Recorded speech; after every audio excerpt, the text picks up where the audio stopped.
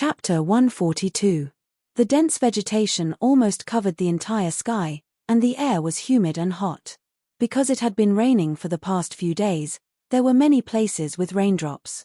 Hei Huan and the rest shuttled through the bushes and vines, and soon they were all soaked. In front of us is the edge of the area we control after clearing out the horde. Everyone be careful. Hei Huan frowned and said. Yes. The 10 people behind him answered in unison. After a while, Black Scroll led everyone to stand in the middle of the messy battlefield. The battlefield had been cleaned up, but there were still many clues, such as the scales of the horned Black Panther. There was a big battle here. Not too long ago, it could have been yesterday. It should be the horned Black Panther horde. They were actually the defeated side. No, it's not as simple as that. These horned Black Panther horde could not resist at all, and were easily slaughtered. And the opponent is most likely just a magical beast. Hiss. Could it be a gold-tier magical beast? Everyone was shocked, and immediately felt fear. What kind of monster could easily slaughter such a large group of horned Black Panther horde? Hei Huan's face was gloomy. He stood still and looked around. This information is very important. You two bring this information back to the camp. The rest of you follow me and continue to explore the surroundings. We must find new clues about this mysterious magical beast. Soon, they found something. The clues pointed to the depths of the rainforest away from the valley. Hei Huan gritted his teeth and led the rest of the team to continue their journey. The 2 patrol members tried their best to rush back to the valley, panting as they brought back the important information. After knowing this information, the higher-ups' faces became more serious. Kang Shu pondered, it can actually clean up the battlefield. It seems that this mysterious magical beast's intelligence is not to be underestimated. Zhong Ji's eyes were deep. It's just a magical beast. How could it clean up the battlefield? It has companions, or it itself is a member of the magical beast army led by the blue dog fox wolf. What are the chances of this? After Zhong Ji's reminder, everyone's faces turned even uglier. That mysterious blue dog fox wolf had accompanied them all the way to the rainforest and had repeatedly subdued groups of beasts. However, the huge magical beast army had never appeared. ZDI looked at Zhun Jin worriedly. Sir, you were still on night patrol last night. Please don't do that, okay? A huge magical beast army might be lurking around us. That blue dog fox wolf might have learned its lesson and tamed a new type of terrifying magical beast. Sir, although you have the power of the soul, you are still alone in the middle of the night. Zhun Jin's expression was heavy. The person who was going to clean up the battlefield was naturally him. Last night, he had several nightmares in a row. He was no longer in the mood to sleep, so he went on the night patrol again. He rushed to the battlefield, where the corpses of the scaled horned Black Panther lay. Zhun Jin absorbed all of them, turned them into mana, and stored them in the magic core. It's best to make these corpses disappear. If I ask Hei Huan to clean up the battlefield tomorrow, he will bring them all back. The shrewd Kang Shu might find out from the corpses that they were electrocuted to death or paralyzed, and I'll finish them off on the spot. This would be very disadvantageous for Zhun Jin. Of course, the fewer flaws there were, the better. After yesterday's fright, Zhun Jin became very cautious. He was afraid that he would miss out on something and reveal flaws. Even if these flaws were very small, when accumulated, they would make people think. Although Zhun Jin's ability to discharge electricity was not known to anyone. But what about the future? If there was a situation that forced Zhun Jin to use his electric shock ability in public, then if he did not deal with the scaled horned Black Panther corpses today, there would be flaws. Lady ZDI's words make a lot of sense. Master, your personal safety is related to the overall situation. All this time, it was because of you that we were able to reunite, build ships together, and work together to escape together. Without you to lead us, we will become scattered sand. You have a high status, you shouldn't personally take the risk. Lan Zhao also advised. Kang Shu and the others nodded one after another. Even Zhong Ji said, Holy Knight, we can all understand your feelings, and we know that you are brave and never shirk your responsibility as a leader. But because of this, we have to be even more careful. If you are surrounded by the magical beast army in the middle of the night, or if that mysterious magical beast attacks you, It will be a huge blow to our side. When the two armies are at war, the commander can't just run around. Zhen Jin's face was expressionless. If it was before He Huan's investigation, ZDI's concern, Lan Zhao's praise, and Zhong Ji's approval might have made him feel good and stimulated his sense of honor and responsibility. But now, a warm feeling rose in his heart, and it quickly turned cold.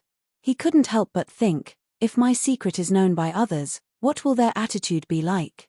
The young knight's heart was filled with complex emotions. These emotions were difficult to express, and he didn't dare to express them. In the end, he nodded, "I will consider your opinions. Thank you for your concern." Late that night, Zhen Jin once again went on a night patrol. He turned into a scaled horned black panther.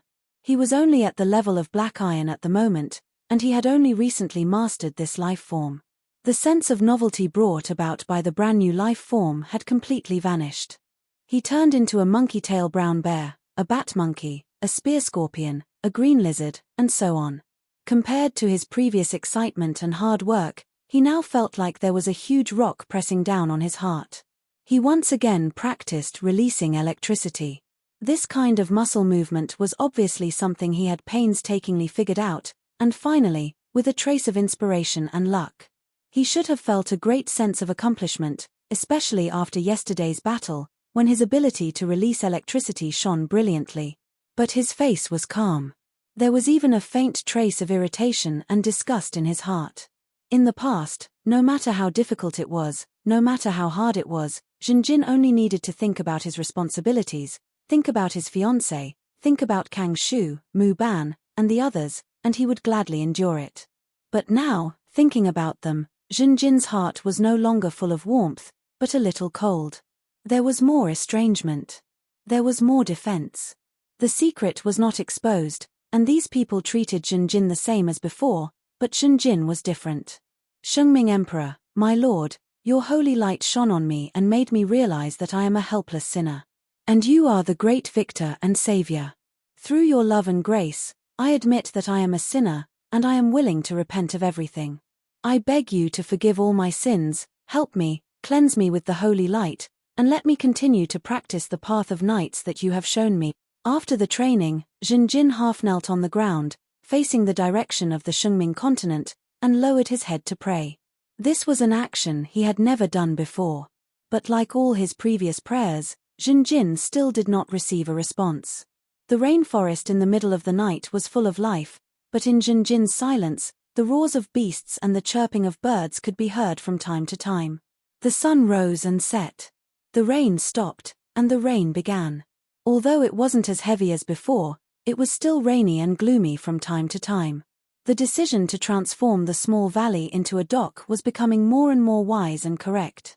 The empty space in the small valley was gradually filled with shipboards. Some of the shipboards were straight, while others were curved. The shipwright once again displayed his skillful skills, and instructed a group of people to use the sand-burying method, which was to bury wood in the wet sand, and absorb the liquid to make it soft and easy to bend. The people worked hard, and Kang Shu coordinated the work. Every construction team coordinated with each other, and there was no situation where the progress of each other's projects was hindered or restricted. ZDI led a group of people, and it was difficult to maintain the supply of medicine. The large earthkill was completed, although the humid environment was a hindrance to the construction of the large earthkill. The smooth operation of the large earthkill began to provide a stable and large amount of pig iron. ZDI was finally able to breathe a sigh of relief. The work of clearing out the herd of beasts continued. A radius of 50,000 meters was the limit of the people's control, and there were often herds of beasts that broke in. Although the rainforest was vast, under Zhen Jin's ultrasonic detection, not a single beast escaped the net. The scouts became more and more skilled in using bows and crossbows, and because of the earthkill, there were more iron arrowheads, which increased their combat power. The normal beasts and the weaker magical beasts were shot to death by the scouts, and the stronger magical beasts fell one by one in the hands of Zhen Jin and Zhong Ji. Every time Zhen Jin brought back the corpse of a magical beast, he would be praised and worshipped by the people around him. But these praises were not as beautiful as before, and were like pieces of stone smashed into the lake in Zhen Jin's heart. The surface of the lake would ripple with joy, and the stone would sink into the soft bottom of the lake, and at the same time, it made Jinjin feel a faint pressure. Although ZDI, Zone GE, and the others had been persuading him, Jinjin still maintained his night patrol every day. It seemed that since he had grasped the magic core in his heart, he had not stopped his private training every night. After the incident of He Huan's investigation, Jinjin's training was even more intense than before. He found that he could only fall asleep in the hours before dawn by torturing himself until he was exhausted every night. He slept deeply and no longer had nightmares. Or rather, he had nightmares and could not remember them when he woke up. After every night's training, he prayed to the Shengming Emperor. The incident of He Huan's investigation made Jinjin reflect on himself and his experiences. He began to examine himself. Was he bewitched by the magic core in his heart? During the defensive battle of the camp, he had repeatedly used the name of the Shengming Emperor to deceive everyone. Although his intentions were good and kind, and although the consequences would be disastrous if he did not do so, he had indeed used the name of God to deceive others. This was the sin of deceiving the world in the name of God. Why didn't I realize before that I had committed such a grave sin? Was I addicted to power? No, I did this because I had no other choice. For everyone, for as many of my companions as possible, I did this. I did not do anything wrong. Maybe I really was wrong. I repent to you, my Lord, my God. I know that God cannot be disrespected, but I was blinded. I should not have disrespected you, the great Shengming Emperor. I ask God to forgive all my sins and give me the ability to walk the path of righteousness. Let my actions, thoughts, and words be accepted by you. Jinjin kept reflecting and praying. God never responded, but he still prayed.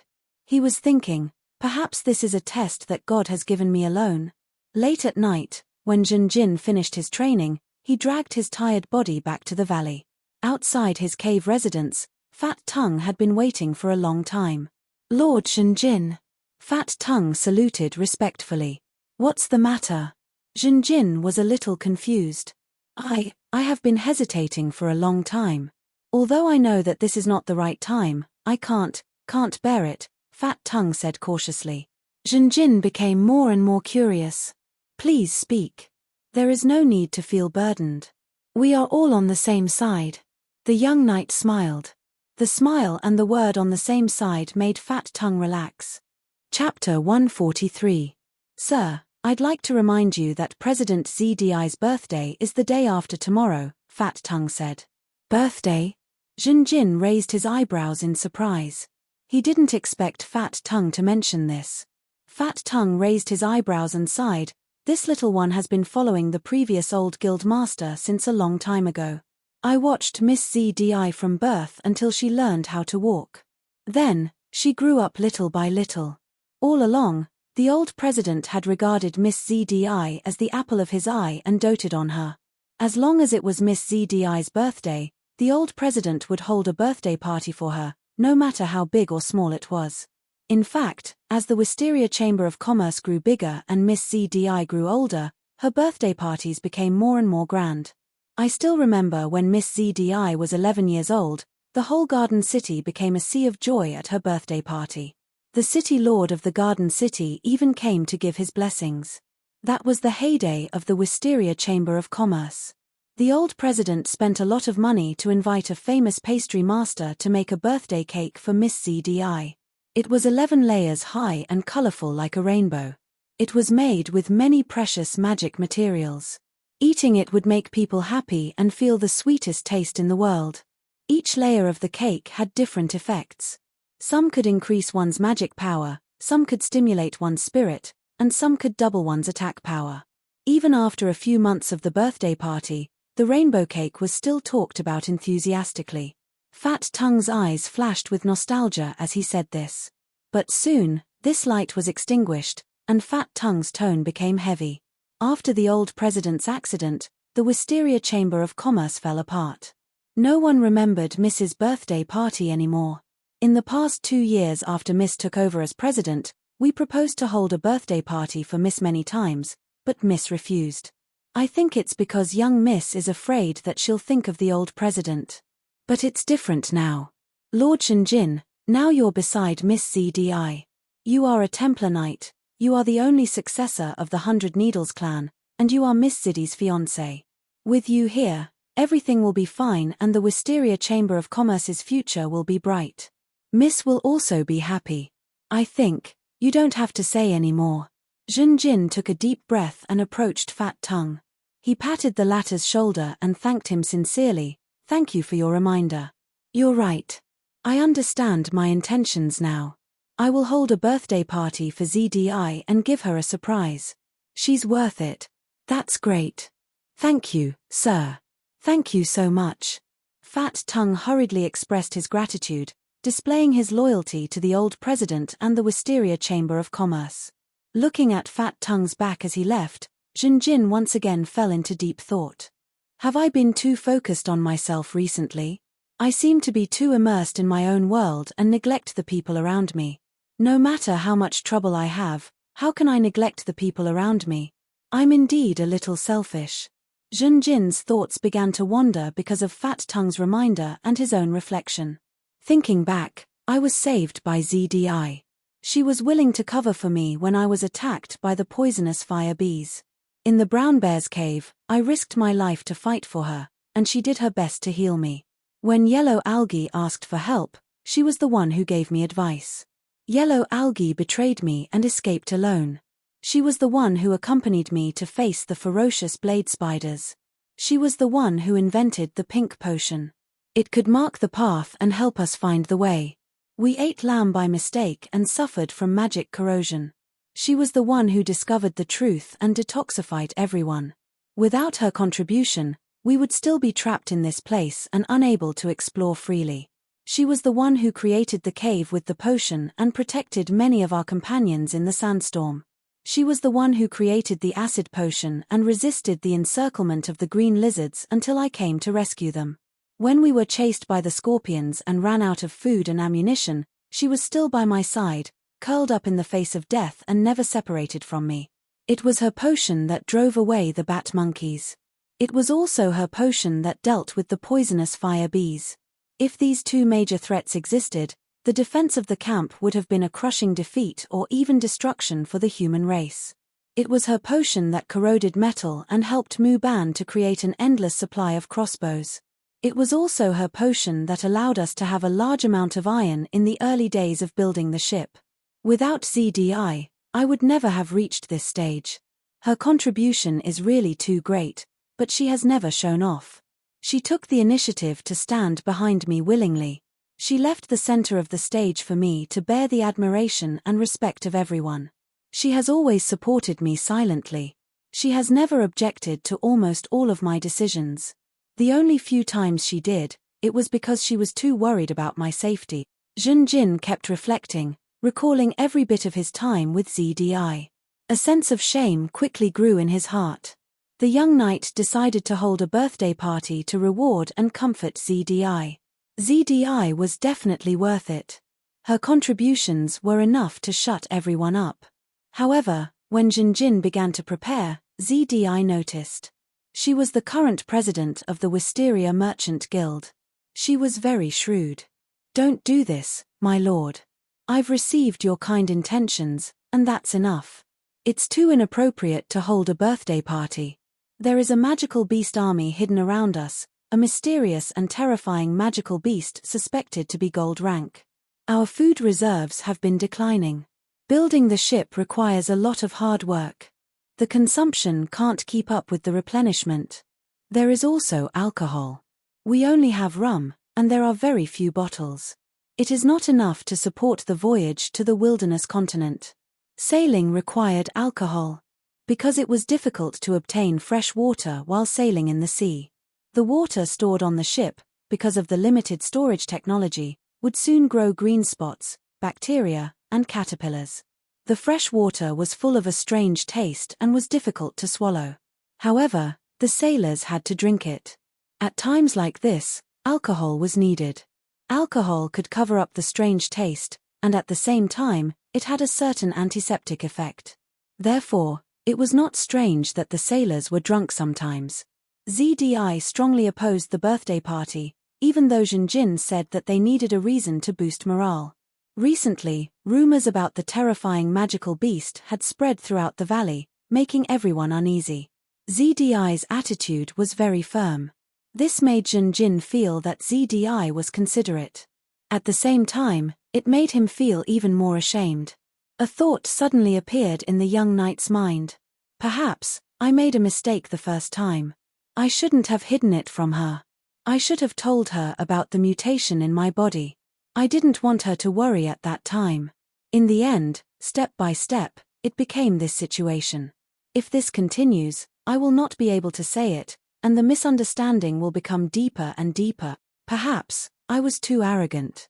I didn't want her to worry. Other than pity, I also felt that even if I told her, she would not be able to solve the magic core in my heart. I don't think she can do it. Why? All this time, ZDI's medicine has helped me and others too much. Perhaps, she really does not have the ability to solve the mutation in my heart. But among all the people around me, who can accept the truth the most, accept my ugliness, and forgive my sins? It must be her. It must be her. It must be my fiancé. Thinking of this, Jinjin's eyes shone brighter. He seemed to have found a ray of light in the darkness, like a drowning man holding onto the grass by the shore. The pressure in his heart was too great. Burdened with secrets, burdened with sins, it was difficult for him to face the people who worshipped and loved him. He wanted to say it. He wanted to confide in them. He longed for someone to share the burden with him. He longed for true recognition. ZDI, ZDI. Jinjin called out gently in his heart. But he still could not say it. I need an opportunity. The young knight realized this. The next day, he left the valley, crossed a distance of 50,000 meters, and came to the edge of the controlled area.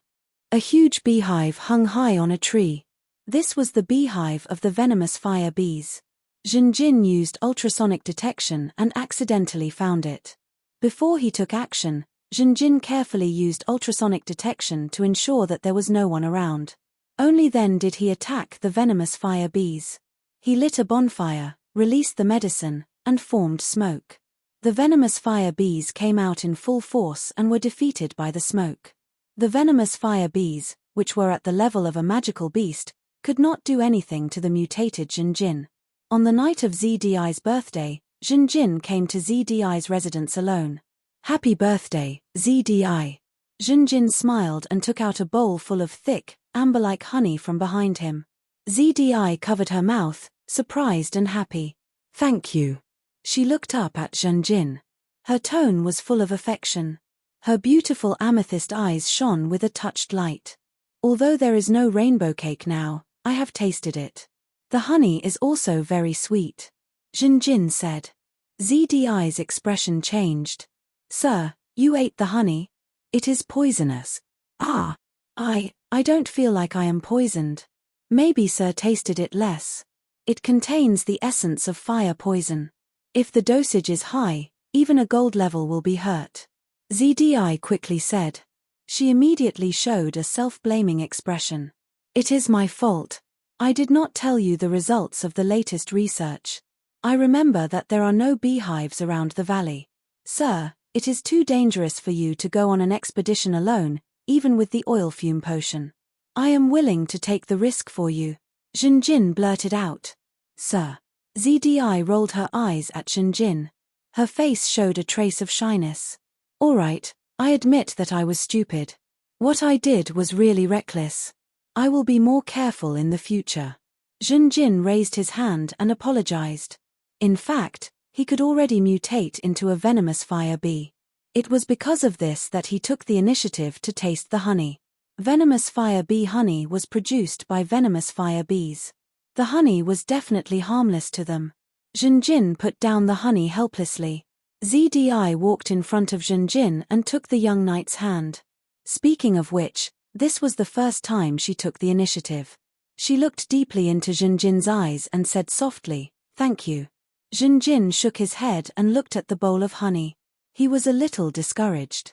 ZDI's eyes turned and suddenly said, "Thank you for the cake." Cake? Yes, such a big cake made with non-toxic honey. Didn't you see it? ZDI let go of Junjin's hand and drew a cake shape in the air with her hands in front of her chest. Junjin could not help but laugh and said along with ZDI's words, "Oh, of course I saw it. The cake is very big and has several layers. It looks a bit like a rainbow cake." "No, it only has one layer." ZDI shook her head. "It doesn't look like a rainbow cake at all. It is sweeter than a rainbow cake." Saying this, ZDI stretched out her slender index finger and gently poked the air. It seemed to be stained with cake cream. She then gently put her finger in her mouth and made a sucking motion. Her eyes narrowed and she revealed a happy and enjoyable smile. "So sweet. Don't you want to try it?" She stared at Junjin. Junjin laughed and shook his head. "Thank you for your comfort." His words were blocked because ZDI stretched out her index finger and poked the air again. Then she put her finger into Junjin's mouth. Junjin's mouth was blocked. He subconsciously sucked ZDI's finger. But ZDI withdrew her finger. He could not help but say reluctantly, "So sweet." He looked at the purple-eyed girl in front of him and his heart beat faster. "It's really sweet." The young knight made a similar action. He used his finger to touch the air and sucked it. Then he stretched it out again and drew an arc in the air. "Today is your birthday. Please eat more." Junjin stretched out his finger to ZDI. His finger seemed to be stained with a large piece of cream. "Wow." ZDI made a fierce expression. She suddenly opened her mouth wide and sucked Junjin's finger. "So delicious," ZDI said vaguely. She mischievously bit Junjin's finger with her teeth. Junjin's breathing became heavy. ZDI's face also flushed. The latter quickly let go of his finger. Junjin looked at ZDI more affectionately and took a step forward.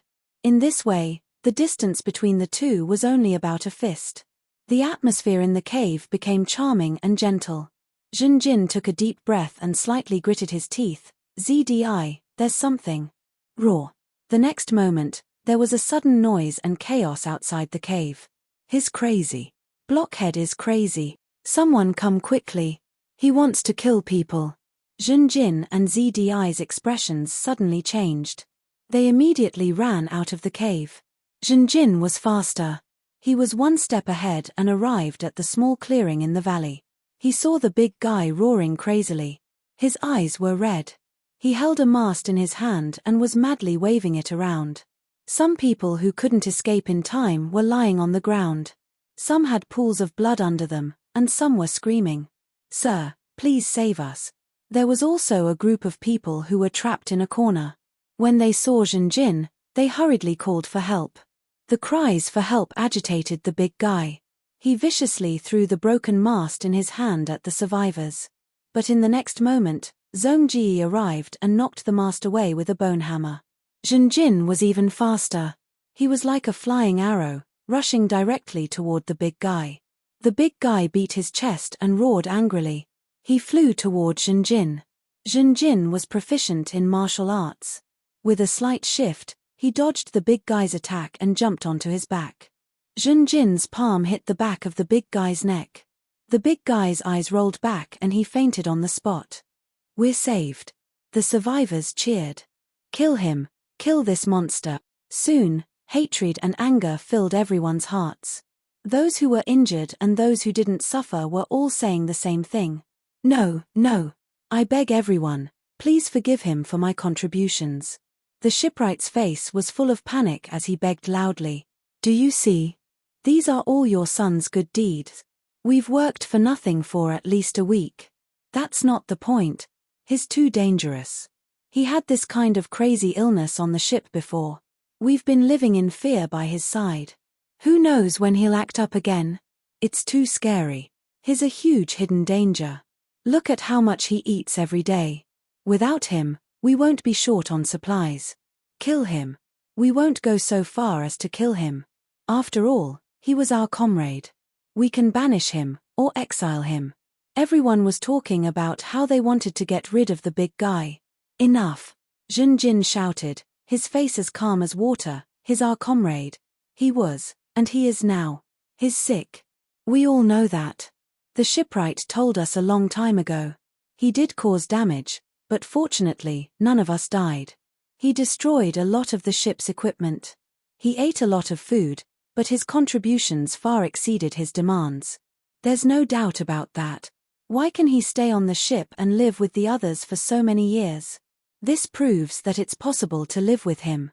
Why can't we?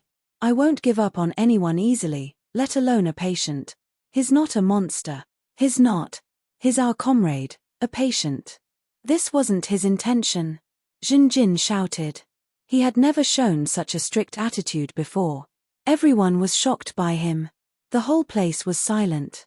ZDI rushed over at this time. Jinjin's expression eased a little. He ordered everyone to clean up the place, organize the damage, and take care of the injured, including the big guy. After everything was settled, more than an hour had passed.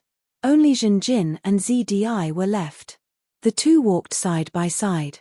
I don't know how to treat the big guy's illness. ZDI said worriedly, I'm not a doctor. In fact, according to the shipwright, he tried to treat the big guy in the past, but all the doctors were helpless. The shipwright even spent a lot of money to hire a priest to use divine arts on the big guy. We have to consider this as a hidden danger. If the big guy suddenly goes crazy halfway through the ship's construction, the damage will be unimaginable. Jinjin remained silent in the middle of the night. When they were about to reach their residence, the two were about to part ways. Oh right, sir, before, what did you want to say to me? ZDI asked. Jinjin stopped in his tracks, then slowly turned around. He opened his mouth to reveal a smile, then spoke. Nothing. P.S. The update is slightly late, but I still feel that a 5,000-word chapter is more rhythmic and can be written with a complete plot. In addition, I fixed the typos in sections 56 to 141. There were many places where the language wasn't clear enough, but I made some adjustments based on the opinions of my readers. Chapter 144. The light of the setting sun shone on the hillside. On a relatively flat part of the hillside, there was a straw hut. In the straw hut lay the big guy. This was his residence. It wasn't that there weren't any big caves in the valley, but when the big guy slept and snored, it would cause a lot of noise in the cave. So, after more and more people protested, the old shipwright took the initiative to bring the big guy here. When Jinjin, Kang Shu, and Lan Zhao arrived, the old shipwright ran over to greet them. Bad guy. The big guy shrank in the straw hut and bared his teeth at Jinjin, revealing a fierce expression. Shut up, you idiot. The old shipwright angrily scolded, You have to thank the Lord Jinjin, he protected you, you idiot, quickly say thank you. The big guy was dumbfounded. He could no longer maintain his ferocious expression. He scratched his head and saw that the old shipwright was still glaring at him. He was confused and aggrieved. But Dad, he hit me. The old shipwright shook his head, he hit you right. The big guy was even more confused, he also shook his head, hit me, no, this is wrong. The old shipwright coldly snorted, did I hit you? The big guy was stunned, his mind immediately recalled countless scenes. When he was very young, he had a big appetite. The food on the ship was limited, he often starved. After a day of tiring, the shipwright just wanted to collapse on the ship and sleep. But when he returned to his residence, he was stunned. The cabin was a mess, the big guy who was still an infant was still rummaging through the cabinets. What are you doing? You little bastard. Ah, you ate all my tobacco? You idiot, idiot. The old shipwright fiercely slapped his butt. The big guy, WA, late at night. The old shipwright was woken up by the pain. Why did you bite me? You idiot, I'm not a girl, there's no milk here. The injured and furious old shipwright fiercely slapped the big guy's small butt again. The big guy, WA, when the big guy grew up. Okay, do you remember it? That was how the deck was cleaned, with a rag and water. If there wasn't enough water, he would go to the side of the boat to fetch water.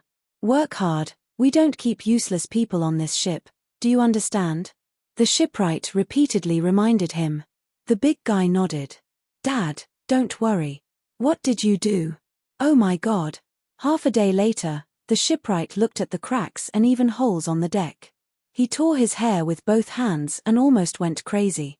The big guy squatted at the side and was very confused. Dad, you're the one who told me to work hard. The shipwright raised his head, closed his eyes, and took a deep breath. Then, he walked in front of the big man and raised his fist. Bang, bang, bang. Wah wah wah. A boarding battle had just ended, and blood was flowing on the deck. The shipwright bandaged the big guy's wound. I told you, don't charge in blindly, you idiot. But they hit Dad. They're bad guys. The big guy retorted. You've learned to talk back. The shipwright glared at the big guy. Damn it, we don't have enough medicine. The bleeding wouldn't stop. Damn it, damn it. Dad, don't worry, I'm not in pain. The big guy comforted. Shut up. The shipwright subconsciously slapped the big guy's head. Just as he moved, he realized something was wrong and quickly retracted most of his strength. The shipwright's cabin was tightly shut. The big guy squatted outside the door and stared at a flying insect in boredom. The flying insect buzzed in front of the big guy, and the sound of a man and a woman panting could be heard from the cabin. You damn ghost. Hey, madam, don't look at me because I look old, I'm actually very strong. Bang. The cabin door was slammed open by the big guy. Dad. The big guy shouted. Ah. The woman screamed. The shipwright was furious. What are you doing? Didn't I say, no matter what you hear, you can't move? But Dad, I heard it, you seem to be injured. You're panting, you're tired. You can't take it anymore. The shipwright stared at her. Can't take it anymore? His eyes twitched, and he directly ran down from the bed barefooted. He raised his leg and kicked the big guy. You said I can't take it anymore? You said I can't take it anymore? The big guy shouted and ran away like a rat. Back to reality. Seeing the big guy in a daze, the shipwright repeated. Did I hit you before? Yes, many times. The big guy honestly said. I hit you, but did I really hurt you? The shipwright continued. No. So this kind of beating is different from other kinds of beating. Beating you like this is to protect you. Understand? If Lord Jinjin didn't knock you out, you would have caused more damage, more trouble. His Excellency hit you for your own good, understand? The big guy doesn't understand. The big guy shook his head. Chem. The shipwright stared and raised his fist. The big guy hurriedly nodded. I understand. Good. Seeing the shipwright stabilize the situation, Jinjin smiled. It's good to see you guys so energetic. Saying so, the young leader looked at Kang Shu. Kang Shu nodded and walked into the straw hut. The shipwright shouted, Don't move. The big guy didn't move at all, letting Kang Shu watch and do whatever he wanted. Kang Shu even waved his hand, telling the big guy to lower his head. Of course, the big guy wouldn't do that, but the shipwright quickly gave the order. Kang Shu opened the big guy's eyelids and carefully looked at his pupils. He then asked the shipwright to make the big guy open his mouth, endured the unspeakable stench, and looked at the big guy's teeth.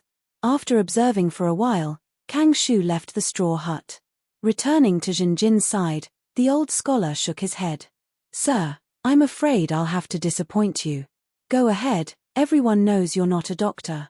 The old scholar said, It's very clear, the big guy has a lot of physical signs, showing that he has a giant bloodline. He's a mixed blood. His giant bloodline is very thin, and also seems to be very low level. Sir, as you know, a lot of giants have worrying intelligence. Maybe it's because of this low-level giant bloodline that the big guy can't be as smart as a normal person. I can't find the cause of his madness. But I suspect that it might be related to his brain. If I can open his skull and dissect it, I might be able to find the cause. Kang Shu's words shocked the shipwright. But Jinjin immediately said, Don't mention dissection so often, I understand. The big guy should rest well for the next few days, don't go to work. Let's go back first. The shipwright quickly sent them off. On the way back, Jinjin asked Kang Shu, How do you think the big guy should be dealt with? Kang Shu analyzed, The big guy is very valuable. Although he consumes a lot of food, he does a lot of work. His contributions and hard work were many. Sometimes, the big guy can do a lot of work very well, but if other people want to do the same work, it will take a lot of time, and they might even fail. Although the big guy went crazy, he did cause a lot of damage. But because Sir acted in time to stop him, the damage wasn't that great. Many people were injured, but no one died. Kang Shu's analysis carried his usual calmness and rationality. Zhen Jin turned to look at Lan Zhao behind him. I'm more curious, the big guy's strength is fierce when he goes crazy, he's a big threat to ships. Why did the pig's kiss allow him to stay on the ship? Lan Zhao was silent for a moment, then said, the main reason should be the old shipwright. He came on the ship much earlier than me. I also heard from many people that the old shipwright paid a lot to raise his son. Master, you also saw, the old shipwright's skills are superb, normal people can't make ships. Of course, because we were always on guard against the big guy, when we were next to him, we were all on edge. This greatly reduced the damage caused by the big guy when he went crazy. Zhen Jin frowned slightly, but I saw that there were several crew members among the injured. Yes, Master. Ever since the big guy came on this island, he never went crazy. After such a long time, the crew's attention was focused on how to survive, how to escape from here. It's normal to overlook the danger of the big guy, including me. Lan Zhao continued, in fact, in order to protect the ship against the hidden danger of the big guy's illness, the captain spent a lot of money to buy a magic tool. It can protect the cabin and the deck for a certain period of time, and the big guy can't destroy it. Maybe, there's another reason. Lan Zhao said with a bit of hesitation, we suspect that the big guy's illness also serves as a warning. Whenever danger comes, the big guy will go crazy. Oh! Zhen Jin and Kang Shu paused slightly. Kang Shu said suspiciously, on the way here, how many times did we encounter danger, but the big guy didn't go crazy? Is this accurate? Zhen Jin frowned slightly. It's not accurate. Lan Zhao smiled embarrassedly, in fact, we can't be sure. But in a year, there will be a few times when the big guy goes crazy, and there will be a storm or strong winds and huge waves. Kang Shu asked, then how many times does the big guy go crazy in a year? 20 times? 30 times? Lan Zhao shook his head, we didn't count. Kang Shu smiled, and the old scholar shook his head slightly. The climate of the deep sea is often like the temper and mood of a young girl in love, it's unpredictable. However, the crew members live in small cabins, and they have to work hard every day. Every day, they have to face the endless sea. The pressure is great, and they can rely on anything. Therefore, the sailors are more devout than the people on land. Sir, please allow me to leave. Go. Zhen Jin nodded. He knew that Kang Shu's work was actually very complicated, and the workload was also very large. After parting with Kang Shu, the master and servant rushed to the cave where the wounded were staying to comfort them. Chapter 145. Zhen Jin's protection of the big guy did not diminish his prestige. Perhaps the others did not understand, but they still worshipped and respected Zhen Jin. Needlecloud was a divine knight with the strongest individual combat strength. He was also a holy knight, the heir of the 100 Needles family, and the future lord of White Sand City. He also had a group of followers who always followed him closely. At the same time, the most capable competitor, Zhong Ji, also expressed his obedience. Zhen Jin's leadership was unshakable. After comforting the wounded, Zhen Jin received a lot of words of gratitude. It was the big man, not the Needle King, who was hated and guarded against. In fact, if Zhen Jin had not knocked out the big guy, they would have been in more danger. It was Zhen Jin who saved them. If the big guy was an unforgivable murderer, perhaps some people could blame Zhen Jin. Was this the justice of a holy knight? But the big guy was sick. And this illness had been around for a long time, so the shipwright did not hide it and said it long ago. Although the people's mentality was like this, after his own condolences, Zhen Jin secretly ordered Shisuo to arrange for some crew members to take the initiative to communicate with the wounded and carry out a certain degree of guidance. Speaking of which, the crazy warning is a very good reason. Zhen Jin pointed at Shisuo, I don't need you to lie, this will only lead to flaws and make mistakes. Let the crew members who have been with the big guy for a long time tell the truth. I understand. Sir, I promise to complete this task. Shisuo was very excited. Speaking of which, he had already pledged allegiance to Zhen Jin, but he did not have a chance to show off. In terms of strength, he was not as good as Zhong Ji. In terms of loyalty, he was not as good as Lan Zhao or Bai Ya. He did not have Kang Shu's wisdom, nor did he have ZDI's ability to make potions. Shisuo was under a lot of pressure. He wanted to stand out, but was overshadowed by the people around him. For the first time, Zhenjin assigned a mission to Shisuo. This is a private job. Shisuo was excited. He vaguely felt that he had found a way out. That's right, I can do some private and dirty work for my lord. Why didn't I think of that before? Even if Sir is a temple knight and abides by the path of the night, your heart is bright. But there will always be some things that are inconvenient for you to do, such as this. For most people, the big guy's illness was a bad thing. But for Shisuo, it was an opportunity for him. This is a good thing. It will allow me to deepen the Lord Zhenjin's impression of me. I must do this well. Shisuo was excited and started to take action. And on Zhenjin's side, after being interrupted by the big guy's illness, he found it harder and harder to tell his secrets to ZDI. His days seemed to have returned to how they were before. Every night, he would undergo arduous training. The first half of the day would be used to catch up on sleep, and the second half of the day would be used to clear out the beasts. Every time he succeeded in hunting, he would bring back prey that would continuously strengthen his authority and position. He constantly reminded everyone that he was a powerful leader, and put an end to any thoughts of offending him. At the same time, he also quietly increased his vigilance. After all, the big guy's illness would give him a warning. But after that, no disaster occurred. And almost every time after dinner, Zhenjin would go to visit the wounded, and sometimes bring medicine. The medicine was made by ZDI and distributed by Zhenjin himself. This act of distributing medicine seemed very small, but in fact, it had a deep meaning. The wounded were in urgent need of medicine, and in the whole camp, it seemed that only Zhenjin could distribute medicine. According to the words of the Empire's East, this was called sending charcoal in snowy weather. The small medicine, after being distributed by Zhenjin, was able to display its value beyond its own. But, without the big guy, the efficiency of the shipbuilding decreased by a lot. Just as Kang Shu said, the big guy played an important role in the work.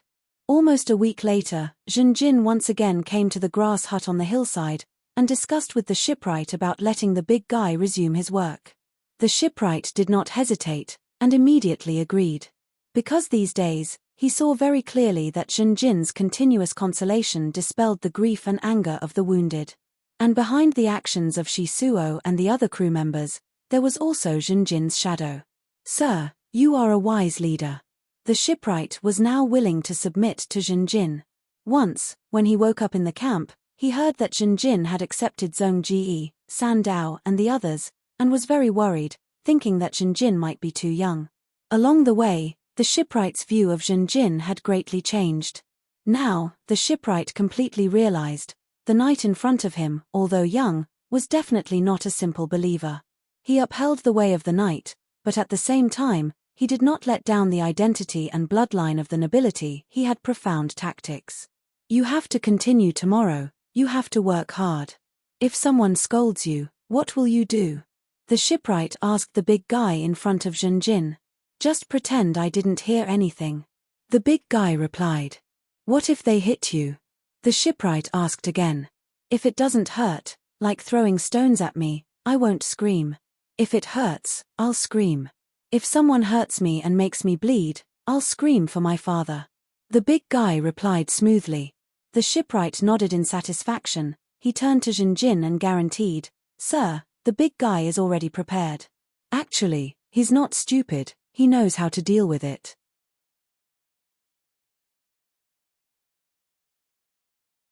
The first mast had been inserted, according to the ship's blueprint. This was the front mast. Good, next, it's the rear mast. The shipwright looked up. He noticed the big guy was strangely silent, suddenly very abnormal. His head was lowered, his hand was still holding the mast, his entire body was motionless. Zhenjin immediately squinted his eyes. He felt a faint sense of danger.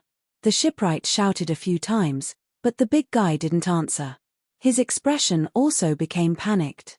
The big guy started to pant, like an exhausted old bull. He grimaced, his eyes becoming redder and redder. Damn it! Seeing this, the shipwright's heart sank, but he still didn't give up, still shouting, "Calm down, quickly calm down, you little bastard. Run, he's going crazy again." An experienced sailor shouted, turned around and ran. In a flash, the empty space of the valley became a mess. Roar! The big guy roared. He suddenly pulled, and threw the mast that he had just inserted out.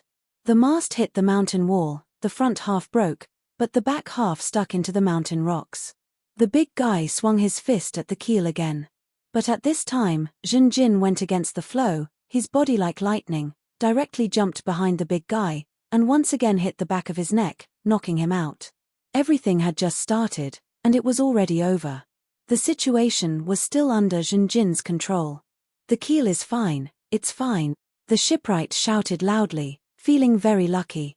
The rest of the people gathered around, all of them still in shock, their hearts still beating fast. The big guy went crazy again. "How many days has it been? No, I can't work with him anymore. I don't want to die without knowing why. His usual behavior, it's all a disguise. We can't be deceived by him anymore. He has the blood of giants. I heard that many giants eat people. This kind of illness can't be cured. Didn't you hear what the sailors said? We can't keep this big idiot by our side. Who knows when he'll go crazy again?" Junjin stood on the big guy's back, his strict gaze swept around. The discussion immediately quieted down. "All right," the young leader shouted, "today's work is done, go eat." He then pointed at a few former mercenaries, and Lan Zhao, and ordered them to drag the big guy back to the straw hut. "Lord Junjin, I can put the big guy in shackles." The shipwright ran to Junjin's side, with an anxious expression. He took the initiative to say, "When we were on the ship, the big guy often wore shackles, he's used to it." Junjin frowned, he patted the shipwright's shoulder. "Don't worry, I don't blame you, nor do I have any intention of blaming the big guy. It's just a front mast, it's easy to make." Hearing Junjin's words, the shipwright immediately let out a sigh of relief, but he still insisted on putting the big guy in shackles. Speaking from the bottom of his heart, Junjin was not willing to put the big guy in shackles. He was disgusted, but other than that, what else could he do? Junjin privately called Shisuo. "Do you know what I want you to do?" "I understand, sir. This time it's even simpler than the last time. We didn't have any casualties, sir. You're really wise. Look at how scared these people are. They're too cowardly. A bit of mockery and ridicule should be able to stimulate their courage." Seeing that Shisuo understood his meaning, Junjin nodded with satisfaction. "Go do it."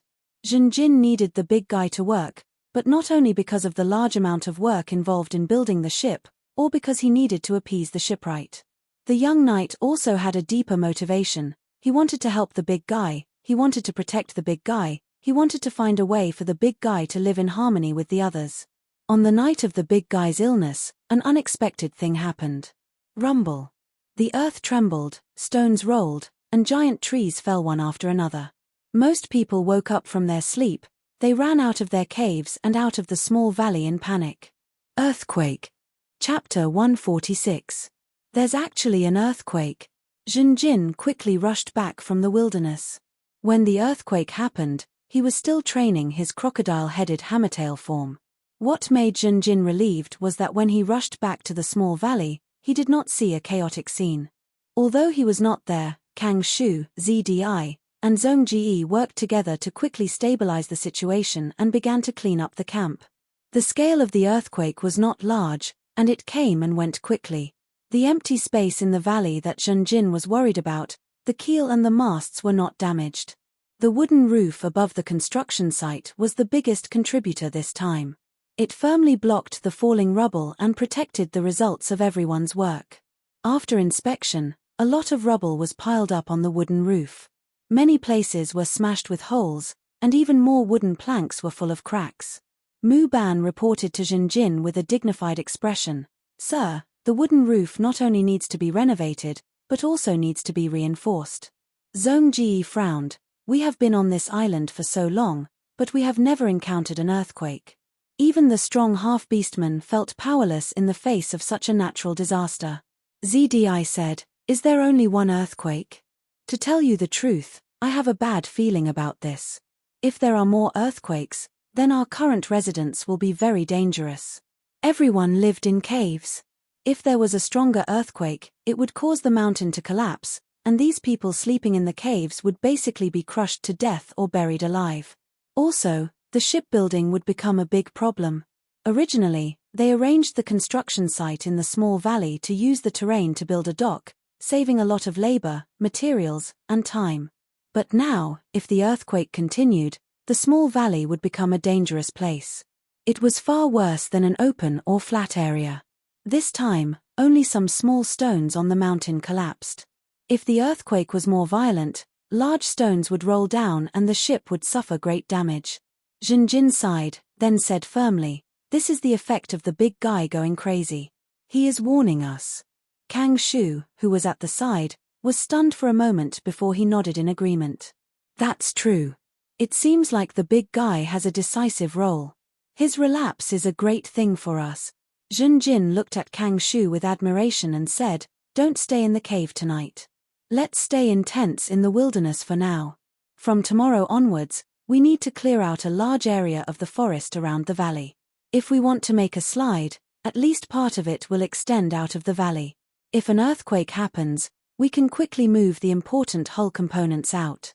After Zhenjin finished speaking, he glanced around and then stopped at Shisuo. Shisuo's expression changed slightly. He immediately understood that Zhenjin wanted him to continue the promotion. He nodded slightly and left quietly after greeting Zhenjin. Zhenjin knew very well that it was unreliable to say that the big guy's craziness could warn them this time. This was an excuse, but it could change everyone's impression of the big guy. Zhenjin needed the big guy to return to work. He needed such an important labor force. Others might have some complaints, but Zhenjin did not care about them in this situation. The most basic responsibility of a leader was to distinguish between the important and the urgent. To be honest, I feel the same as President ZDI. The earthquake has never happened before, but now there is one. It seems like something is happening in a place that we don't know about. Everything is starting to go wrong. Next, we need to do our best to build a ship that can sail as quickly as possible. After saying this, Zhenjin looked at the shipwright with a sharp gaze. No matter what method you use, you have to shorten the construction period. If you can cut corners, then cut corners. We need a ship that can sail first. After that, we can work on the ship until it is time to sail. The shipwright quickly bowed and accepted the order. "I understand, sir." The shipwright worked through the night and did not rest to rush out a new ship blueprint. It was different from the original blueprint. The new ship was 1/5 smaller, and many cabins were removed. Originally, everyone had hammocks to sleep in, but now, there were only some grass mats left where the hammocks were. A complete mast was originally connected. Now, the mast height was reduced by at least half. In the future, if they wanted to increase the mast height, they would have to be joined together during the voyage. In the original blueprint, there were more than 10 ballistae in addition to the cannons. But now, there were still 3 cannons, and the number of ballistae had been reduced by half. The cannons were salvaged from the wreckage of the Pig's Kiss. The original plan was to build more than 10 ballistae to replace the cannons to a certain extent. It was impossible to sail without firepower.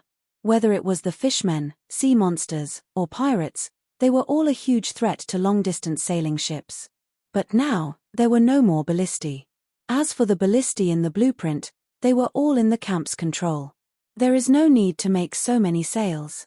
We can let people contribute their own clothes, and these clothes can be pieced together to form simple sails. Actually, it is also possible for men to go shirtless. In order to reduce the construction time to the greatest extent, the shipwright also went all out. Zhenjin's order was quickly passed down. The people were also frightened by the earthquake, and were even more enthusiastic about the work of building the ship. During the day, Zhenjin even began to guard the empty space in the valley, personally supervising everyone's work. With Zhenjin there, everyone felt at ease, and no longer feared that the big guy would go crazy again. Everyone felt a strong pressure in their hearts, causing the efficiency of the new ship to increase by a large margin. In the following week, the big guy did not go crazy again. The earthquake also did not happen again. But the food consumption was very high. Everyone was really working hard. Many people took the initiative to continue working at night. They felt that they had too much time to sleep and rest. After all, the construction of the new ship was related to everyone's lives. Zhenjin personally supervised the construction site during the day. The masts were placed on the keel. The beams were set up. Together with the frame, the prototype of the new ship could be seen. The construction of the sails was very fast, mainly because of the large amount of spider webs. Just as the shipwright had estimated, the spider webs of the blade spiders were very suitable to be one of the main materials for the sails. When the third side of the sails was built, the earthquake happened again. But the big guy did not go crazy. No one cared about this. In fact, Shisuo had already pointed out the inaccuracy of the mad scientist's prediction in the propaganda of the ship's crew. This island was becoming more and more dangerous, and the people were most concerned about whether they could escape from here. They prayed that the earthquake would not happen again, but reality was the opposite of their expectations. In the following period of time, the earthquake not only became more frequent, but the scale of each one also became bigger. The wooden roof had to be reinforced many times, but in the end, it could not hold up anymore. Zhenjin could only order the people to move the prototype of the new ship outside the valley. The forest outside was completely cut down and burned, forming a new construction site. The new construction site was completely open, and there was no time to build a dock. In fact, because of the earthquake, the dock would also collapse and hit the prototype of the new ship. What was difficult was that other than the earthquake, there was also the rain. Humidity was the biggest enemy for ship construction. The hull of the ship especially needed to be dry, and the water in the wood needed to be removed. ZDI's medicine was very useful. In addition, the people dismantled the tents and assembled them. In the rainy weather, they built a giant tent and worked inside. When the weather cleared up, they dismantled the tent and let the prototype of the new ship dry under the sun, trying their best to remove the water inside. When the earthquake struck for the 8th time, everyone was shocked to see a pillar of lava shooting up into the sky as the earth shook and the mountains swayed. According to Kang Shu's estimation, Zhenjin and the others were at the edge of the island, and the volcano was at the center of the island, or even the center. From Zhenjin's position, he could see the spectacular scene of the volcano erupting, so the real scene of the volcano must be even more terrifying. It's the end of the world. Can we really escape from here? If this island sinks tomorrow, I won't be surprised. Everyone was anxious. Realizing this, Zhenjin held a bonfire banquet not long after. He gave a public speech, using his identity as a divine knight, the empire, glory, and achievements to boost everyone's morale. The speech had a clear effect. When the people saw Zhenjin, they once again realized that they had such a reliable leader by their side. Zhenjin was not only powerful, but also noble. He promised that he would not give up on anyone, and everyone believed his words. The smell of barbecued meat assailed their nostrils, and more than 10 bottles of rum were also provided. Everyone was given very little alcohol, but the wonderful taste was intoxicating. The nerves that had been tense all this time were now relieved, and the frowning eyebrows gradually relaxed, and the chatter and laughter increased. Zhenjin carried a large piece of barbecued meat to the bonfire in the corner. This was where the big guy and the shipwright were. Zhenjin handed the barbecued meat to the big guy.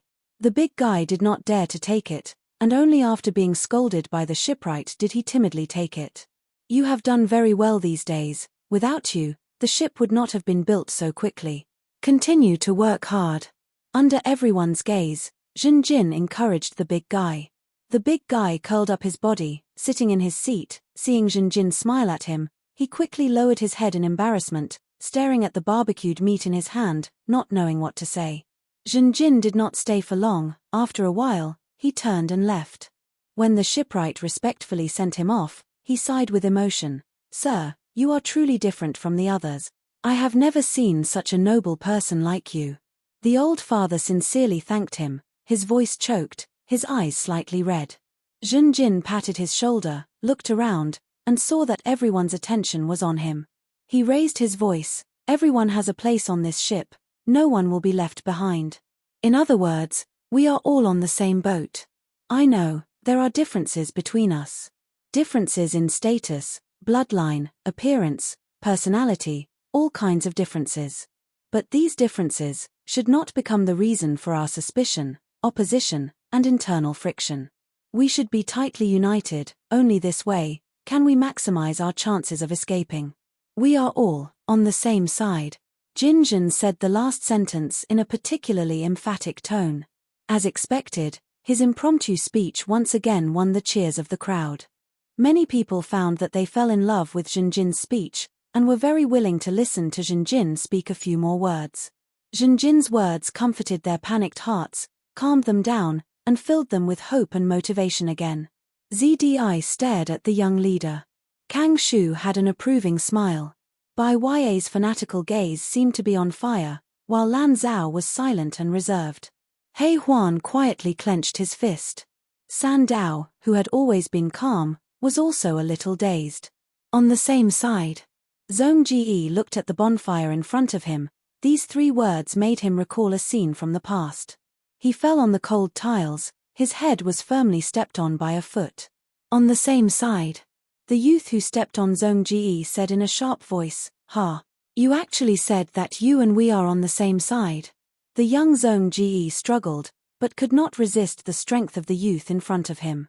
He forced himself to speak. "We have the same blood flowing in our veins, we have the same father, we are brothers and sisters, aren't we on the same side?"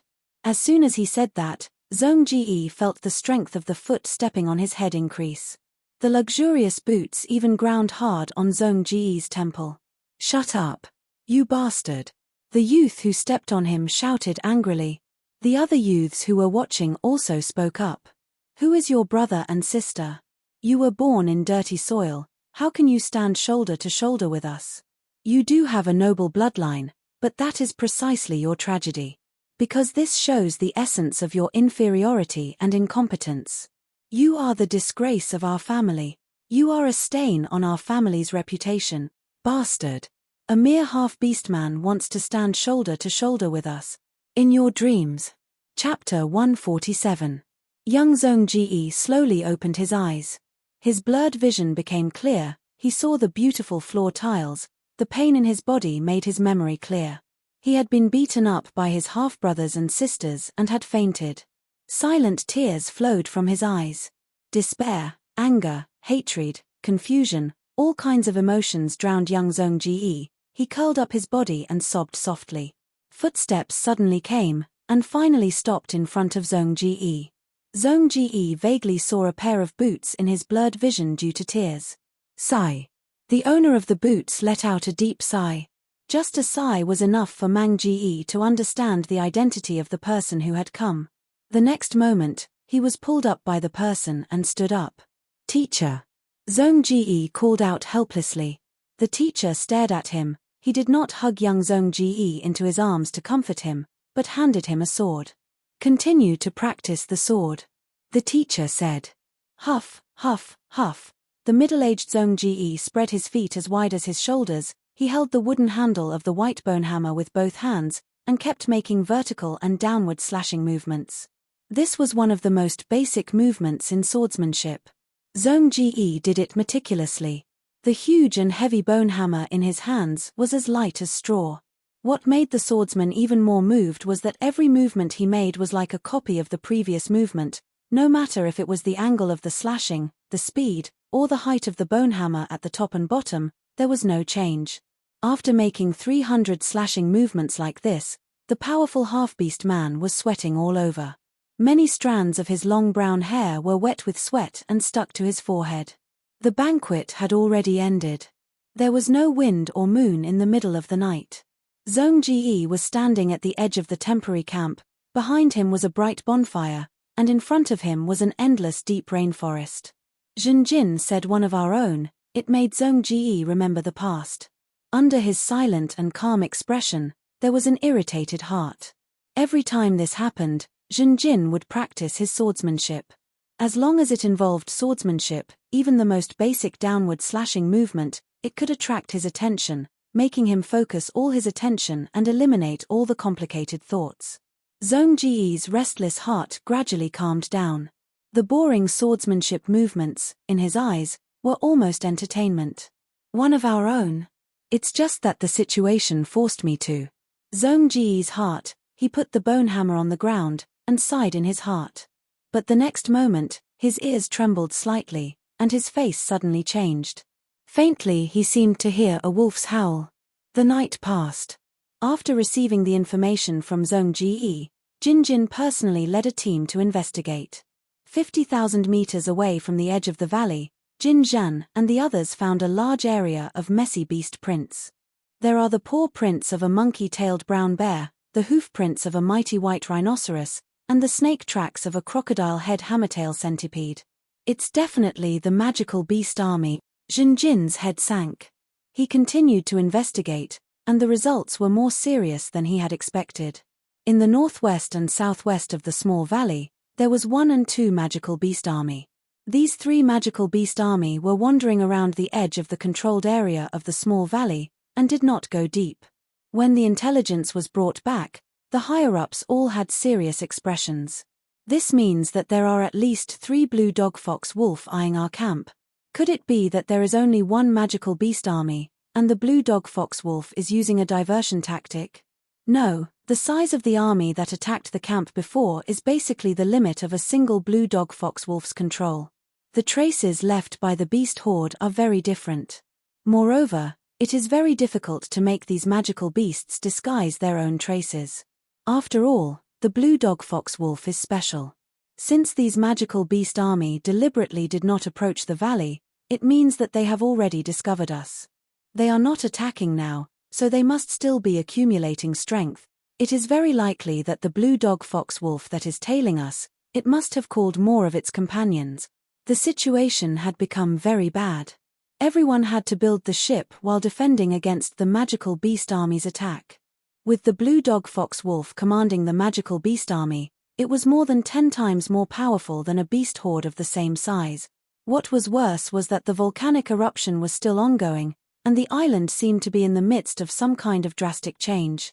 If the ship was completed too late, everyone might be buried with the island.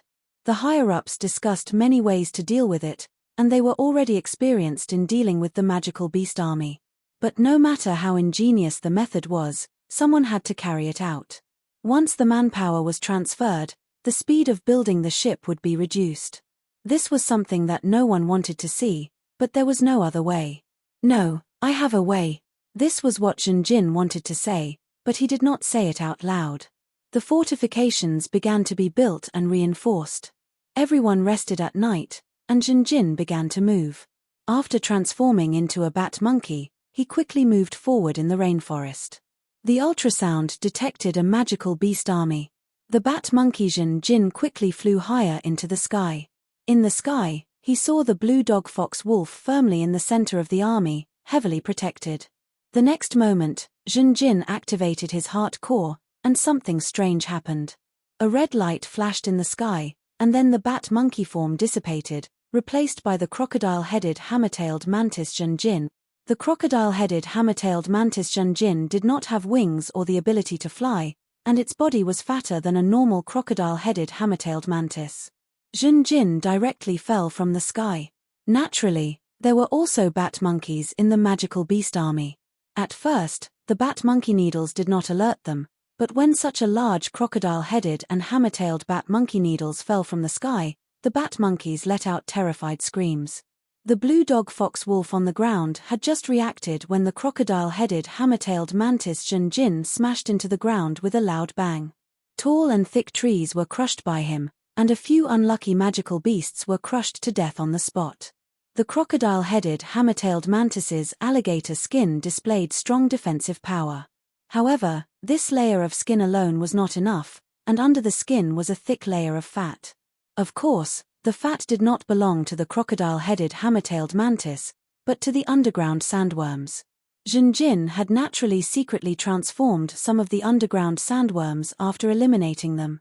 Although he could not transform into a complete form, the thick layer of fat was one of the options for him to transform. The fat trembled violently, counteracting the impact of the impact. The blue dog fox wolf jumped backward, and Jin's figure suddenly rushed forward, quickly approaching the blue dog fox wolf. Then he suddenly stretched out his head, and the huge crocodile mouth opened. Like lightning, he suddenly attacked and bit the blue dog fox wolf. The blue dog fox wolf tried to howl, but at this time, a large amount of acid gushed out from Jinjin's throat. The acid flowed backwards, and the blue dog fox wolf choked and coughed. It frantically scratched, and the hind legs that were left outside kept kicking. Unfortunately, at this time, Jinjin had already raised the upper half of his snake body, so the blue dog fox wolf was suspended in the air, and its hind legs could not exert force. Then, a red light emerged from Jinjin's mouth, forming 4 bloodlines, and tied up the blue dog fox wolf. The bloodlines sank, and the magical beast army launched a frenzied attack on Jinjin. The fastest to move was not the monkey-tail brown bear or the strong white rhinoceros that were closest to Jinjin, but the flying squirrels. A large number of flying squirrels. However, Jinjin had already expected this. Although he was in the form of a crocodile head hammertail centipede, he released a silver-ranked bat monkey sound wave. When the flying squirrels were hit by the sound wave, they immediately fell to the ground and were no longer a threat. 2 strong white rhinoceroses charged over, and Jinjin did not have time to dodge. He was not familiar with the crocodile head hammertail centipede form, so even if he dodged, he might not be able to dodge. Therefore, he did not dodge, and instead turned his crocodile skin into a scorpion shell. The strong white rhinoceroses crashed into the scorpion shell. They did not break the shell, but a huge impact was transmitted over. The thick fat under the scorpion shell once again absorbed the impact, and the violent fluctuations quickly dispersed the impact, perfectly receiving it. At the same time, a red light flashed in Jinjin's mouth, and the blue dog fox wolf was transformed and absorbed, turning into a pile of carbon powder. After killing the blue dog fox wolf, Jinjin was greatly energized.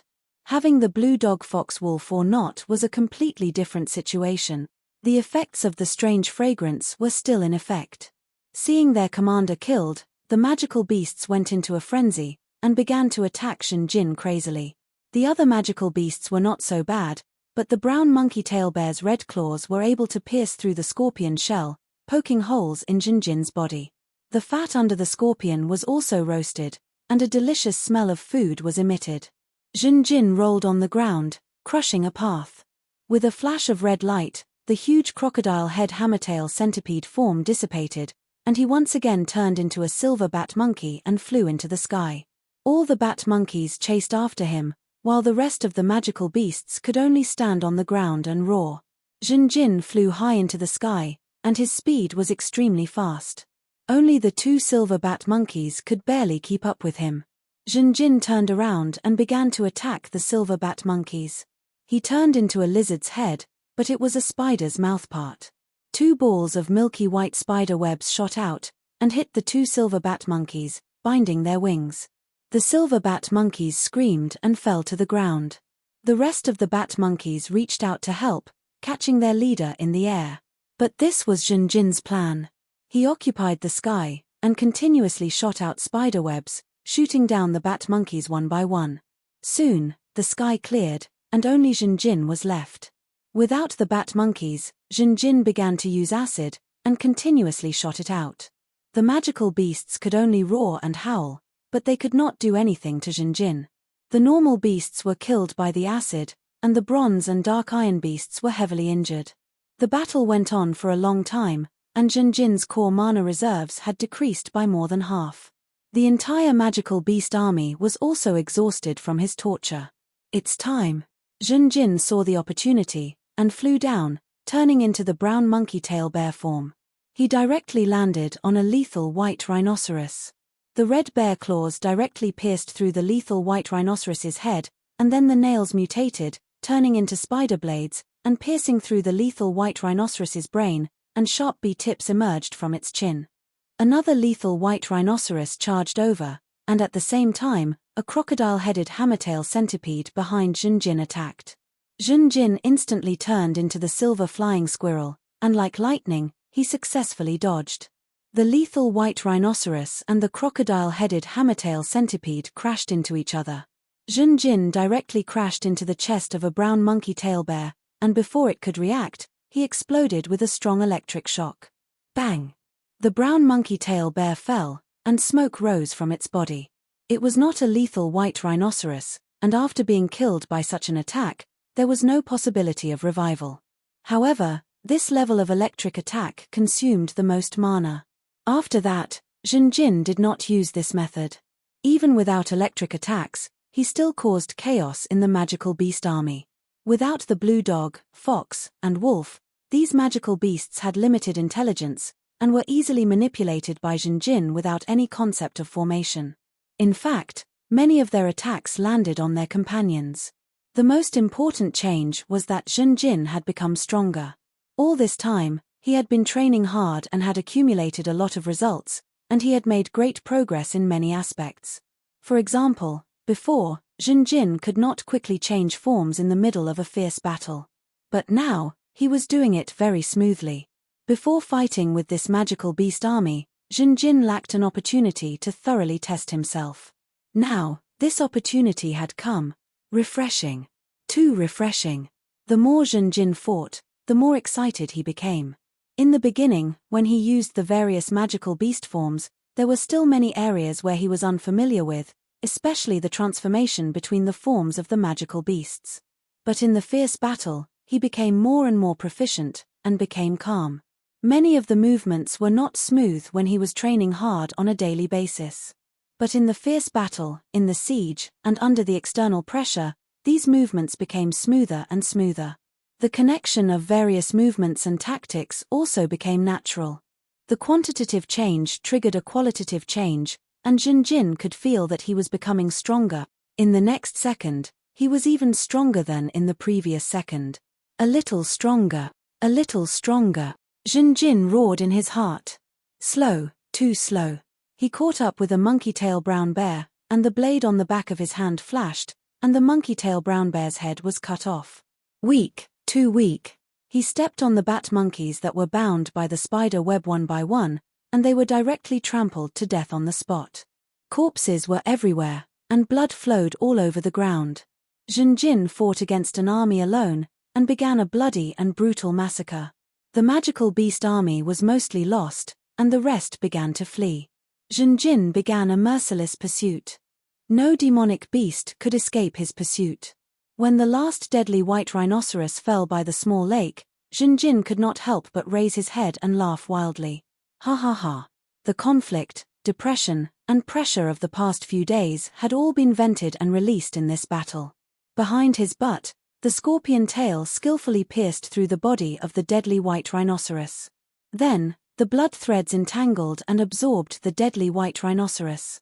So I'm already so strong. What else can stop me? What else? Even if more magical beast army comes, what can they do to me? Jinjin raised his head and puffed out his chest, looking around arrogantly. The dark clouds dispersed, revealing the moonlight. At this moment, the vast rainforest was silent, as if awed by his ferocious might. Jinjin's gaze swept around, and he suddenly paused. He saw his reflection in the lake. At this moment, he had a scorpion tail, a lizard's head, scorpion shell, the body of a bear, and spider blades on the back of his hands. A monster. Jinjin was stunned. The joy in his heart and the surging battle intent in his heart receded like the tide. It was as if he had become a statue. A moment later, his body trembled slightly, and he seemed to have come to his senses. He slowly retreated, until he could no longer see his reflection in the lake. Chapter 148. Shoot. Lan Zhao roared at the top of his lungs. Swoosh.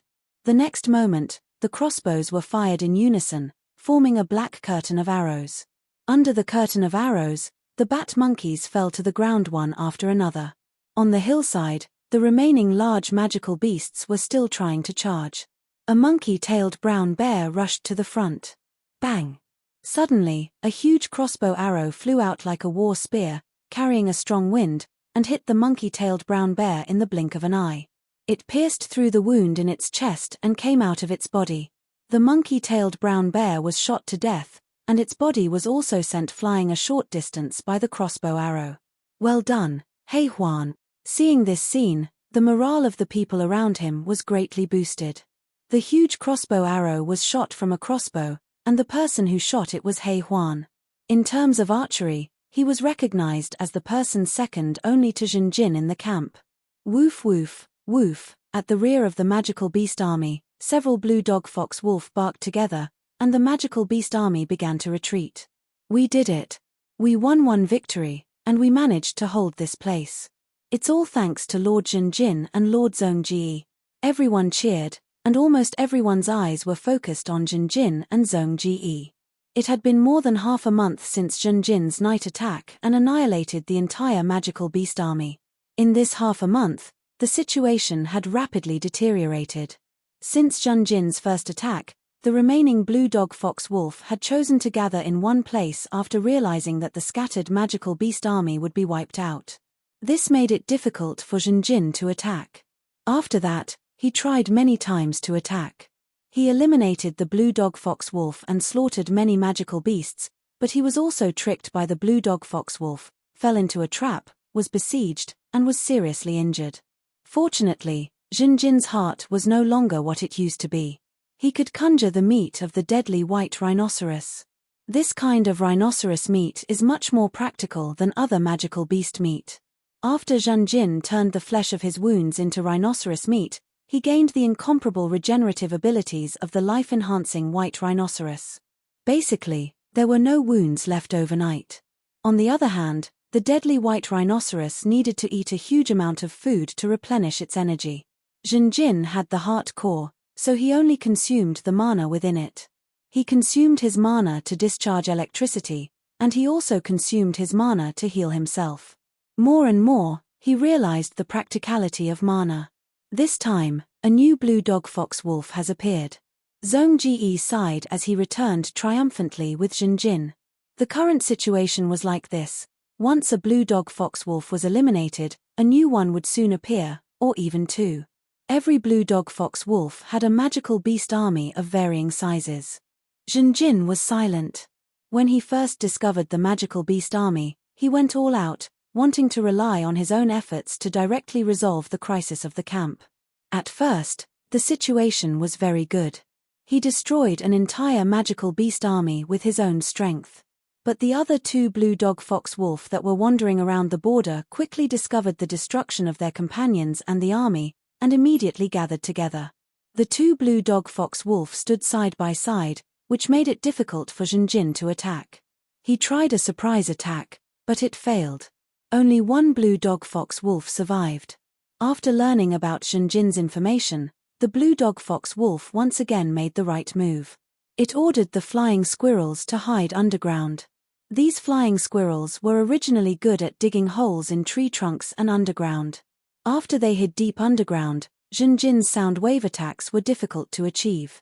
And when Jinjin began to attack, they received the blue dog fox wolf's orders, and these flying squirrels attacked in waves. No matter what Jinjin transformed into, he was not immune to electric shocks. Although he also had a thick white fascia to protect himself, these crystal membranes only protected his internal organs, brain, and so on. His muscles were basically not within the scope of protection. The numbness brought about by every electric shock would cause his movements to stop. This was very dangerous. The blue dog fox wolf was even more cunning. It never sent out all the flying squirrels at once. Instead, it counterattacked Jinjin in waves. Jinjin was seriously injured and retreated. Just as he wanted to attack again the next night and destroy the few remaining magical beast army, he discovered that the enemy had added two magical beast army. He and the magical beast army were in a stalemate. As more and more information about him was leaked, the blue dog fox wolf had more and more accurate responses to him. The blue dog fox wolf was very concerned about its own safety. Jinjin's decapitation strategy had failed repeatedly. Once, the blue dog fox wolf even used Jinjin's strategy to deliberately show a flaw. They used one of the blue dog fox wolf as bait to lure Jinjin into a tight encirclement. The rest of the blue dog fox wolf commanded them to surround Jinjin and hunt him down. Fortunately, Jinjin could fly and luckily escaped. But later, the new blue dog fox wolf brought along a group of blade spiders, which posed a huge threat to Jinjin. Jinjin could only fight at full strength in the middle of the night. After the magical beast army gained a foothold, They began to penetrate deep into the defensive zone and attacked the valley. Jinjin could not do anything about it. He was fighting alone and could not stop the huge magical beast army's advance. If I cooperate with the others and transform completely, I might be able to kill all these magical beasts and the blue dog fox wolf, Jinjin thought. However, he immediately dispelled this thought. He would not do that unless he had no other choice. Even when he transformed into his human form, he was very restrained. Usually, he would only transform when he was in the middle of a charge. Even if he transformed right in front of everyone, he would quickly rush into the group of beasts. Fortunately, ZDI, Kang Shu, and the others did not have the ability to fight. They were always at the back and did not have the chance to observe Jinjin's transformation at close range. And every time Jinjin prayed to the Shengming Emperor, the results were inconsistent. Everyone thought that this was a normal situation and did not have any more doubts. The upheaval might have happened a long time ago. Our hope lies in the new ship, Jinjin answered Zhong Ji as he looked into the distance. The volcanic eruptions never stopped. Although they were intermittent, the eruptions were becoming more frequent. The sky in the distance was dark. It was all volcanic clouds. Although the sky above the rainforest was clear, the volcanic clouds were spreading in all directions at a speed visible to the naked eye. It looked like it was going to cover the entire island. Zhong Ji also looked at the erupting lava pillars and nodded. After bidding farewell to Jinjin, the half-beast man continued to guard the defensive line. These days, he was mainly in charge of commanding the defensive battle. He was not an ordinary soldier. He had been a general and had considerable talent. Kang Shu was in charge of logistics and had been praised by Zhong Ji many times. Jinjin was mainly in charge of guarding the construction site. The higher-ups had a clear division of labor. In the open space of the small valley, more than half of the new ship's hull had been successfully built. A large number of shipboards were pieced together and installed on the frame. The shipboards used the advanced horizontal joining method, not the backward overlapping method. Most of the people working around the hull were injured. The defensive line needed combat power, so the injured provided labor. These days, they were very active in their work. Almost every day, they sweated like rain. Their wounds reopened, and every night, they were so tired that they fell asleep immediately. The situation was critical, and they could only escape with the new ship. This view had become everyone's consensus. In the open space, the most conspicuous person was the big guy. The big guy's labor was important, but he also had hidden dangers. Once he went crazy and the ship's hull was destroyed, everyone would lose hope of escaping. So usually, Jinjin had to stay here. Once the big guy went crazy, he would act in time and knock him out. Jinjin would only appear there when the defensive line was tight. In the past half a month, there had been more than a dozen earthquakes and cries for shore. It was very frequent. The big guy had acted up nearly 10 times, but he was stopped in time by Jinjin. Every time the big guy acted up, everyone would move the ship along the sliding rails to the open space outside the valley, avoiding several earthquakes. No one found trouble with the big guy anymore. The huge external pressure from the magical beast army made the internal conflicts almost negligible. Bai Ya dragged his tired body to the cave entrance. Under the light of the bonfire outside, he placed the parchment on his leg. He dipped the quill in ink. This small action made him grimace in pain. His arm was bandaged, and blood-red spots seeped through the bandage. He was injured in today's battle. The bat monkey bit his forearm. The hot and humid air made his clothes stick to his body. Only his stomach, which had eaten a full meal, transmitted happiness. Bai Ya took a few breaths to calm his rapid breathing before he began to write the letter. Dear Miss Elevenor, please forgive me for writing to you again after so many days. Please also forgive me for not being able to deliver these letters to you. The magical beast army attacked again. I killed more than a dozen bat monkeys and injured many magical beasts. We thought that the magical beast army would not be a problem, but in fact, their reinforcements are endless. The situation seems to be getting worse. Today, another new magical beast army appeared. This made our previous week's intense battles and slaughtering efforts vanish into thin air. It is too easy to replenish the magical beast army. But fortunately, We have the valley. This terrain is far easier to defend than the camp. The most obvious point is that the crossbow can be placed at a high place. Lord Hei Huan's prestige has increased recently because he is very good at controlling the crossbow. The power of the huge crossbow is very terrifying. It can often cause serious damage to silver magical beasts. Lord Zhongji is even more admirable. Although he is a half-beastman, he has courage that is hard to come by. Although his left arm's gauntlet is damaged, he uses an iron shield to stand at the front line and personally block the attacks of the magical beasts. That huge shield is almost as tall as me and is very heavy. But Lord Zhongji can easily lift it. And the one we worship the most is always the Lord Zhenjin. Every time the defensive line is in danger, he always appears where he is needed the most. Every time he appears, he can immediately kill the magical beasts. Not only does he stabilize the defensive line, he also leads the charge. Every time we see his figure, our fearful and shaken hearts will quickly calm down and our low morale will quickly rise. The Lord Zhenjin is a believer of the Shengming Emperor and is deeply loved by the Emperor. He has brought us light and victory. With Lord here, we will definitely win. Dear Miss Elevenor, today's battle made me break out in a cold sweat. The blue dog fox wolf has clearly probed our defensive line and they have planned an extremely treacherous sneak attack. All of the strong white rhinoceroses were gathered together and charged on the slope. Our defensive line was directly destroyed. Seeing that the other magical beasts were about to pass through the gap in our defensive line, the Lord Zhenjin appeared. I will never forget this scene. After the Lord Zhenjin prayed loudly, another miracle appeared. He turned into a giant that was even bigger than the Zhongji. He wore a golden armor and had unparalleled strength. The strong white rhinoceroses were unable to harm him. After he prayed loudly, the Shengming Emperor granted him a sharp sword that was hard to block. The sword flashed with lightning and was tightly held in his hand. The strong white rhinoceroses' heads were pierced and their brains were fried by the lightning. Wherever the Lord Zhenjin went, the magical beasts were thrown off their feet and scattered. He then charged down the slope, scaring the blue dog fox wolf into running away. Although we won, this battle made people afraid. If it wasn't for the Lord Zhenjin, we would have been defeated. Therefore, after a discussion between the Lord Zhenjin, Zhongji, Kang Shu, Zdi, and the other lords, they decided to build more ballistae and crossbows. They also transferred more manpower to garrison the area. If we do this, the speed of the new ships will be slowed down. But there is no other way. The big guy is also a hidden danger.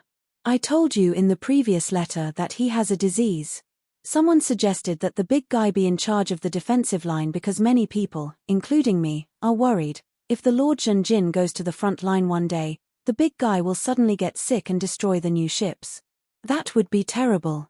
But Scholar Kang Shu has calculated and told us that the big guy's labor is equivalent to 50 people. He is even a skilled shipbuilder. He looks clumsy, but he is actually very skilled. This is related to the fact that he grew up on a ship and was taught by shipbuilders, which allowed him to participate in the repair of ships. The big guy plays an important role in the shipbuilding process. If he is sent to fight, the efficiency of the shipbuilding will be reduced to the bottom. Scholar Kang Shu's words can't convince everyone. Of course, I believe in Scholar Kang Shu. After the Lord Zhenjin expressed his support for Kang Shu, no one had any objections. Bai Ya put away the letter he had written. Bean-sized beads of sweat rolled down his face. His face was pale. The fierce battle gave him no time to recover and rest. Dear Miss Shiyu, today is another fierce battle. The magical beast army's attacks are becoming more frequent and more fierce. I feel numb. I am not talking about the numbness in my heart. In fact, as long as the Lord Zhenjin is here, my heart will always be filled with hope and fighting spirit.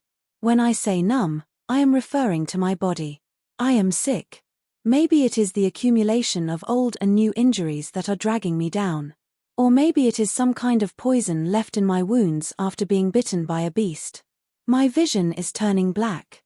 When I turn my head quickly, the world spins, and I even see the illusion of a mountain falling down on me. I have lost my sense of touch. I am holding the crossbow, but my fingers can't feel the bowstring or the trigger. My tongue is also numb. I have no sense of taste. ZDI gave me some medicine. Every time I drink a tube, I feel better for half a day. But after half a day, my body feels like it is in an oven. It is as if my body can't control my soul. I feel like my soul is about to scatter. I don't know if I will be able to get through this. But I promise you, I have never been weak since I met with this disaster. I have always done my best to fight. I imitate the actions of the Lord Jinjin. I really want to have the same strength as him. Unfortunately, I am just an ordinary person. If, and I am saying if, I am unable to get through this and lose my life here, I beg you, for the sake of these letters, take care of my old parents on the mountain. Tell them of my death and ask them to forgive me, this unfilial son. Let me be an example to my younger brother and sister, so that they can learn from it. I have to admit, after I smelled the scent of death, I regretted it. But I will never regret knowing you, my beautiful, most beloved Miss Shiyu. Your smile has always been engraved in my heart. But please forgive me. My abilities are too limited. At this point, the tip of Bai Ya's brush paused. Then, with her drooping hand, the tip of the brush swiped across more than half of the parchment before falling to the ground. With a bang, Bai Ya fell to the ground. Chapter 149. How's the situation? Jinjin walked into Bai Ya's residence. A pale-faced young man was lying on the straw bed. It was unknown whether he was dead or alive. Jinjin used ultrasound to investigate. Using his ears that had mutated internal structure, he found that Bai Ya still had some breath. However, this breath was too weak. It was almost undetectable. The situation is not good. Kang Shu turned around and said. Jinjin fell silent. Bai Ya, this young man had once made great contributions to the exploration team. He was young, pure, and full of yearning to be a knight. Now, he had fallen here with his eyes closed. The Grim Reaper's scythe was embedded in his neck. After going through so much, he still fell here. During this period of time, there were many new injured people in the valley camp. There was no lack of deaths. If it was before, the morale would drop again and again. However, now that Jinjin was here, he had supreme prestige. Relying on his existence, the team still maintained good morale. Jinjin was not surprised by Bai Ya's condition. Jinjin felt more pity. If he was given a background and a bloodline, with his fighting spirit and perseverance, it might be different. Bai Ya was really too ordinary. He was just an ordinary person, an ordinary person. He was young, full of vitality, drive, naivety, and stupidity. However, this kind of stupidity sometimes seemed so precious. Bai Ya was happy to help others. This came from his nature. When the exploration team was poisoned, it was he who took care of the others. This earned him a good relationship with others. When they broke out of the acid green lizard's encirclement, he was stupid enough to save Kang Shu. Instead, he got himself into trouble. If Jinjin had not come back to save him, he would have died on the spot. When they were in the oasis, he saved Lan Zhao again. He was not afraid of being poisoned. His worship of needlework was almost blind. He was one of the most fanatical followers of needlework among all the people. I'm sorry I'm late. ZDI's voice came from behind. ZDI, quickly diagnose him. Jinjin's heart was suddenly filled with hope. But ZDI only responded with silence after checking. The light of hope in Jinjin's eyes quickly faded. Sigh. Kang Shu sighed deeply. My lord, take a look at this. He had just found a stack of letters under Kang Shu's straw bed. These should be written by him. Kang Shu quickly browsed through it and frowned slightly. He was usually calm and rational, but at this moment, he revealed a rare look of anger. According to his judgment, Miss Shiyu had toyed with Bai Ya. She had used a fake love to deceive an inexperienced young man. She had made him take risks and send him to his death just for fun. Jinjin shook his head. Kang Shu, before the truth is revealed, nothing can be confirmed. The young knight did not want to see Kang Shu's guess be correct. Jinjin took the stack of letters from Kang Shu and quickly skimmed through them. The handwriting in the letters was terrible. It was messy and did not have any sense of beauty, But it was obviously by YA's handwriting. It was obvious that he had not learned how to write for long. There were many places in the letters that were intentionally left blank. YA probably did not know how to write these words. The words in the letters had also changed color. They had turned purple, as if the ink had deteriorated. In the letters, YA expressed his love for Miss YA and his admiration for Jinjin. And in the last letter, he wrote about regret. Seeing YA's regret, Jinjin could not help but feel his heart tremble. If he had not fallen into a life and death crisis, he would not have such a deep resonance. Jinjin's face was solemn. He stared at the unconscious YA and said solemnly, "I promise you, YA. If you are unfortunate enough to perish, I will personally deliver these letters to your beloved. If Miss YA truly loves you, I will tell her everything. I will tell her that she did not misjudge you. You have the spirit of a knight. You fought bravely, did your best, and always followed the path of kindness and justice. You have never retreated. But if she is only playing with you, then I will uphold justice for you. She will be judged by a holy knight." After Jinjin finished speaking, he solemnly put away the stack of letters. YA's fate seemed to be sealed. Everyone left the cave. "Sir, please wait." ZDI suddenly spoke. At the same time, she glanced at Kang Shu. Kang Shu bowed to Jinjin and quickly left. Only ZDI and Jinjin were left in the passage. There was a moment of silence. "Sir, give these letters to me for safekeeping. After all, you are often at the forefront of the charge," ZDI said. "Please take good care of them." Jinjin nodded and handed the letters to ZDI. "Sir, ZDI said again. Jinjin smiled. "You don't have to comfort me. Indeed, I am in a very low mood. My companion has fallen. But I do not have the ability to save him. There are too many times when my ability is limited. Sir, after all, we are humans, not gods. Even gods have areas they are good at and not good at." ZDI held Jinjin's hands. "Sir, please do not blame yourself too much." "How can I not blame myself?" Jinjin smiled bitterly. "I neglected him too much. He is a meritorious subject. But later, when there were more people around him, his ability was overshadowed by others. I ignored him. Now think about it, did I use him as a tool? When this tool is useless, or when its usefulness is reduced, did I forget about him? Am I a qualified leader? I often give public speeches and say that I treat everyone equally. Did I really treat everyone equally? Did I really do it? If I paid more attention to YA and discovered his bad situation in advance, would the result be different now? Sir. ZDI called out softly. She took a step forward and threw herself into Jinjin's arms. She wrapped her arms around Jinjin's waist and hugged the young knight tightly. "Lord Jinjin, you are definitely a qualified, no, an excellent leader. You are a knight, my knight.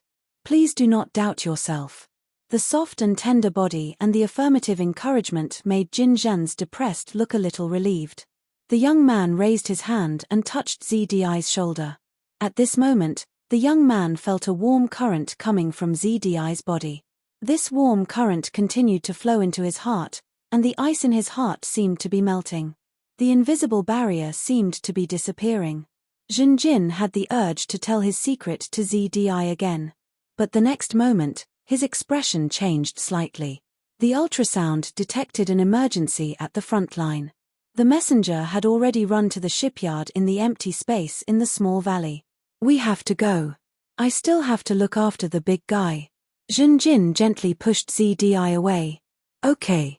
ZDI let go of her arms. Her purple crystal eyes stared deeply at Jinjin. She watched him turn and leave. His figure disappeared around the corner. When the messenger arrived at the empty space in the valley, he successfully found Jinjin. Jinjin moved out. Not long after, he defeated the magical beast army again and stabilized the defense line. That night, he moved alone again to cause trouble for the magical beast army. However, the casualties he caused were becoming more and more limited. The defense around the blue dog fox wolf was very strong. Every blue dog fox wolf that died was a lesson in blood. It gave the blue dog fox wolf that survived a lot of experience. Although Zhenjin could also produce a strange fragrance, this phenomenon could not interfere with the magical beast army. Zhenjin did his best and killed many magical beasts. He dragged his exhausted body back to the camp to rest. The soldiers on night watch looked at him with admiration and respect. Zhenjin had very little time to rest. Among all the higher-ups, he was the one who worked the hardest. However, this kind of gaze, which was full of love and fanatical praise, could not give Zhenjin pure warmth and motivation. It was like a cold light without any temperature. It made him feel dazzled. As usual, the magical beast army attacked again the next day. The people defended the perilous area. Under the command of Zhong Ji, they did their best to kill the magical beast army. If they did not do this, the situation would quickly collapse with the magical beast army's repeated reinforcements. However, although the people fought with all their strength and the magical beast army suffered heavy casualties, as time passed, their forces increased. Only then did the people realize that there were so many blue dog fox wolf on this island. However, thinking about it carefully, the island was too big. The jungle was vast and the forest was deep. It was normal for it to bear the life and reproduction of so many blue dog fox wolf. The situation was in a stalemate for the time being. The intensity of the earthquakes decreased, but the frequency was increasing. Sometimes, there would be 3 or 4 earthquakes a day. The big guy was also getting sick. Roar! The big guy roared angrily. Run, he's getting sick again. The people fled in panic. Zhenjin's body was like lightning. He jumped up and hit the back of the big guy's neck. Bang! As soon as the big guy finished roaring, his eyes rolled back and he fell to the ground. Roar! Run! Zhenjin had already made his move. Bang! As soon as the big guy finished roaring, he fell to the ground. Roar! Hurry! Bang! The big guy fell to the ground. Roar! Bang! The big guy opened his mouth and wanted to roar. Zhenjin made his move. Bang! As the number of times the big guy was knocked out increased, Zhenjin became more and more proficient. And practice makes perfect. He replaced it with throwing stones. The stones hit the back of the big guy's neck every time. The force was neither light nor heavy, just enough to knock him out. As a result, every time the big guy saw Zhenjin, he felt a faint pain in his neck. Zhenjin suppressed him every time. At first, the big guy was full of fear of Zhenjin because of this. Later, this fear turned into numbness, and then numbness turned into calmness. The big guy had an attitude of go ahead and hit me, do whatever you want. I can't resist, I keep fainting. But in the end, his calmness actually gave birth to a sense of intimacy. As if he remembered the shipwright's words of hitting you is loving you. But it's true, Zhenjin didn't hurt him. Every time Zhenjin stopped the big guy from acting up, he didn't harm the new ship or other people's lives. This created a more forgiving environment for the big guy. As the big guy fell to the ground again and again, the new ship became more and more complete. The ship's planks were connected, the rudder at the stern was completed, it was even reinforced with iron bars. The deck was also more than half completed. The new ship had 2 decks. After the second deck was completed, it would be the ship's bow and stern. Currently, people were rushing to make the necessary cabins. To build the ship, everyone was doing their best. And during this time, the front line was constantly being pushed back. At first, the defensive line was repaired, but as the situation developed, people could only abandon it. The defensive line retreated from the foot of the mountain to the slope. At first, in order to protect the empty space in the valley, people suffered heavy losses. Mu Ban came up with an outrageous plan. After getting the shipwright's approval, people moved the new ship up to the slope. This way, the defensive area was reduced, the soldiers were reduced, and the defensive line was stabilized. The reason for the defensive line's retreat was, on one hand, Zhenjin's side kept losing people, while the blue dog fox wolf kept receiving reinforcements. The scales of victory were slowly tilting towards the magical beast army. On the other hand, the blue dog fox wolf gathered the underground sandworms and used them. Zhenjin and Zhong Ji couldn't quickly kill these underground sandworms, they could only watch as they endured countless attacks and forcefully destroyed the defensive line. Jinjin carried out his responsibility as a leader. Even though the front line was constantly being pushed back, he kept boosting morale and taking the lead. And the new ship was constantly being perfected, giving people hope. Everyone persevered, gritting their teeth and persevering. Like iron in a large kiln, constantly being burned and forged, people gradually became a real group. They became close and tacit with each other. The estrangement, disgust, suspicion, etc. disappeared, replaced by the camaraderie and trust. From beginning to end, there were no deserters. There would be no deserters, because they had nowhere to run. Finally, after paying the price of 100 casualties, the new ship was completed. It was a sunny day. At noon, there was an earthquake, so the magical beast army didn't launch an attack. After the earthquake, the magical beast army would be quiet for a while. On the slope, a simple ceremony was being carried out. "Sir, please do this hammer." The shipwright solemnly handed a hammer to Jinjin. "No, your contribution is the greatest. You do the last hammer." Jinjin shook his head.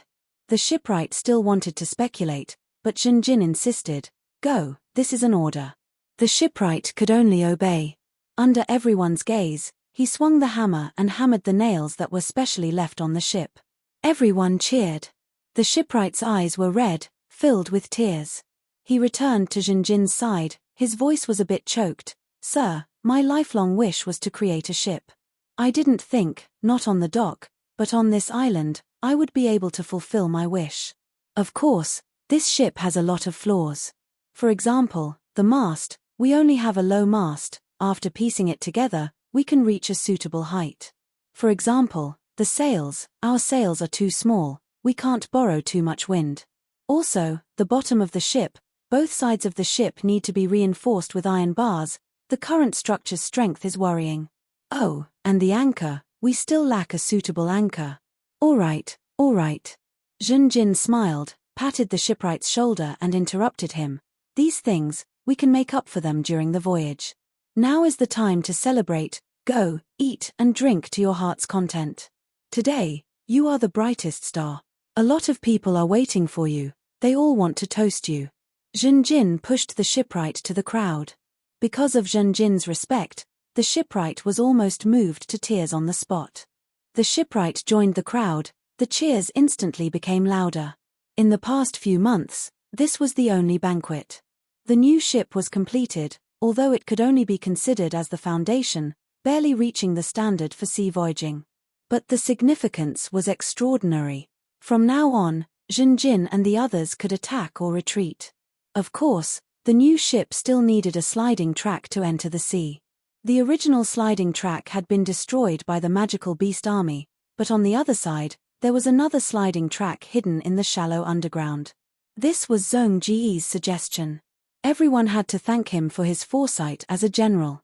And other than the sliding track, when the new ship entered the sea, it also needed to attract the attention of the magical beast army, attracting their forces to the other side. There would definitely be a huge battle.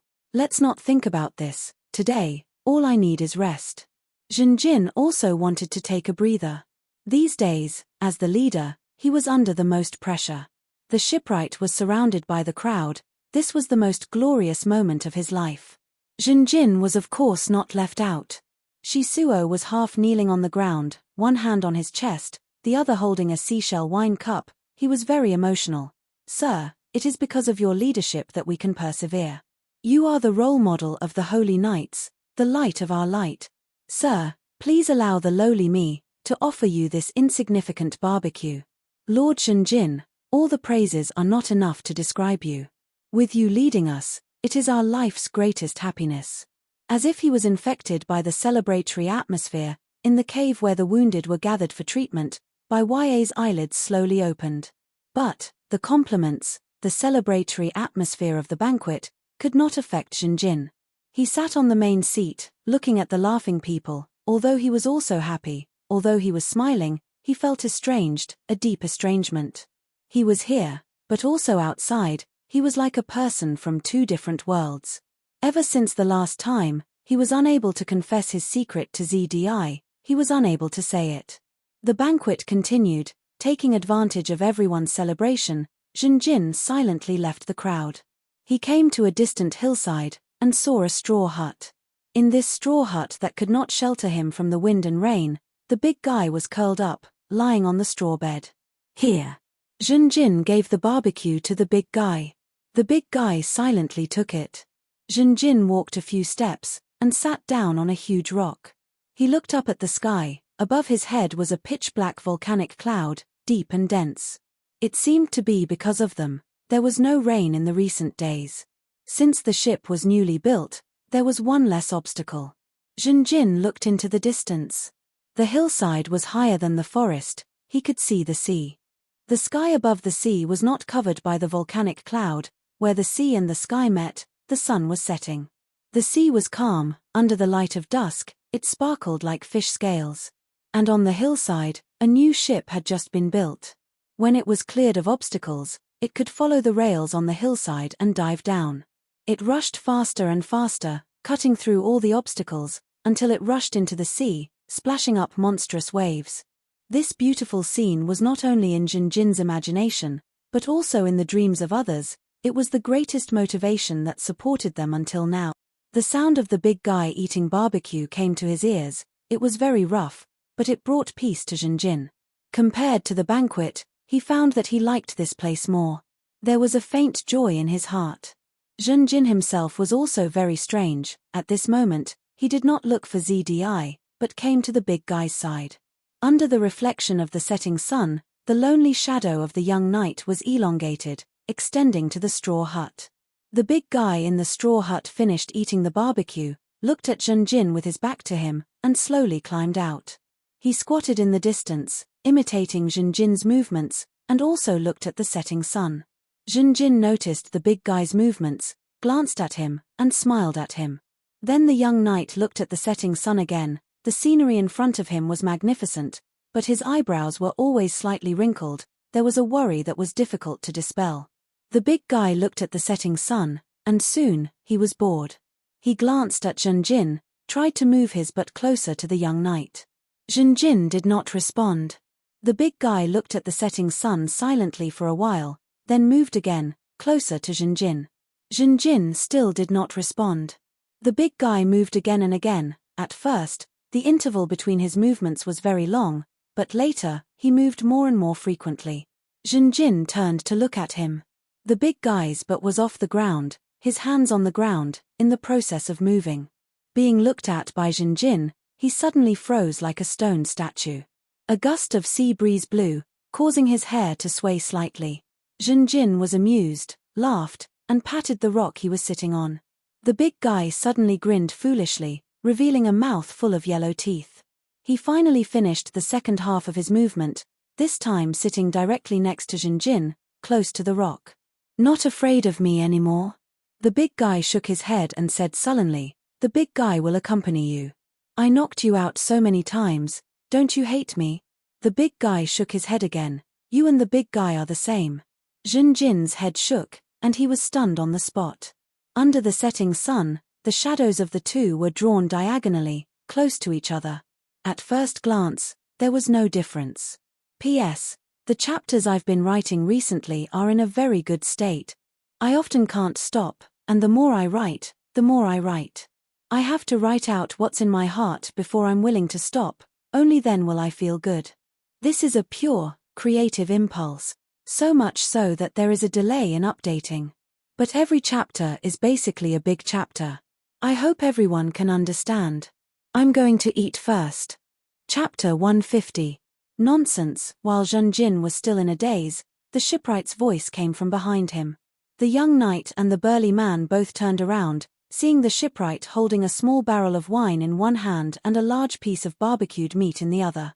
Obviously, the shipwright was worried about the burly man, so he came out from the banquet and heard the burly man's words. "Lord Jinjin, please forgive him. This blockhead definitely didn't mean to offend you." The shipwright knelt on the ground with a worried expression. The burly man was confused. Jinjin laughed. "Stand up. Do you think I don't know your son? I've knocked him out many times." In a way, what he said wasn't wrong. "We've all been reduced to this, we're all on the same boat." The old shipwright was very grateful. "Sir, Your nobility isn't just because of your identity, your bloodline, your spirit, your character.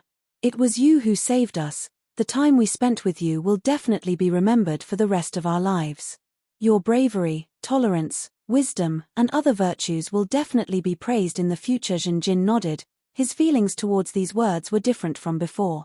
He said to the shipwright, "Don't overestimate me, shipwright. And don't underestimate yourself. In fact, you're very important. Without you, how could we have made a new boat? Your son also contributed a lot. Without his efforts, we would still be a long way from completing it." Hearing this, the burly man smiled happily. His efforts were recognized. The shipwright's arrival made Jinjin want to leave. The young knight jumped down from the rock. "Sir, please let me send you off." The shipwright put the things in his hands in the straw hut, insisting on delivering them. Jinjin could see that the shipwright was still worried. "Don't worry, I won't argue with the burly man." After receiving Jinjin's reassurance, the shipwright was relieved. Nobles and knights valued their reputation very much. Most of them would think of the burly man's words as an insult to themselves. "Sir, you really are different from the other big shot." The shipwright was filled with emotion, revealing his true feelings. "Please forgive me for being presumptuous, but I've never seen the big guy get close to anyone other than me. You probably don't know how shocked I was when I saw the big guy sitting next to you. Before meeting you, no one had ever looked at him as an equal. No one had ever truly looked at people like us." Jinjin said with a wry smile, "I am indeed different."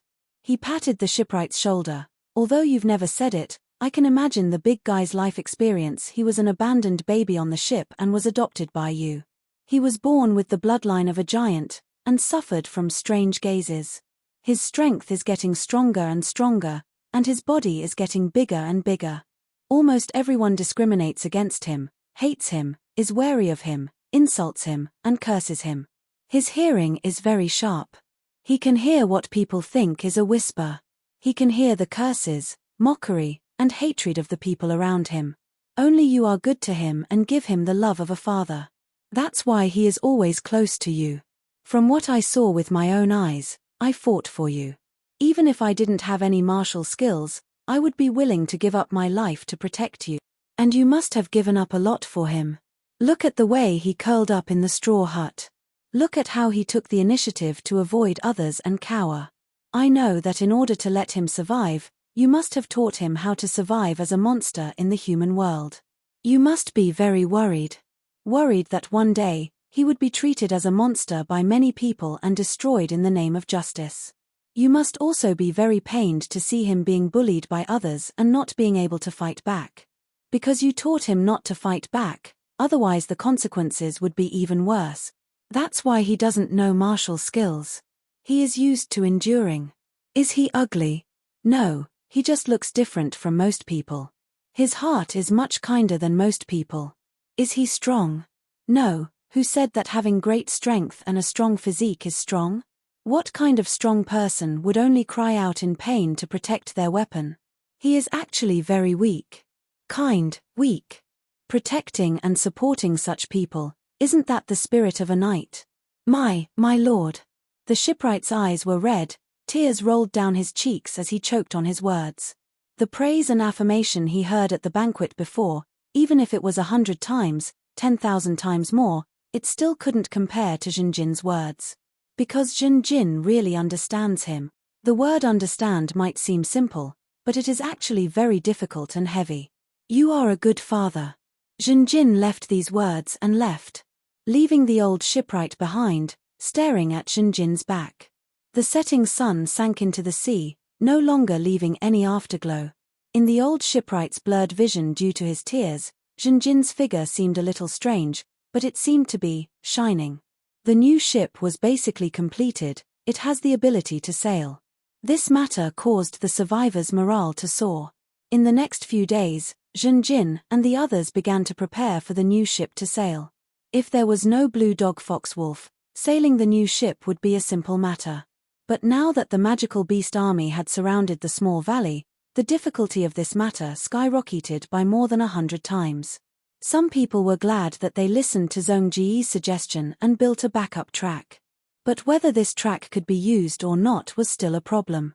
After all, there were countless earthquakes on the island, and the backup track was buried in the shallow layer of the ground to prevent it from being damaged by the wind and rain. Even if the track wasn't damaged, in order to use the track, they had to remove the wooden planks and other covering materials. And according to Muban's estimation, it was very likely that the track would be intermittently damaged on a small scale. This meant that it had to be built in advance to be able to use the track. And Blue Dog Fox Wolf's intelligence made the matter of repairing the track even more complicated. Once the Blue Dog Fox Wolf became aware of their intentions, then the new ship's plan to sail would be more hindered, or even ultimately fail. After Zhenjin and the others discussed, they decided to attract the attention of the Blue Dog Fox Wolf, dig a tunnel, secretly send a repair team to check the track, and seize every opportunity to repair it. In order to increase the possibility of escape as much as possible, Zhenjin no longer trained at night. On the one hand, he continued to harass the magical beast army, weakening their combat power as much as possible. On the other hand, he personally investigated the state of the underground surface track. The results of the investigation were not optimistic. The track was damaged in many places, and some of them were almost broken into pieces.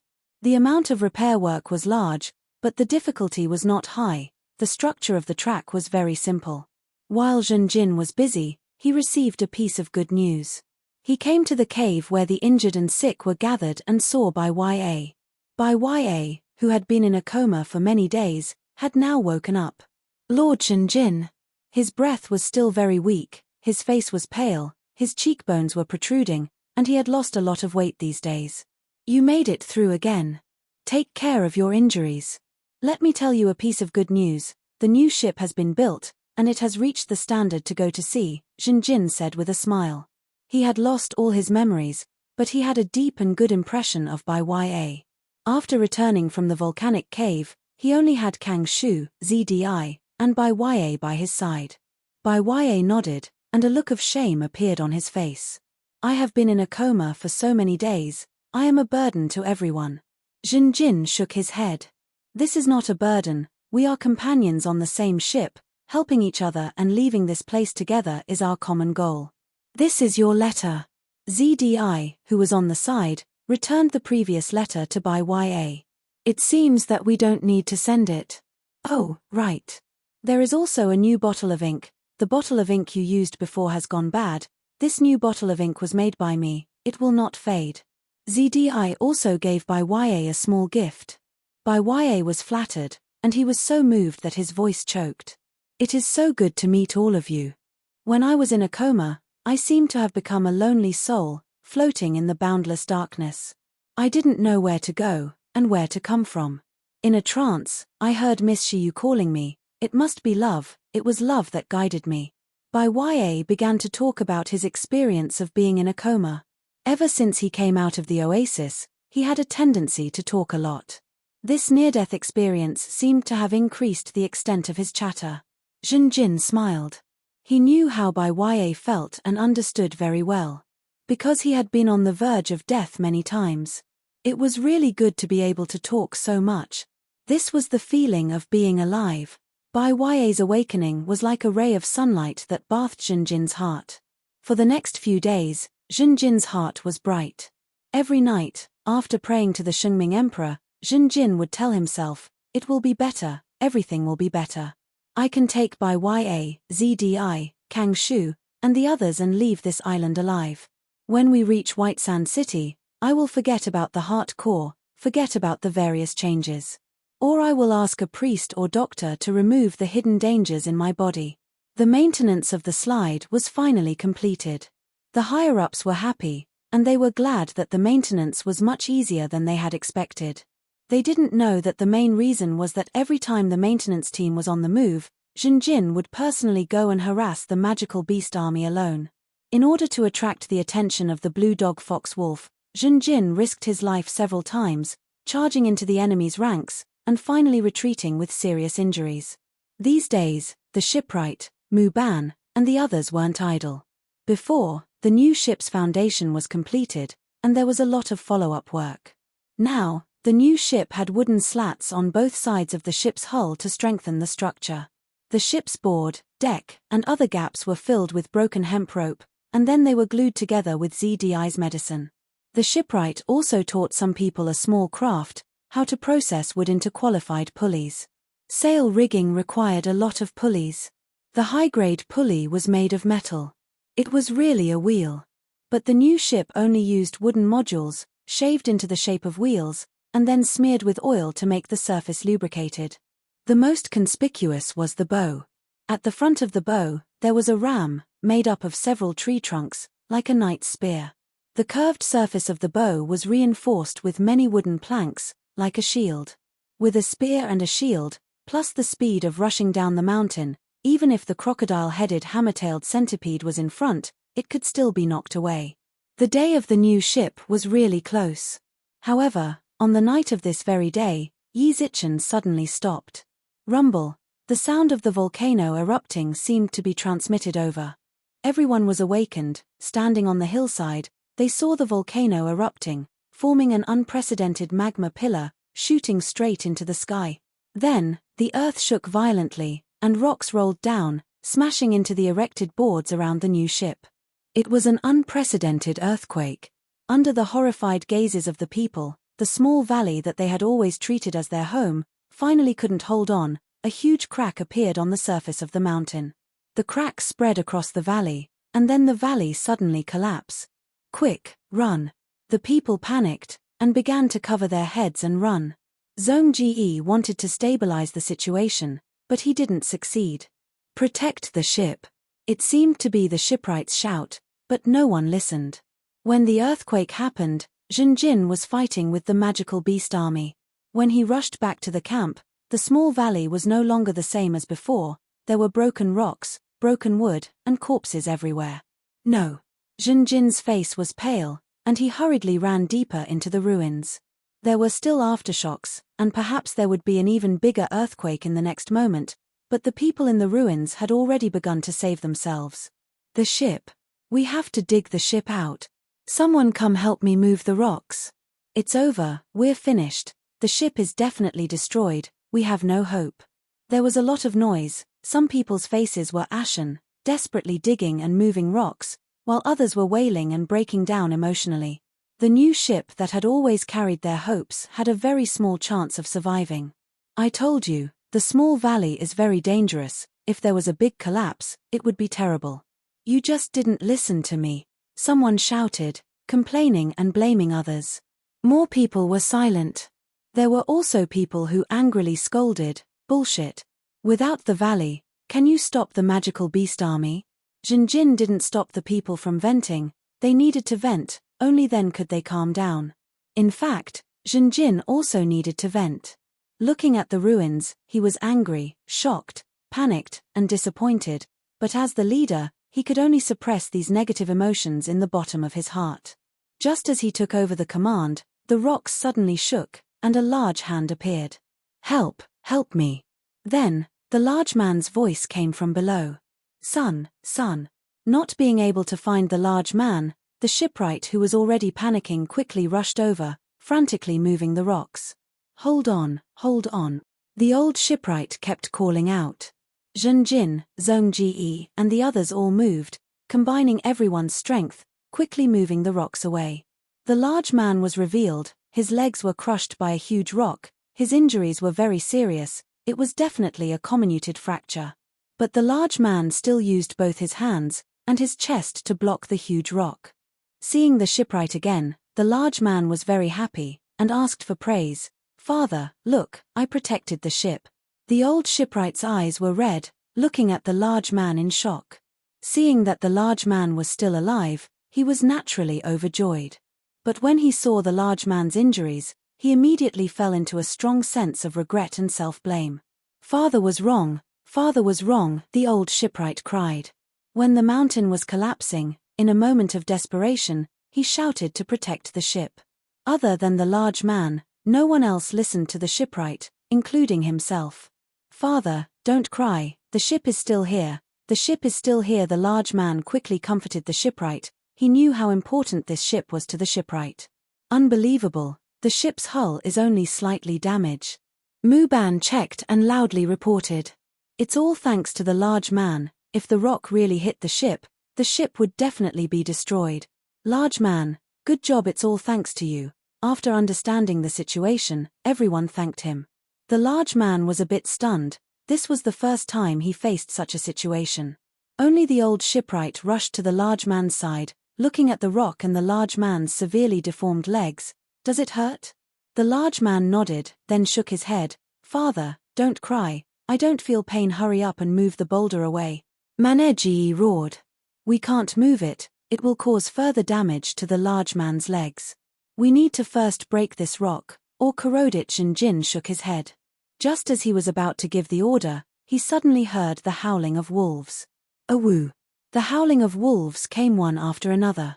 Everyone heard it clearly, and their faces all changed. The magical beast army is attacking. Chapter 151. Didn't the magical beast army stop attacking after the earthquake? What do we do now? Our defense line has collapsed. The crowd was in a state of chaos. Jinjin frowned deeply. The situation had suddenly reached the most critical moment. Let's retreat. We can't win. Someone suggested. It was a former member of the Sandow mercenary group.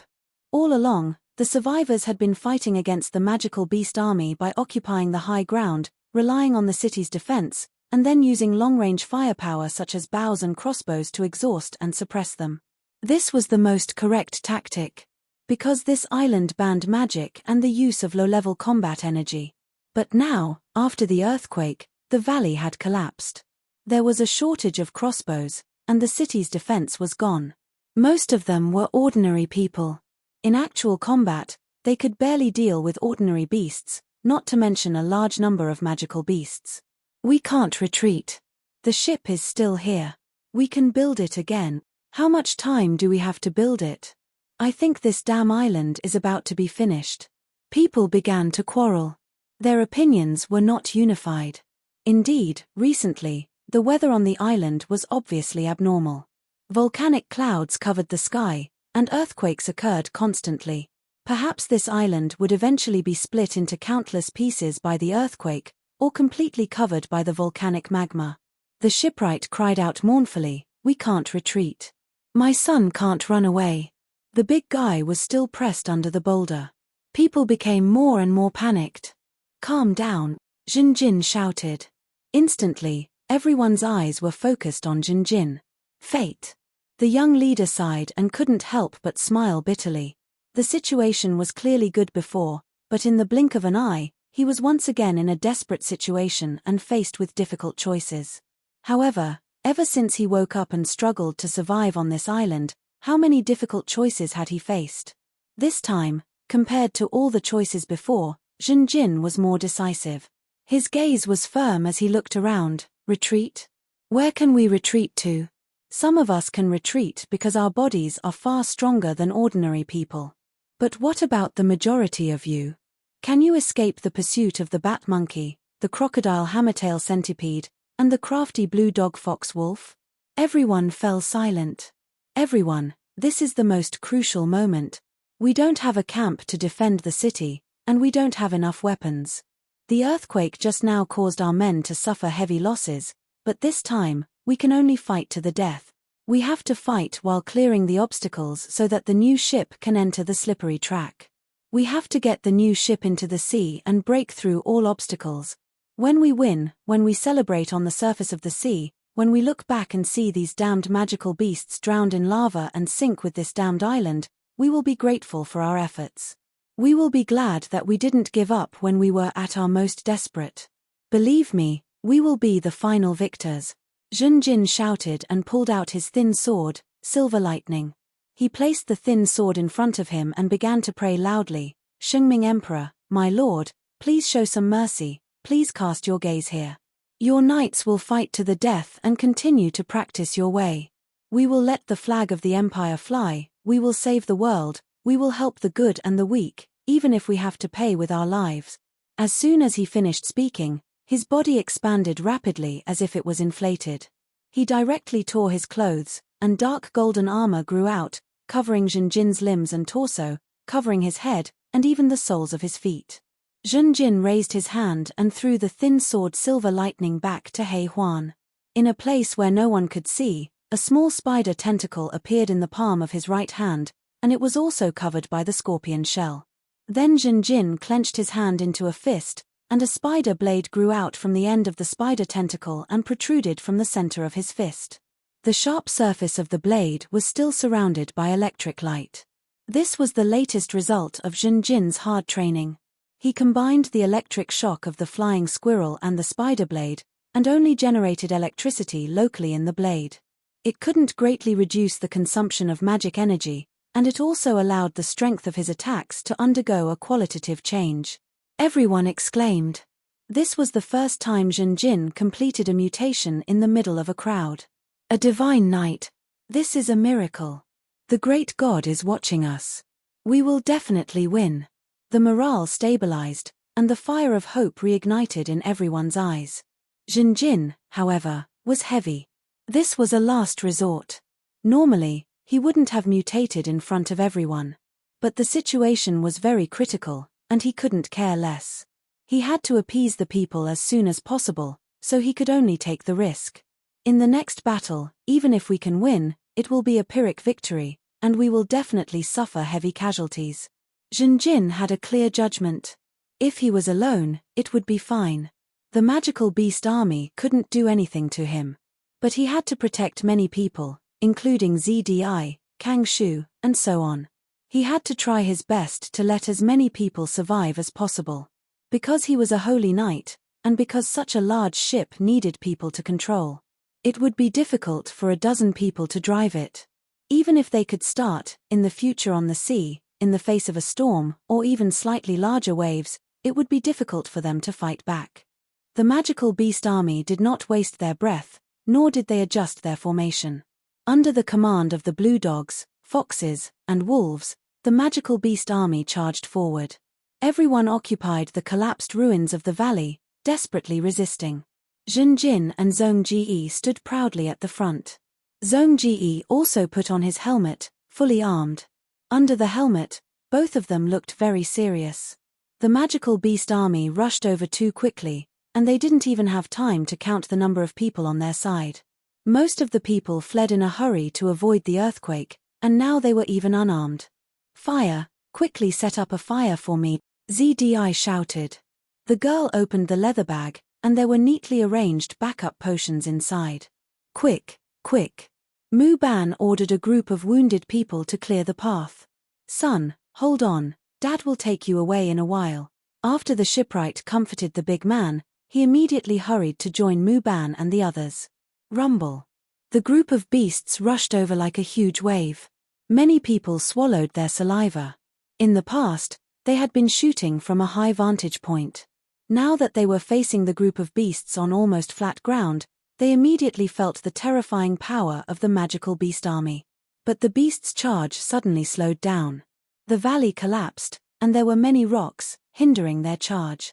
Zhongji and Jinjin's eyes flashed at the same time, and they both saw an opportunity. You take charge of the front line, I'll charge for a while first. Jinjin shouted. Zhongji nodded. He knew that Jinjin was stronger and more suitable for this task. Jinjin rushed out alone, and directly rushed into the group of magical beasts, killing in all directions. He roared repeatedly, and the flying squirrels couldn't get close to him at all. The claws, fangs, and blades of the bat monkeys and blade spiders couldn't do anything to the scorpion shells. The web of the blade spiders was directly cut by Jinjin's blade. Only the red monkey tail brown bear's claws made Jinjin wary, but it wasn't much of a problem. The young knight used ultrasonic waves, and with his talent in chaotic battles, he could always find the most suitable attack route for himself in the chaos. The magical beast army was turned upside down by him, the flashing blades were sharp and unparalleled, almost killing one magical beast with a single slash, even the silver magical beasts were no exception. Jinjin's figure fighting bravely boosted the morale of the people behind him, and their blood boiled. Woof woof, woof. The blue dog fox wolf barked. The magical beast army quickly changed, leaving a group to trap Jinjin, and the other two groups to the left and right of the group rushed towards the crowd. These cunning beast. Zhongji cursed, and led the group to fight on the spot. The bows and arrows were sparse, and they couldn't hit the fierce beasts at all. When the distance was close, the group hurled stones. The normal beasts were blocked, but the monkey-tail brown bear and the other beasts were like scratches even if they were hit. The magical beasts were close, and the survivors were no match for them at all. Screams were heard, and in an instant, the people suffered heavy casualties. Zhong Ji, Sandao, He Huan, Lan Zhao and the others became the mainstay, but they only lasted for a short while before they were forced to retreat by the increasing pressure.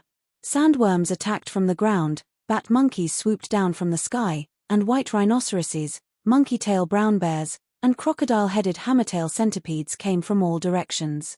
The group couldn't resist at all. Retreat, retreat! Zhong Ji roared in desperation.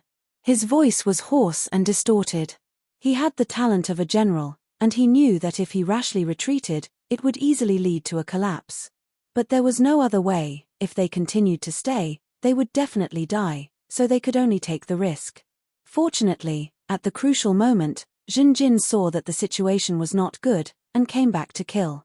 He and Zhong Ji fought side by side, personally bringing up the rear, and killed fiercely, causing fear in the magical beasts, which allowed the group to successfully retreat to the vicinity of the new ship. Seeing the front troops retreat to their side so quickly, Mu Ban, the shipwright, and the others showed a look of panic. They tried their best, but they couldn't clear half of the obstacles. There was no time at all. Blue Dog Fox Wolf was cunning and vicious. With only one tactic, the survivors were forced into a corner. The main thing was that the situation was too passive. In this round of confrontation, the front troops had already lost more than half of their forces. Woof woof, woof. The deadly barks once again resounded through the battlefield. Blue Dog Fox Wolf didn't want to give Jinjin and the others any time to breathe. The magical beast army rushed over again. Everyone was in despair, even if Jinjin was by their side. We can only completely mutate. Jinjin threw all his worries to the back of his mind, and made up his mind. Zhong Ji, you defend here. I will rush over. As long as I kill Blue Dog Fox Wolf, the threat of the magical beast army will be greatly reduced. Jinjin shouted. This was the only chance. Purely defending, even if it was completely mutated, was not enough. Jinjin was only one person after all. Right now, he could only use offense as defense. If you want to kill my people, then I will directly kill you. The disadvantage was too great. Jinjin could only use this desperate tactic. Master. ZDI's voice came from behind. Be careful. The bonfire was lit. ZDI sprinkled the powder. The smoke forced the flying squirrels, poisonous bees, and bat monkeys to retreat, greatly reducing the pressure on the defense. But it was difficult to maintain. The small leather bag only had so much capacity. The backup potions were only a small part of it. You take care of yourself too. Jinjin only had time to say this to his fiancée, and then turned around to fearlessly charge. Chapter 152.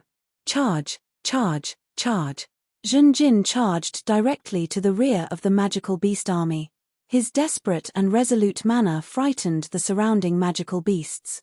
Woof woof, woof. Under the command of the Blue Dog Fox Wolf, a large number of magical beasts began to surround and block Jinjin. Jinjin rolled on the ground and dodged the bite of a crocodile-headed hammer-tailed lion. He ran quickly and brushed past a brown monkey. With a swing of his sword, he split the bat monkey that pounced at him in half. He suddenly jumped and stepped on the back of the strong white rhinoceros. Then he landed, rolled, and continued to charge. The flying squirrels attacked. He roared loudly, and the flying squirrels rolled to the ground, howling in pain. The underground sandworms burrowed out of the ground to attack, but Jinjin's ultrasonic wave had already detected them. He dodged in advance, and the underground sandworms returned without success. Looking down from above, the magical beast army was like a huge wave, and Jinjin was going against the flow alone. The Blue Dog Fox Wolf did not panic at all. Zhong Ji and the others did not know Jinjin's identity, but they had already guessed it. After all, Jinjin harassed the magical beast army almost every night. The scorpion shell on his body and his fighting style were very obvious. When Jinjin was halfway, the Blue Dog Fox Wolf that had gathered together suddenly scattered, leaving only one standing in place. Woof woof, Woof. A new order was given. More than half of the magical beast army split up and charged at the ship and Zhong Ji and the others. For some reason, these blue dog fox wolf hated the survivors to the extreme. They would not stop until they killed them all. The blue dog fox wolf that was left alone commanded many magical beasts to exhaust Jin's stamina. He had a fearless attitude of "I'm right here. Come, I'll let you kill me." Jin was not afraid of sacrifice, but at this moment, the blue dog fox wolf also showed that they were not afraid of sacrifice. The blue dog fox wolf strategy was very clear. I really can't do anything to you. I can't do anything to Jin. However, even if our side loses a blue dog fox wolf or more, your side will inevitably lose even more people. In fact, other than you, Jin, everyone else will die. Kill everyone except you, destroy the new ship, and then we'll continue to exhaust you. It doesn't matter if you fight, run, or kill all the magical beast army here, you won't be able to leave this island. Your fate is sealed.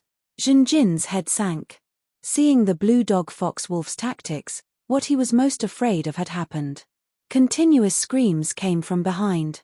Jin couldn't help but look back. The situation of Zhong Ji and the others at the moment made him angry. Zhong Ji fought a bloody battle. San Dao, Shi Suo, and the others were already injured. If Jin went back now, he could indeed save them and stabilize the situation. However, this was only temporary. With the current situation, the survivors simply couldn't defend. If Jin didn't go back, even if he completely mutated, he would only be able to kill one or a few blue dog fox wolf, but lose his companions and the new ship. His fate was sealed. Under the wisdom of the blue dog fox wolf, even if Jin was strong, he was doomed to fail. Looking back, Jin's distraction created a flaw. The sandworms under the ground launched a surprise attack together. Jin avoided the first two, but was finally swallowed by the third and quickly brought deep underground. "Dad, quickly hide on the ship." The big guy roared. "Quickly get on the ship." Zhong Ji also roared. Originally, everyone wanted to protect the new ship, but now that the magical beast's attack was abnormally fierce, Zhong Ji and the others couldn't care about the future.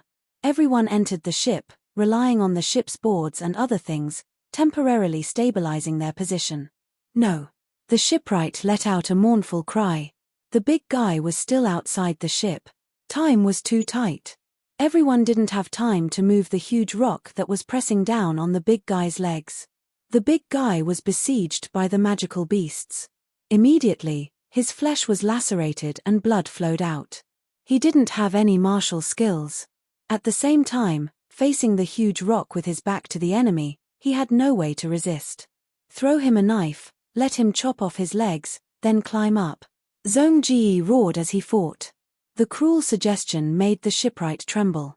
Although the big guy had the giant's blood, his vitality was strong, and his recovery was strong, but directly chopping off two of his legs was a heavy injury that couldn't be healed. However, if he didn't chop it off, he would die. The shipwright's face was pale, his hands were trembling, but he still threw away the knife. "Take it, aim at your knees, and chop off your legs," the shipwright shouted to the big guy. Bang bang bang. ZDI threw out a few glass bottles of medicine, quickly forming a light green mist around the ship. The mist blocked many magical beasts, but the stronger ones were still able to fight in the green mist. Strong white rhinoceros, monkey-tailed brown bear, crocodile-head hammertail centipede, they were all able to move freely. The big guy howled in pain, he had chopped off his own legs. Blood flowed out, but he was able to escape and regain his freedom. He used his iron knife to chop wildly, temporarily forcing the magical beasts around him to retreat. Then he dragged his body, using both hands, he quickly climbed up to the new ship. "Quickly come up." The shipwright reached out to the big guy. He leaned forward, even though he knew he wasn't strong enough, he still wanted to pull the big guy and let him climb up the ship. But the big guy didn't climb up the ship. He looked up, smirking at the shipwright. He threw away his iron knife, using his chest to push the ship, he used both hands to desperately push the ship. "Father, quickly go." A few bat monkeys pounced, landing on his shoulders and back, crazily gnawing at his flesh. But the pain they brought was just a drizzle, The greatest pain came from the big guy's broken legs. The piercing pain almost made the big guy faint, but he still used his sawed-off legs, using the cut wounds to push against the ground, supporting his body. No matter what kind of injury, no matter how painful it was, it didn't matter. As long as father lives, as long as father lives, it's fine. RRR, the big guy roared crazily. Under his desperate push, the new ship began to move. At first it was just a tiny bit, then an inch, 2 inches, gradually it began to move, and then it became faster and faster. Why is the ship moving? Someone was shocked. It's the big guy. Many people's eyes were red. Son, my son. The old shipwright was in pain. Quickly get up here, stop, quickly get up here. Be good, listen to your father. The big guy didn't say anything. He lowered his head, not daring to look at the shipwright. He used his forehead to push against the ship's deck, contributing to the pushing force. He apologized to the old shipwright in his mind. I'm sorry, father. I'm sorry, this is the first time. I didn't listen to you. Seeing the big guy not resisting, a large number of wild beasts and demon beasts piled on top of him, brutally biting and tearing at him. The big guy's pain actually decreased. In fact, this was a sign of danger. When a person's pain was too intense, to the point of endangering their life, the brain would stop using pain to remind them. Because too much pain would also create interference, preventing them from saving themselves. The big guy didn't want to save himself. He pushed the new ship step by step, giving it speed on land. He only wanted to protect his father, to send his father into the sea. Everyone on the ship was shocked. The new ship knocked away all kinds of rocks. As long as it put in a bit more effort, it would be able to completely knock away all the obstacles and enter the slipway. Before this, the slipway had already been repaired by the maintenance team and reinforced to prevent earthquakes. With this kind of speed, as long as they enter the slipway, the new ship would have a high chance of successfully entering the sea. As long as they can enter the sea, the magical beast army won't be able to threaten their lives anymore. Get the hell out of here. The old shipwright's face was covered in tears. He was in extreme pain. The big guy's strength was used up. His injuries were too heavy, he was losing too much blood. A huge rock tripped him, and he fell to the ground. His head was bleeding profusely from the impact. The wild beasts and demon beasts on top of him almost instantly drowned him. Push again. The new ship's speed greatly decreased. Hey Juan anxiously shouted, "Didn't you want your father to live?" The big guy was lying on the ground. He was already in a daze, but as he heard that, he suddenly woke up. He raised his bloody hands and put them on the deck of the ship again. Push. The big guy couldn't stand up anymore, but he still wanted to push the ship. Most people's hearts were beating fast. They were fighting against the wild beasts while staring at the front of the ship. There was only one last obstacle left. No, Lord Shinjin isn't back yet. ZDI shouted. He will be back, let's go first, we can't drag him down. Hey Juan shouted. No, at this time, the old shipwright shouted and suddenly jumped down from the ship. He was holding a long piece of wood, madly waving it. He actually managed to drive away quite a few demon beasts on the big guy. You don't want to live anymore, the person next to him stared. He wanted to grab the old shipwright, but it was too late. Father. Seeing the old shipwright jump down and come to his side, the big guy squeezed out a bit of strength, waving his arms to protect the old shipwright. Son, hold on, father will take you away. As soon as the shipwright shouted, a blade spider rushed over in a tricky way, dodging the big guy's arm attack and stabbing the old shipwright's chest. The old shipwright's body violently shook, bright red blood quickly soaked his clothes, all the strength in his body quickly flowed out of the wound. Father, the big guy let out a pitiful scream. Zhongji finally had the chance. He jumped down and killed the blade spider with a hammer strike. But seeing the old shipwright's injuries, his heart sank. This was a fatal injury, there was no saving him. Quickly climb onto the ship, I'll cover you. Zhongji shouted at the big guy. The big guy just stared blankly at the old shipwright, ignoring Zhongji's shout. Hurry up and push, you damned idiot. Black Curls urged the big guy. The big guy suddenly went crazy. He crawled to the old shipwright's side, disregarding his own life to drive away the demon beasts. When the demon beasts counterattacked, he used his body to protect the old shipwright, The wounds on his body were so deep that his bones could be seen. Seeing this, Zhong Ji let out a deep sigh. He shouted at the people on the ship, "Some of you come down, move the rocks in front of us." Another group of people pushed the ship. But in this situation, the beast tide was squeezing the hull of the ship. Who could carry out such a dangerous task? Only San Dao and a few former mercenaries jumped down, trying to save themselves with Zhong Ji. Woof woof, woof. Sensing these people's actions, the blue dogs, foxes, and wolves barked again. Thus, the beast tide immediately changed their target. They gave up on the old shipwright and the big guy, and went straight for the ship, attacking Zhong Ji and the others crazily. "Where's the medicine? Is there any medicine that can be used?" He Huan shouted at ZDI. His eyes were red, the pressure of being on the verge of death made him crazy. He lost his composure. ZDI lightly shook her head, "It's all used up." Damn it, damn it. He Huan used his thin sword to kill a bat monkey, and looked down the ship. Zhong Ji, San Dao, and the others were worried about protecting themselves, not to mention clearing the obstacles and pushing the ship. Fierce magical beasts rushed to the deck. The white rhinoceros crashed into the side of the ship, creating holes. He Huan looked around, his face was blank. The screams of the people, the trembling of the ship, the grey sky, everything was like a nightmare. "Shengming Emperor, if this is a nightmare, please let me wake up. I beg you." He Huan prayed in his heart. He was pushed to the limit. The huge pressure made him on the verge of mental breakdown. Roar. Suddenly, a beast roar made He Huan's body tremble. He subconsciously looked over. The beast roar was right in front of him, but it was not from a magical beast, it was from a person. But in the next moment, this person's hair grew crazily, his body expanded, and turned into a man with a tiger head. What's going on? He Huan's eyeballs almost fell to the ground.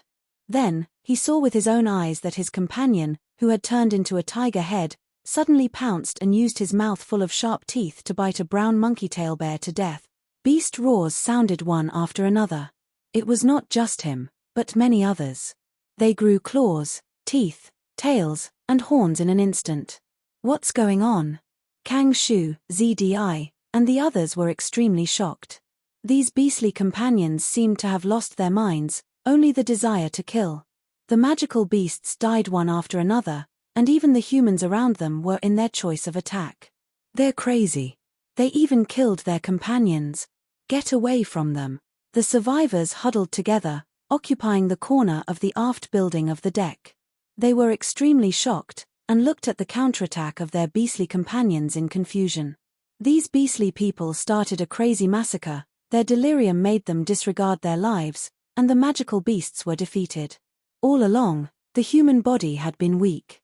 Even if one's cultivation of battle energy was successful and their physical fitness was high, there was often a huge gap between them and magical beasts of the same level of life. But now, after these humans had turned into beasts, their explosive strength, defense, agility, and so on completely surpassed the magical beast. Since the start of the battle, the magical beast army's offensive was hindered for the first time. Soon, the magical beasts around the hull were cleared, and the beastly people continued their counterattack. It seemed that they would deal with whoever was the biggest threat. Jinjin came out.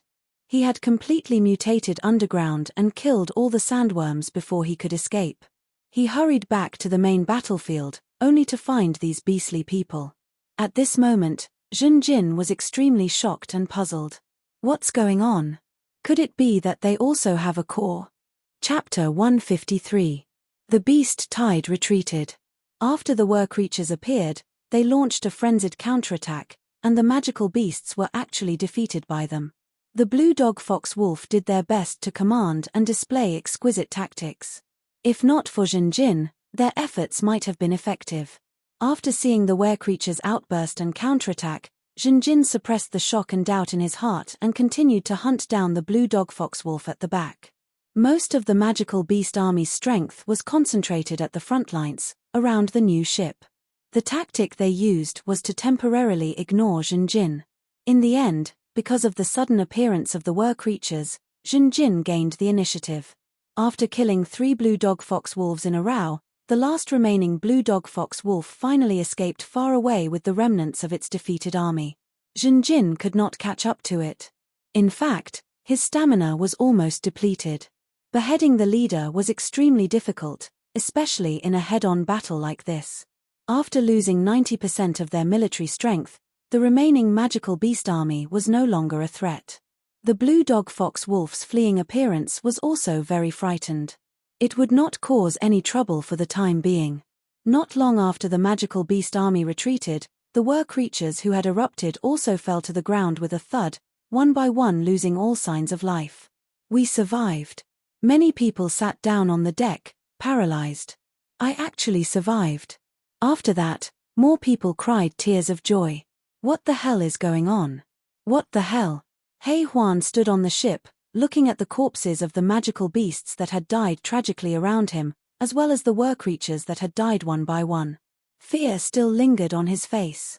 All of this happened too suddenly, and it deeply shocked him. Jinjin rushed back.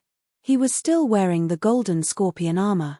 Because he was a creature, he did not completely mutate in this battle. Seeing that Kang Shu, ZDI, and the others were in a sorry state with some minor injuries, Jinjin could not help but secretly breathe a sigh of relief. However, even though they had won the battle, the survivors had suffered heavy casualties. Originally, there were more than 200 people, but after the earthquake and the slaughter, there were less than 50 people left. There were many lightly wounded, but few seriously wounded. The intensity of the battle was too great, and there were no reserves like the defensive battle of the camp. Basically, those who were seriously wounded would be quickly killed. The others could immerse themselves in their own emotions, but as the leader, Jinjin could not. Under his orders, people began to quickly clean up the battlefield and treat the wounded. The old shipwright is still breathing, and the big guy is still alive, but things aren't looking good either. Not long after, someone reported. This result was somewhat inconceivable because many people on the deck had died. The father and son outside the boat were still on the verge of death. In fact, this was all thanks to the blue dog fox and wolf. It was their orders that made the magical beasts let the father and son go for the time being. Jinjin quickly rushed over. The big guy was on the ground, but his arms were still wrapped around the old shipwright. His injuries were so severe that people mistakenly thought he was going to die. His cut-off legs were badly mutilated, but because of the giant's blood, it stopped bleeding. The old shipwright's injuries were fatal. He lay on the ground, motionless. Because he lost too much blood, his face was ashen. But when he saw Jinjin, his already lifeless eyes suddenly emitted a glimmer of light. Obviously he had something to say. ZDI, is there any way? In grief, Jinjin looked at his fiancée for help. ZDI did not disappoint him, and quickly took out a bottle of medicine from her empty purse. Jinjin took it, and poured it into the old shipwright's mouth. The old shipwright's face immediately flushed red. Sir, Lord Jinjin, I have something to ask of you. Please promise me, take my son away, take him away. The old shipwright begged in a weak voice. He's still alive, I'll take him away. He's a true warrior. Jinjin immediately agreed. No, father. I want to be with you, the big guy cried, his chin on the ground, looking at the old shipwright. His injuries were too severe, he had no strength left, he couldn't get up. The giant's blood was once again keeping him alive. But his face was filled with the will to die. If the old shipwright died, he didn't want to live anymore. The old shipwright couldn't get up, he couldn't even turn his head. He couldn't see the big guy, but he knew the big guy was behind him. The old shipwright smiled bitterly, with a regretful, sad, nostalgic, but also hopeful, he whispered, I'm sorry, son, father can't take you away but you have to live, you're still so young, father. I won't go, I want to be with you. If you die, then we'll die together. The big guy's attitude was very firm. He already realized that the old shipwright's death was unavoidable. His face was filled with tears. You idiot, the old shipwright wanted to scold him, but his tone was light. It was more like he was trying to comfort and pamper him. No matter how the old shipwright persuaded, the big guy wouldn't change his attitude. Jinjin also showed a worried expression. Even if he knocked the big guy unconscious, he couldn't let him live. He understood the big guy, he couldn't stop the big guy from seeking death. After a few words of persuasion, the old shipwright couldn't hold on. He felt his life quickly slipping away. He couldn't drag this out. In a moment of desperation, an idea flashed through his mind. He forced his voice a bit higher. "Idiot, I'm not your father, no. Father, you can't chase me away. I want to die with you. You're my only family." The old shipwright looked at Jinjin. "You idiot, Lord Jinjin, he's your father. Your real father." The big guy stared. "Father, what are you talking about?" When the surrounding people heard this, they were also very shocked. The old shipwright looked at Jinjin, his face full of pleading. Jinjin was silent. He nodded slightly to the old shipwright. The old shipwright's eyes were filled with extreme gratitude. He coughed violently, spitting out mouthfuls of blood. He continued to speak to the big guy. "There are some things that you already knew, idiot. I'm a human, you're a giant. I'm only your foster father. Sigh, at this point, this secret, I don't want to hide it anymore, but I also have human blood in me, you idiot. I'm only a normal shipwright. How could I be related to a female giant? Didn't you ask me a while ago? Didn't you really want to see your real parents? Now I'll tell you. Your real father is right in front of you. It's him, Lord Jinjin." The big guy opened his mouth wide. He stared blankly at the old shipwright, then at Jinjin. The others maintained their silence. They could all see that the old shipwright was deliberately lying to the big guy so that he could live on. Jinjin sighed. He looked at the big guy. "It's like this. Big guy, you are actually my son." "No, no." The big guy shook his head. He believed it, but this news was too shocking. He couldn't accept it immediately. "What else?" The dying old shipwright was very anxious. "Your father is stronger than you, and this old man is just a normal person. Your father also understands you, loves you. How many times has he only knocked you out? He has never hurt you. Do you think that other people can do this? He also values you. He doesn't discriminate against you at all. Don't you think it's strange? You want to be close to him, right? This is very natural. Because of your blood relationship, you are attracted to each other, unconsciously getting close to each other. This is the blood relationship between father and son." The old shipwright's nonsense made the surrounding people grin. They forced themselves to endure. But to the big guy, the old shipwright's words were enlightening. Every word was the hard truth. "I wanted to hide this secret before, because if this secret was exposed, it wouldn't be good for your real father. He is a noble and a knight. To have an illegitimate son like you, to him, it is very dishonorable. But you idiot, you want to die with me, this old man, so I can only reveal it. Forgive me, foolish boy, I am only your foster father. If you want to live, your real father is here, quickly call him father," the old shipwright urged. What he said was the truth. Having such a half-giant son was a stain on the human noble's life. It would destroy the noble's reputation. Not to mention that Jinjin was a temple knight. Right now, the old shipwright was taking advantage of the fact that he was on the verge of death to beg for a golden needle. If it was a normal noble, they would have already reprimanded or even whipped the old shipwright for speaking nonsense. But Jinjin was different. In this period of time, the old shipwright had realized many times that Jinjin was a very unique noble. He was really compassionate, benevolent, and broad-minded. It didn't match his young age. The old shipwright was using Jinjin's compassion, but he was also very worried that Jinjin would go back on his words. So, he wanted to confirm the relationship between the big guy and Jinjin while he still had a breath left. This way, Jinjin wouldn't have any leeway to go back on his words. Of course, the old shipwright didn't think that Jinjin would go back on his words, but as a father who was about to die, he wanted to seize every opportunity at the last moment of his life to add more insurance. The big guy couldn't say anything. He already believed the old shipwright. In fact, he had always listened to the old shipwright and believed his words without a doubt. But he couldn't shout. He didn't know why, but in front of the old shipwright, he couldn't call another person father. The old shipwright didn't hear the big guy's reply for a long time, and his vision started to turn black. "I'm already satisfied to be able to hand you over to your biological father. You have to live, silly boy, you have to live. You have to be good, listen to your father, little boy." The old shipwright hadn't called him little boy in a long time. The big guy's body shook when he heard it. Death was coming. The old shipwright clearly felt this. So this is the taste of death. I really want to call him son, but he couldn't. He needed to deceive the big guy. Scenes of the past quickly flashed in front of his eyes. In the cabin of the Pig's Kiss. Wah wah wah. A baby's cries attracted a group of crew members to investigate. Heavens, look, what did I find? The old shipwright carried a baby out from the corner.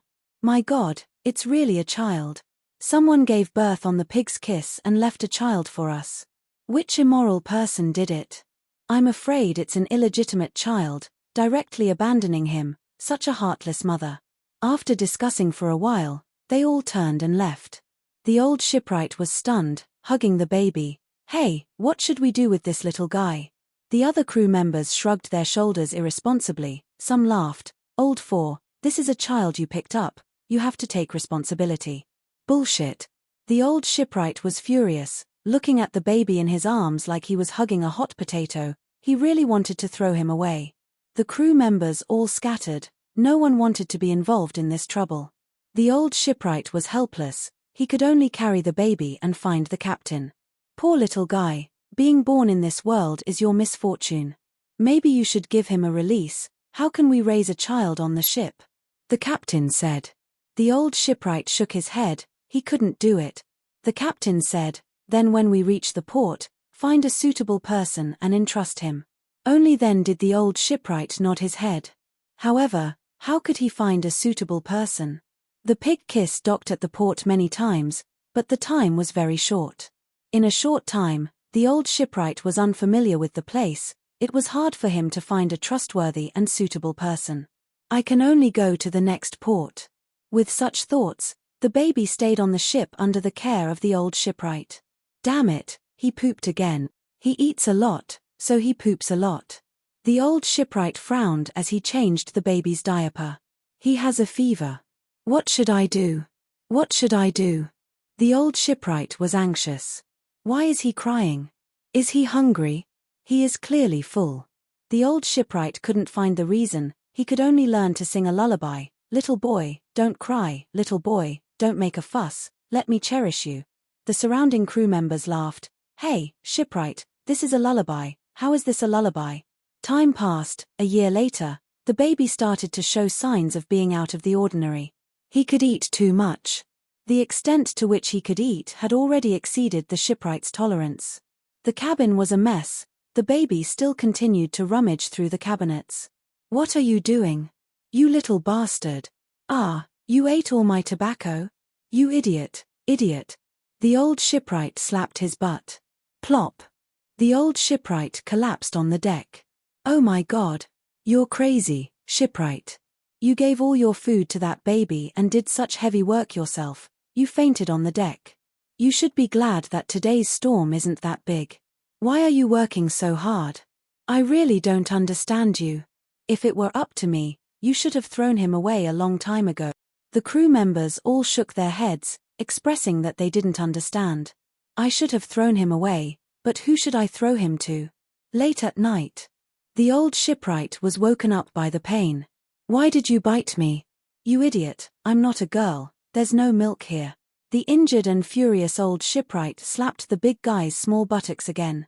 The baby, wah wah wah, they reached the shore. The old shipwright came to the bar.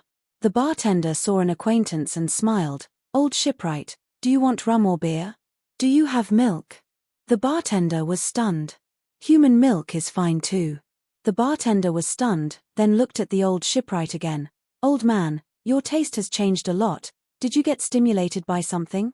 The crew members around him laughed at him. He's gone crazy. It's all because of his son. That's definitely a little monster. I've never seen a baby that can eat so much. Oh my God, his appetite is even bigger than mine. What did you do? Oh my God. Half a day later, the shipwright looked at the cracks and even holes on the deck. His hands tore at his hair, almost going crazy. The baby sat on the side, confused. Father, you told me to work hard. The Pig Kiss captain's face was gloomy. Throw him away. If I keep him, one day my deck will be gone, my sails will be gone. Maybe, when I wake up from my afternoon nap, the entire ship will be gone. The old shipwright begged, But the captain's attitude was firm. Plop. The old shipwright bent his knees and directly knelt on the ground. No matter the price, I'll compensate you. I can build ships. When you recruited me, didn't you see my ability? The captain narrowed his eyes and looked down at the shipwright. If I remember correctly, you still owe me a debt, right? Not long later, you'll be able to pay off your debt and regain your freedom. Then I'll let my debt be extended. The captain snorted. You're already so old, according to your current salary, including the losses this time. If you want to pay off your debt, you'll have to work for me for 3 more years. But in these 3 years, won't the baby make any mistakes? Don't be stupid. He's a retard, he won't be able to learn anything, and he'll even mess up something normal. If this continues, you won't be able to pay off your debt for the rest of your life. The old shipwright suddenly raised his head and straightened his upper body. Then I'll pay for the rest of my life. The captain was stunned. A boarding battle had just ended, fresh blood flowed on the deck. The shipwright bandaged the baby's wound. I told you not to charge forward, you idiot. But they hit father. They're bad people. The baby retorted. You even learned to talk back. The shipwright angrily stared at the baby. Damn it, there's not enough medicine. The bleeding won't stop. Damn it, damn it. Father, don't worry, I'm not in pain. The baby comforted. You shut up. The shipwright subconsciously slapped the baby's head, but just as he moved, he realized that it was inappropriate and quickly withdrew most of his strength. Late at night. On the deck, the baby's snores were deafening. The old shipwright sat in front of him, looking at the bandages on his body, sighed and whispered to himself, It's not that father is cruel, silly boy. It's not easy to stay on this ship. No one likes to raise trash, you have to contribute. Your father's body is getting worse day by day. I hope that one day, you can survive on your own without me. After some tenderness, the madam persuaded the old shipwright, I've been a widow for many years, I have a small manor outside Garden City. Come with me, there are no storms in the manor, you can even build a small boat with my support. I know that building boats is your dream. But I have to give him up, right? The old shipwright sat on the bed, bending over and looking out the door. He knew that the baby was outside the door, he must be squatting on the ground, staring at the door. Of course. The madam's attitude was without hesitation. A bastard mixed with the blood of giants, and a fool. If I bring him back to the manor, I will be laughed at by everyone. Then I refuse. The old shipwright shook his head, his attitude firm. This is already the 3rd time I've mentioned it. The madam frowned, her expression unhappy. Are you sure? You don't have any blood relations with him? I'm sure, honorable madam. The old shipwright sighed. I can live without him, but he can't live without me. In this world mountain, he only has me. To be able to receive madam's favor is the luckiest thing in my life. I'm very grateful to you, thank you. The madam's voice turned cold. Do you know what you're giving up? The old shipwright looked at the door and smiled. Then do you know what I'm getting? The drug's effect dissipated, the old shipwright's eyelids became heavier, he tried his best to hold on, but could only open his eyes a little. His body had used up all its energy, an unparalleled exhaustion enveloped his body. I'm so tired, I can finally rest this time. But, I'm worried. Is this the only way?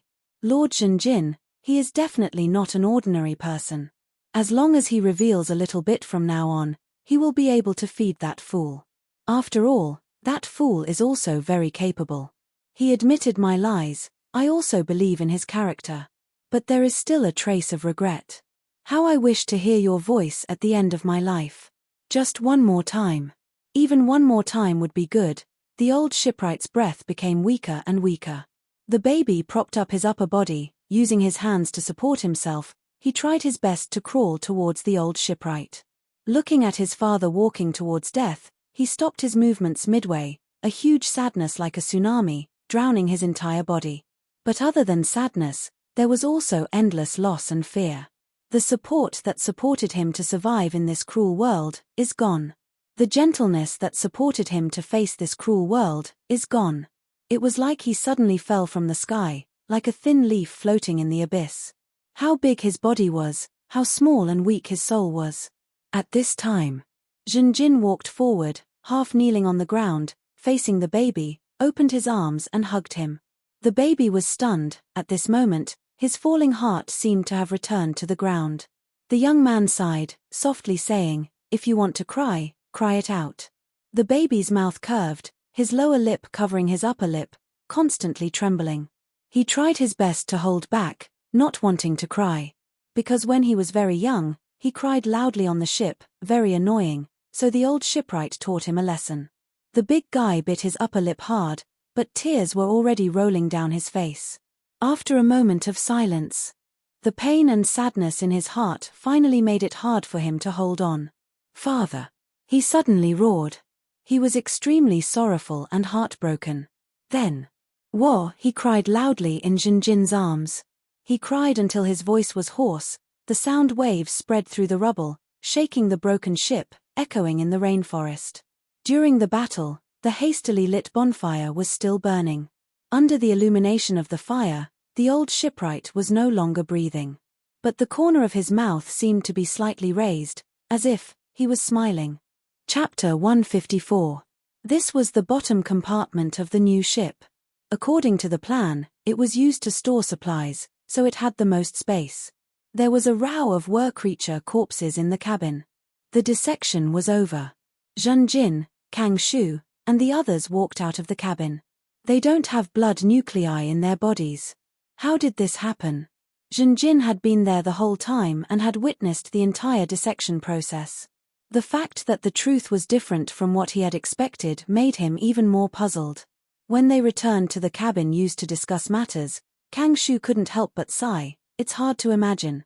This kind of beastification isn't magic, but it actually changed the human bloodline. It's really too amazing. They were originally of human bloodline, but now they've all become mixed-blood beast men and humans. Just from the current dissection, we can't see any flaws at all. It's as if these people were born like this. Jinjin asked, "So, how did they become like this?" Kang Shu shook his head and sighed, "I'm not sure. I can only do a simple dissection. It's normal that I can't see the deeper reason. I'm not a magician." "No, even a magician might not be able to see the reason behind it," ZDI said with a serious expression. "The master of this island is really too unfathomable. Maybe our previous guess was wrong. Those modified magical beasts weren't cultivated in the alchemy room or the magician tower, but on this island. The entire island is his breeding ground." "What do you mean?" Zhongji frowned. "Don't you think that these creatures are very similar to those modified magical beasts?" ZDI said. "Of course, whether it's creatures or modified magical beasts, they're all like pieced-together parts of various lives," Sandow said. Jinjin knew what ZDI meant.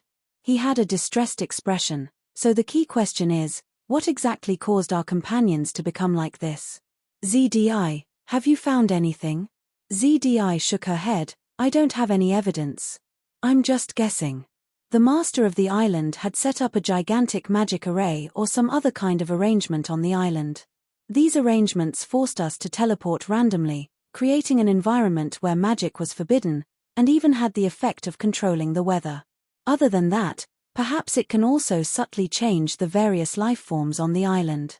I'm afraid this is the reason why our companions turned into beasts. Then why didn't we mutate? Someone raised an objection. Is it personal strength? No, there are normal people who haven't mutated.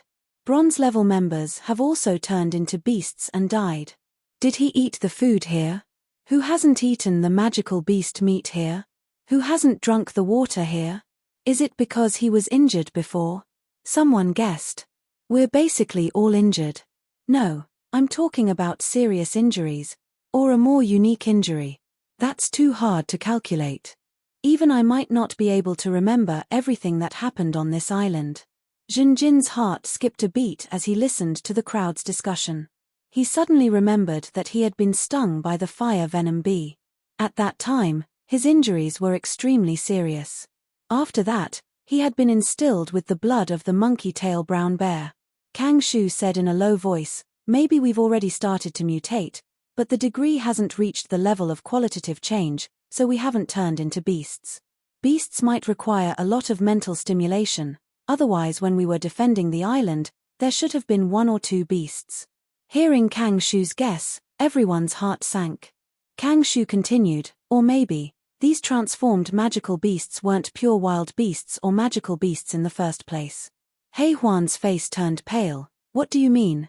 Don't you think that the blue dog fox wolf is too intelligent? If they were originally human. Kang Shu's gaze under the lens was so calm that it was frightening. Horror quickly spread in everyone's hearts. Kang Shu continued, let's imagine, are we really the only victims? The shipwreck happened too suddenly. After meeting up with everyone, I asked as many people as possible. The crew said that the pig's kiss was in good condition on the night of the shipwreck. There were no signs of shipwreck at all. The master of the island didn't have to personally attack us. If he had some kind of arrangement on the sea near the island.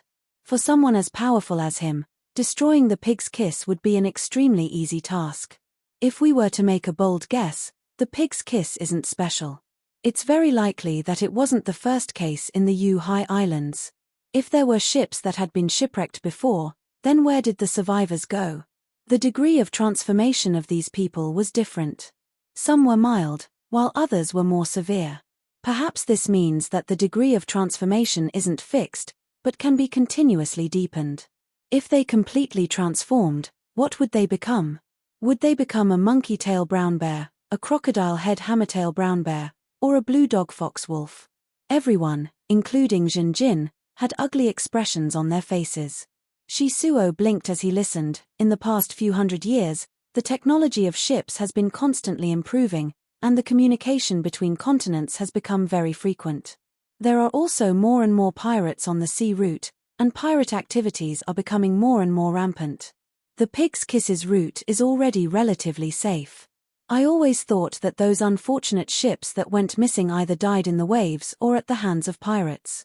But wait, if these transformed magical beasts were once humans, then they were also victims. Why didn't they come and help us overthrow the master of the island? Kang Shu shook his head. Their temperament has changed drastically. Just like the beast men, they were our companions one moment, but the next moment, they could kill us. Perhaps after becoming a magical beast, they knew deep in their hearts that they couldn't go back, so they hated us even more. This kind of change in temperament is very likely the work of the master of the island. After surviving on this island for so long, the truth of this island was still covered in layers of fog. Kang Shu's words seemed to have cleared up a corner of the fog. However, the truth was so cruel and terrible that it made almost everyone shudder. Hei Huan grabbed her curly hair, gritted her teeth, and cursed, I've had enough of this damn place. What's the point of guessing so much? Let's hurry up and fix the ship and leave this place as soon as possible. Yes, we have to do our best to fix it. If we delay any longer, it will be bad if the magical beast army reinforcements come. Lan Zhao agreed. Shisuo shook his head and smiled bitterly, stating the truth in a very heavy tone, the situation is worse than you think, I'm afraid this ship can't be fixed. How is that possible? Many people stared. Sigh. Shisuo sighed deeply, don't stare at me, I'm the same as you. Of course, I want the new ship to be in better condition. But it's in terrible condition. Believe me, although I'm not as good as the old shipwright, this ship's condition is too obvious. No matter which cashier you ask, as long as you have a little bit of experience, you'll know that this ship can't sail in the sea. Don't think that the hull is still there, the structure hasn't been damaged much, and only a few cabins seem to have been damaged. But it's useless. The keel almost broke. We can repair it with some difficulty, and let it linger on in the calm sea. But it can't compete with the wind and waves. We still have half of the voyage, how can there be no wind and waves? In fact, compared to the first half, the second half will be much more stormy. Using this ship to sail is simply courting death. The cabin fell into a dead silence. What about rebuilding the ship?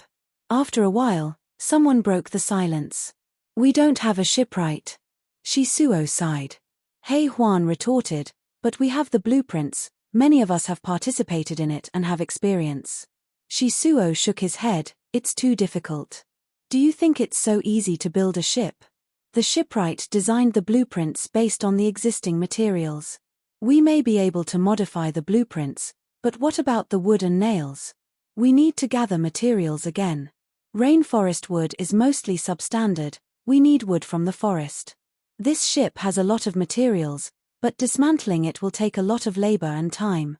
When dismantling it, it will be violent destruction, and a lot of things will be damaged. We need iron ore to rebuild the kill. We have less than a quarter of the original crew, and building a new ship will take more time. At that time, the magical beast army will attack us. What should we do? So there's no hope. Hei Huan stared. Maybe we can only wait for rescue. Shisuo said this and couldn't help but look at Zhenjin. The meaning behind his words was very clear. If a big shot like Zhenjin was in trouble, the Hundred Needles family would definitely come to their rescue. Zhenjin smiled bitterly and shook his head. I can't guarantee rescue, we have no way to send out the request for help right now. Hei Huan also shook his head, his face bleak. It's been several months, and we still haven't received any rescue. This is obviously not normal. I know the route of the Pig's Kiss. This area has been explored long ago, and there are relatively few pirate activities. But with so many ships, none of them have ever found this island. This island can be isolated from the outside world and hide itself. Everyone discussed for a while, but there was no good way. It seemed that the only choice was to wait for rescue. Let's rest first, we can't rush to find a solution in one night. Zhenjin finally said. The new ship couldn't sail, but it was still the best choice for a camp. The night sky was dotted with stars. On the deck, the big guy was sleeping. The first floor wasn't built, so the big guy didn't have a suitable room. Zhenjin sat in front of the big guy, watching his chest weakly rise and fall with every breath, and he smiled bitterly in his heart. After such a fierce battle, Zhenjin was extremely tired, but the anxiety, doubt, loss, and helplessness in his heart made him unable to sleep. The old shipwright had asked for help before his death, but now he couldn't guarantee his survival. Wait for rescue? Intuition in his heart told Zhenjin that there was probably no rescue. Looking up at the starry sky, the young knight's heart was filled with misery. He worked hard, tried his best to survive. How many times did he struggle on the line between life and death? How many times did he clench his teeth after failing? But in the end, he still fell into such a situation. We were clearly about to succeed. If we knew this, we would have sped up, shortened the construction period, and brought forward the time caused by the new ship. Unfortunately, the truth was like this. Was there a medicine for regret in this world? At least Zhenjin didn't. He couldn't do it again. Looking down, he saw the big guy's broken leg. He had to admit that it was as if they had broken their legs and were trapped on the island. There was no way out. It was a desperate situation. Chapter 155. Zhenjin, who had fallen into a desperate situation, was still full of doubts. They don't have the heart core, but I do. Why? What is the cause of this? What is the cause of the heart core's formation? Is it poison? Is it because my injuries are more serious, and my body contains more fire poison? Or is it luck, willpower? Or is it a combination of strength, luck, and injuries? In addition to doubts, there was also a lot of fear in Zhenjin's heart. Will I become like this one day? Will I fall into a state of complete berserk madness, without any rationality, and even kill my companions? Is my temperament really not affected by the heart core? As Zhenjin continued to reflect, the fear in his heart deepened. No, I'm afraid I'm deeply affected.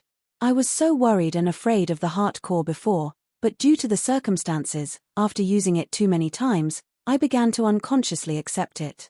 Now, I'm deeply dependent on it. If I hadn't been self-reflecting, I'm afraid I would have been infatuated with it.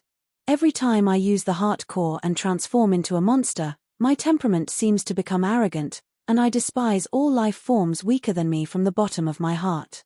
Absorb and transform. I'm already immersed in this power, and gradually can't control myself. My actions, my thoughts, are actually deviating from the path of a holy knight. I seem to have been falling. God, my Lord, the great Shengming Emperor. Please respond to me. I beg for your mercy. I beg for your salvation. Here, there is your lost lamb. Zhenjin once again half knelt on the deck, facing the direction of the Shengming continent, and lowered his head to pray. Like all the previous prayers, the result was still no response. The prayer this time was different from the recent night prayers. Zhenjin's heart could no longer find the slightest bit of peace and comfort. Because he realized his own depravity, and also realized a possibility, the reason why the Shengming Emperor did not respond to him, was it because he had already fallen? Could it be that I'm a depraved fallen knight? What should I do? Should I confess? Tell my companions that I'm also a mutation, that I'm actually a monster? No, I can't do that. As the leader, Zhenjin knew very well that the current situation of the team was very dangerous. Their collapse could happen at any moment. Previously, there was hope for a new ship to sail, but now, everyone was in a desperate situation. Even if I have already fallen and am no longer a temple knight, even if I am actually a modified magical beast, I should still play the role of a leader. They needed a leader, a Knight Templar, someone to rely on, and a new hope. Even Zhenjin himself had no one to rely on and no hope. This was the burden that a leader should bear. Zhenjin gradually felt out of breath. After experiencing all sorts of hardships, his mental state had transformed many times, and he was no longer the same as before. However, the heavy feeling that made it hard for him to breathe struck him again. Once again, he realized his naivety. His fear came not only from his surroundings, but also from his own future and the safety of his companions. Now, he was still afraid of himself. If at some point I completely become a beast, lose my rationality, and hurt others, what should I do? I might even kill Kang Shu, Lan Zhao, and even ZDI with my own hands. If something like that happens, what should I do? Can I control all sorts of mutations? For a short period of time, it seems so. It seems that I have a heart core. The heart core should allow me to perfectly control the mutations, right? Zhenjin had no way to explode. He was not even sure how the heart core was formed. Perhaps, he was not far from completely becoming a berserk beast. He was not far from completely going crazy. Perhaps in a few days, which would be the next time? Perhaps, I'm not the only one with this hidden danger. Others have it too. These beastly companions are only the first batch. Next, there will be a second batch, a third batch, and even the last survivors will become one of the magical beasts seen on this island. They will hate all outsiders, and only think of themselves as magical beasts. Their humanity will be gone, and they will have no memories. This future was so cruel that Zhenjin felt a chill in his heart every time he thought of it. He suddenly thought, wait, could it be because of my amnesia? Why would my beastly companions fall into madness? Maybe it's because of the intense conflict and contradiction between their inherent memories and their own life form. They cannot accept it, and thus become crazy. Why am I the only one who can control the mutations? Am I the only one who has a heart core? Maybe amnesia is the main reason. It's because I have amnesia, but I still adhere to my beliefs and the path of a knight.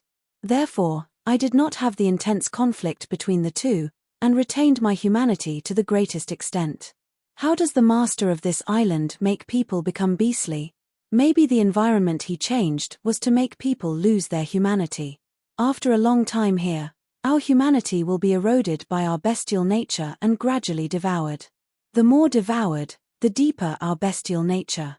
In the end, we will completely lose our humanity, be completely covered by our bestial nature, and become completely crazy.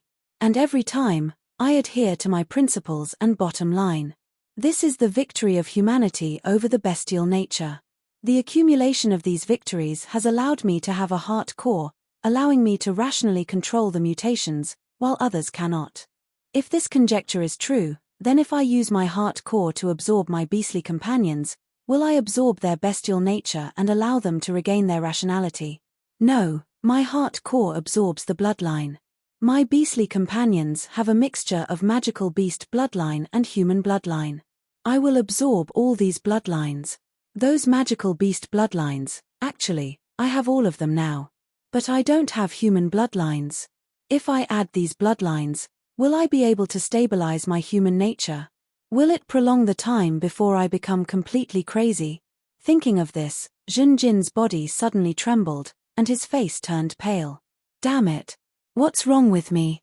I actually want to attack my companions, Attack the human race? However, another voice sounded in Jinjin's heart. Don't restrict your actions anymore. You should be bolder.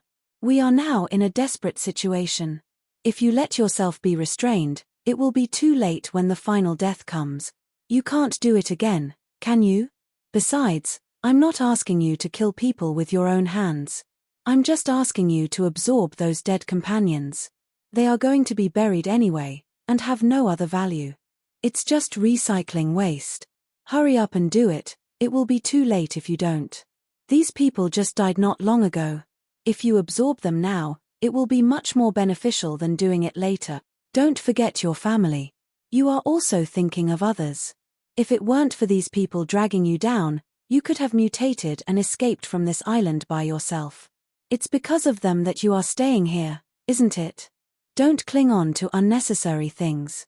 Think carefully, how many times have you regretted it? What were you thinking when you were almost killed by Spear Scorpion? Just now, don't you regret it? Do you want the tragedy to happen again? This time it was old Shipwright. What about next time? Lan Zhao? Kang Shu? Or ZDI? No, don't say anymore. Don't say anymore. Jinjin was in great pain. He went from kneeling to kneeling on both knees. He lowered his head and buried his face in his palms. His thoughts were overflowing. He suspected that he had fallen. The confidence that had always supported him had dissipated by more than half. He started to be confused. He could not tell which of these thoughts he was pondering were rational advice and which were depraved temptations.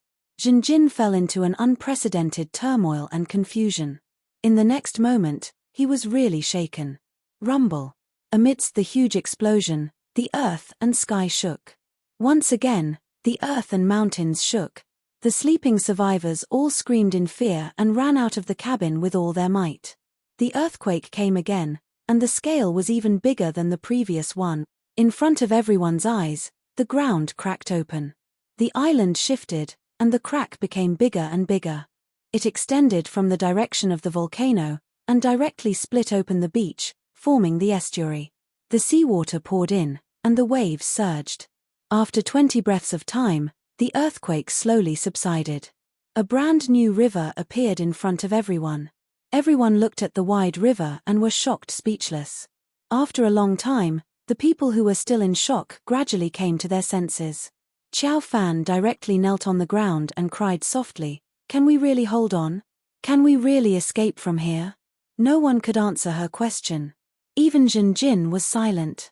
Even if we can hold on, this island won't be able to hold on for much longer. He Huan sighed. Everyone was in despair. The survivors were gloomy. "Maybe, I have a way," ZDI suddenly said. These words attracted everyone's attention. ZDI's face revealed a look of hesitation.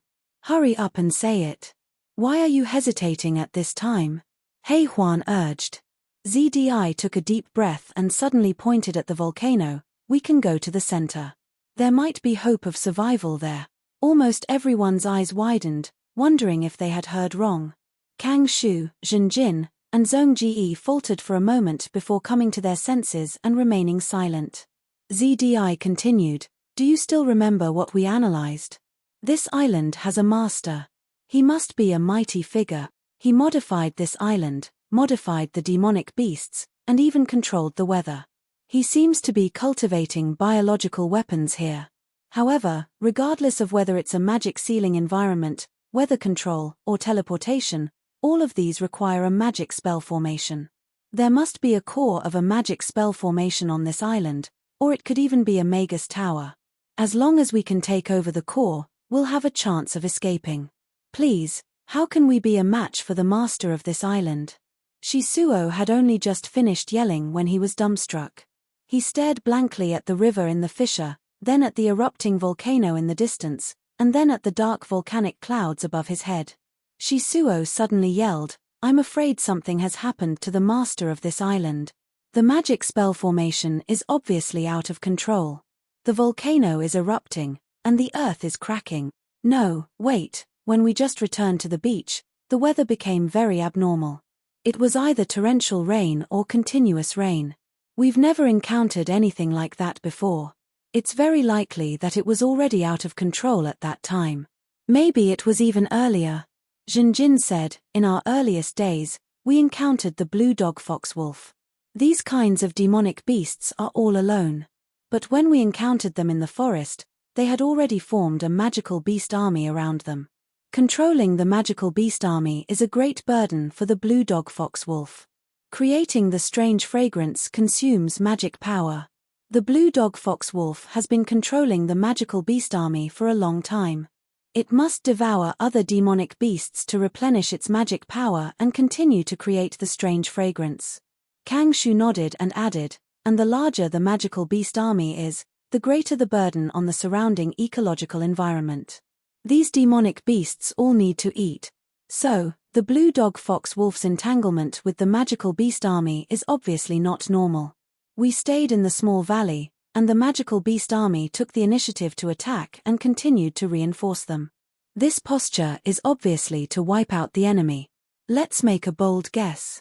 It's very likely that the master of this island gave the order to control the blue dog fox wolf and let them destroy all outsiders. If he's in good condition, he can destroy us in the time it takes to breathe, and the island won't be so unstable. But he didn't do that. He left the island alone and only ordered the magical beast army to deal with us. This means that he's very weak and can only let the blue dog fox wolf fight. He's also afraid that we'll escape and expose this place. It's even very likely that he's already dead. Or he's tied up outside for some reason and can't come back in time. Zhong Ji nodded. That's true. Now is the best time for us to attack the central command. If we delay, we'll only die. Everyone was stunned. He Huan swallowed his saliva. Then why do we have to rush to the central command? The volcano is erupting there. Can you be sure that the central command is there? Kang Shu took out a map from his pocket. According to the map we've explored so far, the central area is the volcanic landform. Basically, the central command of the magic circle, or the magic tower, is in the central area. ZDI added, the operation of the magic circle requires a huge amount of energy. The master of the island may extract the surrounding elements, or he may use the magic pool in the magic tower. If there's a problem, the place with the most severe turbulence is likely to be the central command or the magic tower. He Huan frowned. This is all speculation. You have no evidence. Zhong Ji nodded and smiled. Without evidence, who would be able to take it out? But this is enough for us to take a gamble. Do we have any other way? Everyone was silent again. No. He Huan said, we can wait for rescue. Attacking the center of the island is too crazy. The volcano is erupting there, and there's the magical beast army along the way. We might even die halfway. No, we'll use a boat. Jinjin's voice came. This will save us a lot of time and travel. He Huan was stunned. Shisuo's eyes lit up and he shouted, that's right, we can repair the boat. Although we can't sail, there's an inland river in front of us. There's no wind or waves. Volcanic clouds cover the sky above us, and it won't even rain. Jinjin continued, in fact, even if we wait for rescue, there will be hidden dangers. Don't forget those companions who died in beast form. We're likely to have been eroded by the environment and fallen for the master of the island. Can the means of a mighty person like him be easily neutralized? Can we just find a priest and purify it? Also, he played with us and humiliated us. Are we just going to let this go? Just now, the Shengming Emperor gave me a revelation. Jinjin pointed at the river. Everyone was stunned again. Could it be that this river was created by the Shengming Emperor? No wonder we didn't die. God's will is unfathomable. Divine Knight. Kang Shu bowed deeply to Jinjin and sighed, this may be your path to becoming a hero. My lord Jinjin, almost everyone present felt their scalp tingle. They felt like they were witnessing history. If the hero's epic was sung in the future, would they also have a part in it? Jinjin looked around and confirmed that the people's minds had changed. He firmly ordered loudly, it's decided. Do your best to repair the boat, cremate our companions, and collect as much food, water, weapons, and so on. We will set sail, we will go to the center of the island. Chapter 156. Pieces of gravel were moved away. Junjin personally led the crew to dig out as much of the buried resources as possible. Ultrasonic detection once again showed its value. Junjin could always accurately determine the location of the resources. Knocking and knocking, the holes in the ship's side were patched up with layers of wooden planks, like patches of various sizes. The keel was the most important part of the repair. A large amount of wood was used to fix the broken parts, and then iron sheets and nails were used to fix them. The damage to the sails was not serious, because they were all folded up and hung on the mast. A few days later, the rails were fixed. 1, 2, 3.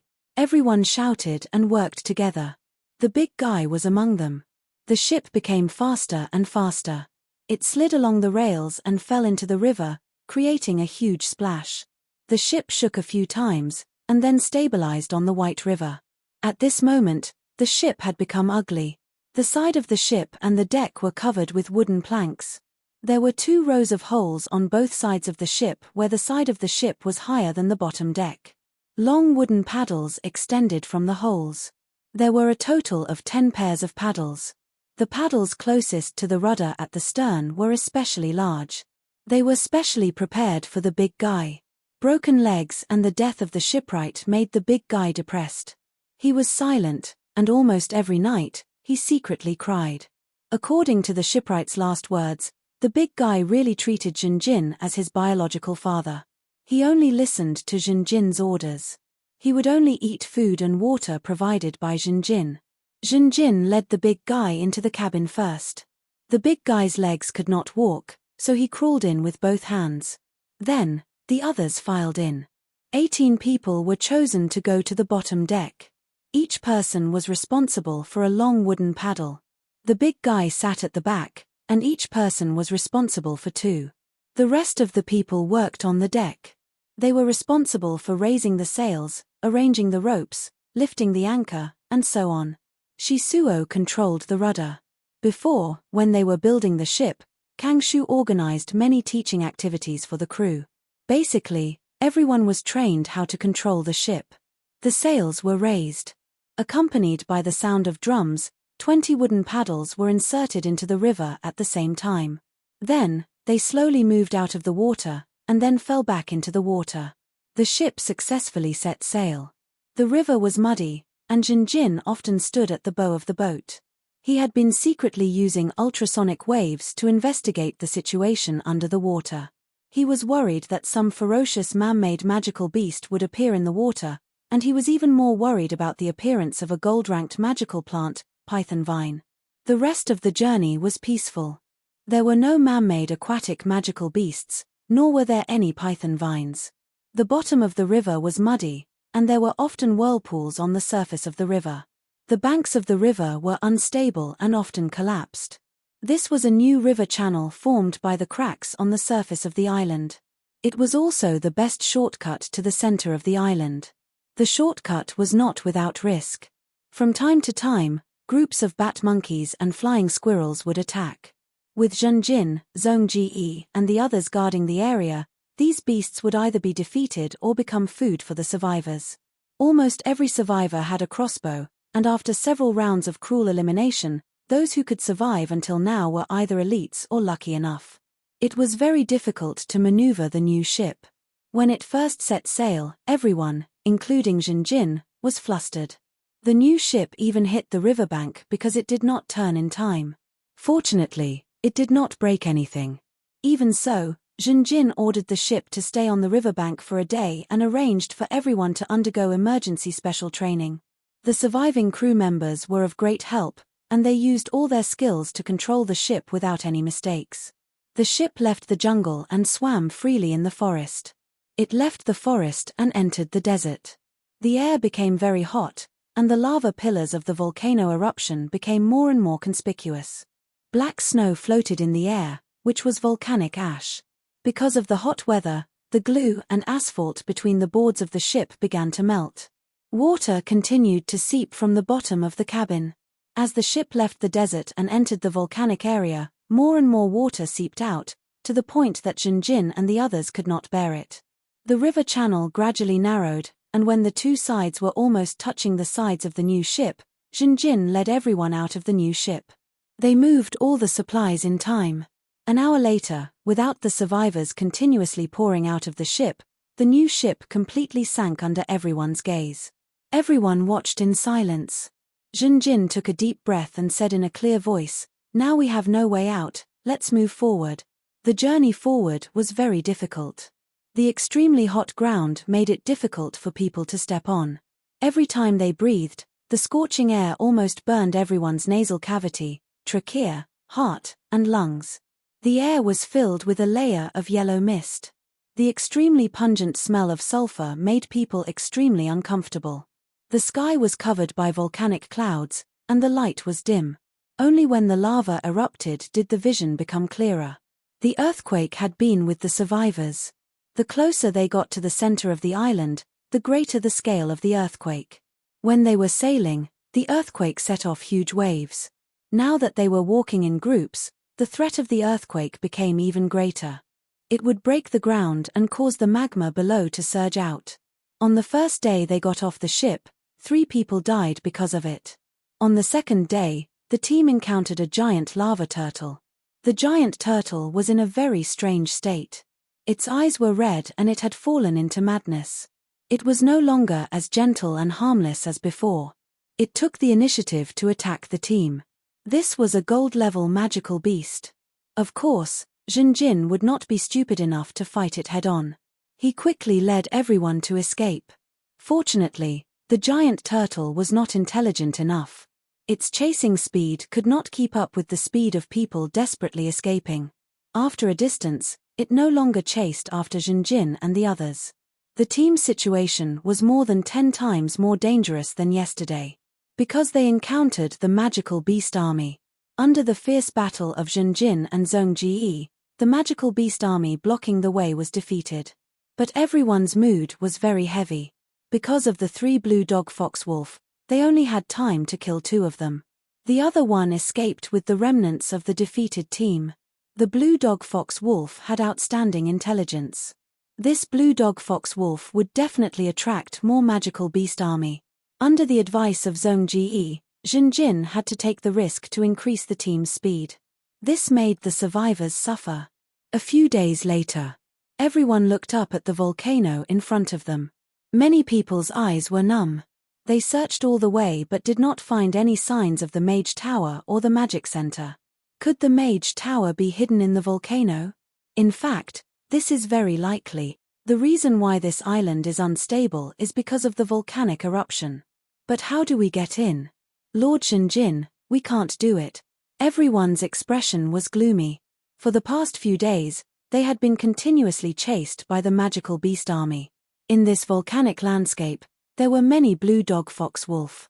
Almost every wolf led a small magical beast army. If Junjin and Zhongji had not fought at the front every time, the team would never have made it here. Junjin's face was covered in dust. He was no longer as handsome as before, but his eyes were still unwavering. "Let's rest here. We have to think of a way to enter this volcano first," Junjin said. Kang Shu, ZDI, and the others looked troubled. The air temperature was very high. Ordinary people had reached the limit of their endurance. If they continued, their lives would be in danger. Only extraordinaires with outstanding physical fitness could get closer. Junjin and the others were discussing when their expressions suddenly changed. "The magical beast army is attacking. Prepare for battle," Junjin said in a low voice. No one doubted Junjin's prediction. Along the way, they had relied on Junjin's prediction to fight against the magical beast army. Time was limited. They chose a slightly higher slope and formed a formation. Junjin and Zhongji stood at the front. Soon, they saw a large wave of wild beasts and magical beasts rushing toward them. There are too many of them. This is definitely not just one magical beast army. There have to be at least 5 blue dog fox wolf to gather such a terrifying force. "Let's run." Junjin gritted his teeth and shook his head. "Where can we run to?" At this moment, his heart was also shrouded in despair.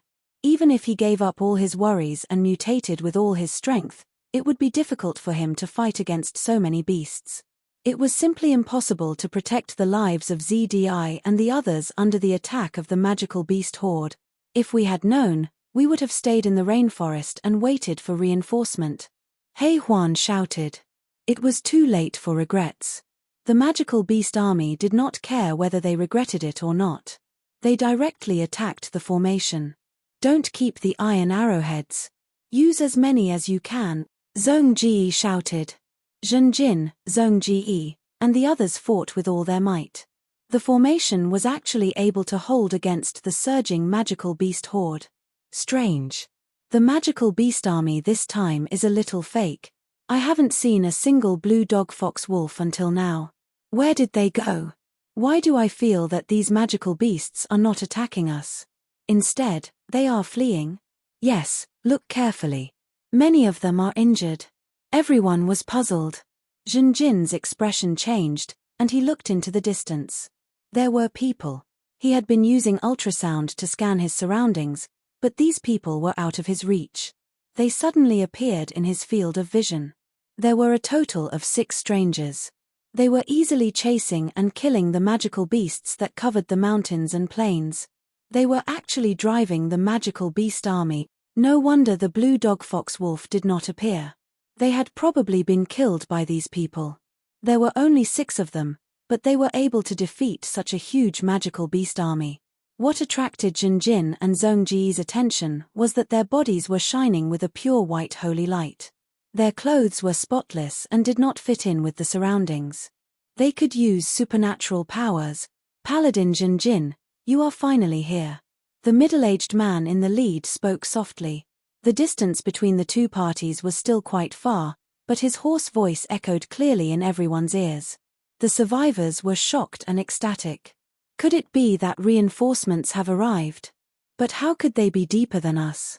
This is the Shengming Emperor's priest. Behind him is the Guardian Knight.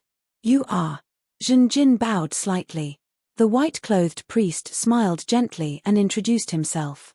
My name is Jia Shao. Chapter 157. Scab Shao. He was a middle-aged man wearing a priest's white robe. His appearance was ordinary and could even be described as ugly. This was because there was a scar on his face. It started from the left side of his forehead and slid down to the right side of his ear. This hideous scar almost divided his face into 2 parts, the upper right and lower left. It was extremely conspicuous. His hands were empty, but he wore a necklace-like holy emblem on his chest. The necklace pendant was a hollow disc made of platinum, bigger than an adult's palm. The disc was engraved with a circular coil on the edge, and in the middle was a superimposed horizontal and vertical pupil. The horizontal and vertical human-shaped eye sockets were both made of gentle curves, forming a vague cross shape between the horizontal and vertical. The common pupil of the 2 eye sockets was hollow, just like the hollow of the disc. This was the Shengming Emperor's holy emblem. Wearing this holy emblem represented that Father Scab Shao was serving the Shengming Emperor. Silver-level life aura escaped from Scab Shao's body without any concealment. He was an experienced silver-level extraordinary. Zhenjin had known about Scab Shao for a long time. Long ago, when he and ZDI supported each other, he learned about Scab Shao's existence from ZDI. Zhenjin knew that as a temple knight, he was going to the wilderness continent for the 100 Needles family to compete for the position of White Sand City's lord. There were a total of 3 temple knights competing for the position of White Sand City's lord, and the chief examiner was Father Scab Shao. The competition was fierce. Originally, the team sent by the 100 Needles family to help Zhenjin was probably destroyed by the forces behind these 2 competitors. After ZDI and Zhenjin's discussion, they secretly boarded the Pig's Kiss. On one hand, the other 2 competitors had already set off. In order to not let the mastermind succeed, Zhenjin and the others had to hurry to prevent delay. On the other hand, Scab Shao boarded the Pig's Kiss. If they could build a relationship with the chief examiner, or leave a good impression in advance, it would be of great help in the future competition for the position of lord. After that, there was a shipwreck. After falling to this island, ZDI once mentioned to Zhenjin, if possible, find Father Scar Sand, help him, and leave a good impression on him. Now, they finally met Father Scar Shao. However, it was not Zhenjin and the others who helped the priest, but the priest who helped Zhenjin. Temple Knight Zhenjin, you finally came. Scab's hoarse voice seemed to echo in Jinjin's ears. After Jinjin finished his salute, he asked with a puzzled expression, "Father Skarsand, thank you for your help. But how did you know I was coming? You seem to have been waiting for me for a long time." Skar stroked the holy emblem on his chest with his right hand and said meaningfully, "Under the eyes of the great emperor, the future is also traceable." Jinjin's heart skipped a beat as he recalled a divine technique, extreme vision. The gods were omnipotent, but they each had their own strengths. Every god, according to their clergy, had different achievements in different fields. The Shungming Emperor was the god of victory, the god of light, and one of his special divine techniques was extreme vision. The so-called extreme vision was to surpass the limits of one's vision. What one saw was no longer the level of space, but the level of time. The person who successfully used this divine technique would see the result of the predetermined action. In short, it was a prophecy technique. Father Skarsand has mastered the extreme eye technique? Jinjin was shocked. Scab looked around at everyone. Everyone's state of exhaustion was clear to him. What you need the most now is rest. Follow me, our temporary camp is not far away, Skarsand said. Jinjin and the others did not refuse. They really needed to rest. However, everyone followed Skarsand and the others. As soon as they crossed the hillside in front of them, they were shocked on the spot. Many people were aghast as they saw that the ground was littered with the corpses of the demonic beasts. It turned out that the magical beast army that attacked Jinjin and the others were really just remnants of a defeated army that was being chased by Skarsand and the others. The scale of the real army was more than 5 times that of Jinjin's, and now they were all corpses. Skarsand and the others could actually kill so many magical beasts. How did they do it? It's obvious that Skarsand can use divine techniques. It seems that only low-level magic and do-chi are prohibited here, but not divine techniques. Strange, Sir Skarsand's scars can obviously be treated with divine techniques. It only needs to treat minor injuries. Why didn't he treat it? This is not the main point. The main point is what he said just now. It's very likely that he mastered extreme vision. What is extreme vision? This kind of divine technique can only be mastered by devout believers. Generally speaking, only the bishops of the sacred church can master it. But Skarsand is obviously just a priest. So, he is not just a simple priest. His future is not limited to this. We can totally treat him as a prospective bishop. Along the way, the discussion about Skarsand did not stop. Just as Skarsand said, the temporary camp was not far away. It was very small and simple. After all, there were only 6 of them.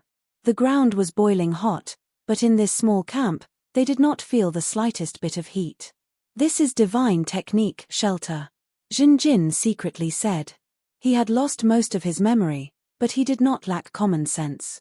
The shelter could create a suitable place for people to rest and recuperate. Everyone, please wait a moment. Father Skarsand smiled and immediately held the holy emblem on his chest with both hands. He lowered his head and began to pray silently.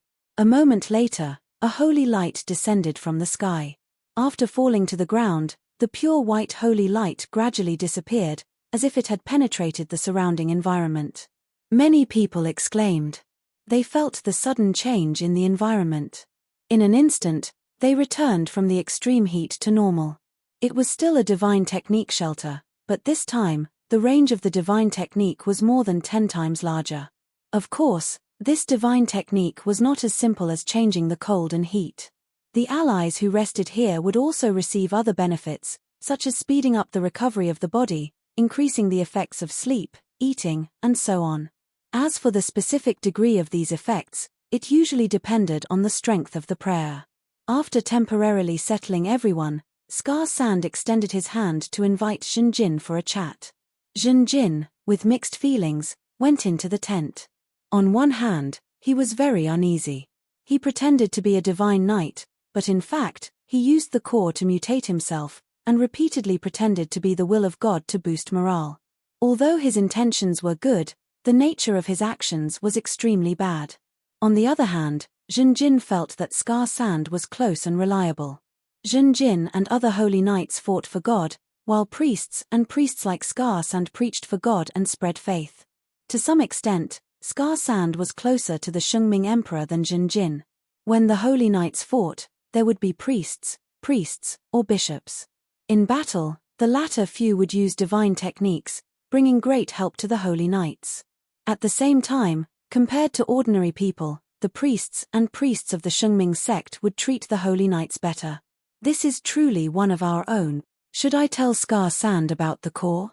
In the end, Golden Needle basically told Scab everything that had happened along the way. However, he still kept the heart core a secret. These people are all that I can save. Father, my ability is too limited. Jinjin was very ashamed. Scar Sand shook his head and gently stroked Jinjin's shoulder, gently and full of praise. Child, you have done your best and have reached the limit. You have always adhered to the path of the night, bravely and fearlessly, protecting the weak, upholding justice, and tolerating others. Your personal cultivation is only shallow because you and I are people who serve God. Your strength may be weak for the time being, but your spirit is very strong and full of light. Your performance has actually surpassed most of the Holy Knights. Now, tell me more about the beastification. Former companions suddenly went crazy and completely lost their minds. Even after death, they still retained their beastification characteristics. Scar Sand was obviously very interested in this. Jinjin's heart thumped. He hid the core, but he did not hide the beastification. Because he could not hide it, Jinjin had to repeat what he knew as much as he could. If only father was here, none of us would have been sacrificed because of the beastification. Jinjin sighed. Scar Sand shook his head slightly and sighed. My ability is limited and I cannot purify them. Your guesses are very interesting and also contain a lot of truth. This island may really be a place of cultivation. Although you are lucky to have survived, you may have been invaded, leaving behind the hidden dangers of the beastification. Jinjin frowned. Father, are you unable to purify them? Of course not. According to my guess, the owner of this island is a legend. Sir, you know the identity of the owner of this island? Scar Sand nodded. I was not too sure before, but after knowing about the beastification, I can basically be sure. Chapter 158. Hearing that Scab knew the identity of the master of the island, Jinjin hurriedly asked. For a long time, the mysterious master of the island had been a huge shadow in the hearts of Jinjin and the others. Scab said, if I tell you the answer, you should all know him. He is one of the top 10 wanted criminals. Jinjin was shocked. Every organization, every country, and even every continent had countless wanted lists. In the past few hundred years, the bounty guilds of the continents had become closer. They had organized the wanted lists and formed a big list. In this list, the top 10 wanted criminals were almost unchanged and their positions were extremely firm. Because the empires, sects, and even guilds were usually helpless against these 10 wanted criminals. These 10 wanted criminals not only had amazing strength, but they also had amazing specialties. War trafficker. Race, goblin, legendary wizard, alchemy grandmaster, 7th on the wanted list. Some information about the defeat suddenly appeared in Jinjin's mind. Bronze, black iron, silver, gold, sacred domain, legend, god. The war trafficker's cultivation was already at the peak of the world, second only to god. In terms of combat power, the legendary wizard had a wizard tower, forbidden spells, and divine equipment. He had the power to kill God. The war trafficker was not his real name. Very few people knew his original name. The war trafficker was just his nickname. But just like this nickname, he relied on war to make a fortune. The reason he was wanted by many continents was that he secretly provoked wars between the major races and sold firearms for huge profits. Seeing Jinjin's slightly changed expression, Scab continued, it seems that you have remembered. This should be the war trafficker's Confusion Island. Confusion Island. Jinjin murmured. He thought of the rumors about the Confusion Island. The war trafficker's headquarters was the Confusion Island. It was said that it was his half-plane, but he did not expect that it was actually located in the main world. Jinjin frowned slightly. There were two main doubts in his heart. If the Confusion Island is not a half-plane, Then why has he been wanted for so many years, but the real location of the island has never been found? There is one more thing, father. The war dealer is an alchemy grandmaster, and I know he's good at refining military fire. There were all kinds of alchemy arrowheads, arrows, warheads, and so on. There was also his signature explosive dumbbells. But I've never heard of him being an expert in life alchemy. Scab nodded. In fact, in the past few years, the war traffickers seem to have adjusted the direction of alchemy development, gradually moving from alchemy items to the field of life alchemy. His products have already started to appear on the market, but he's using many other names. Junjin's brows relaxed as he came to a realization. Could it be that war creatures have already appeared on the battlefield? Scar smiled and purposely asked, "How did you figure it out?" Junjin lowered his head slightly.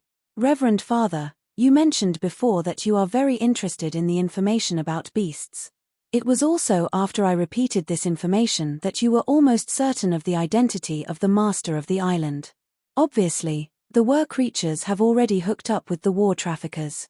Scab could not help but look at Junjin with an appreciative gaze. "Child, your mind is very sharp." "It's indeed so.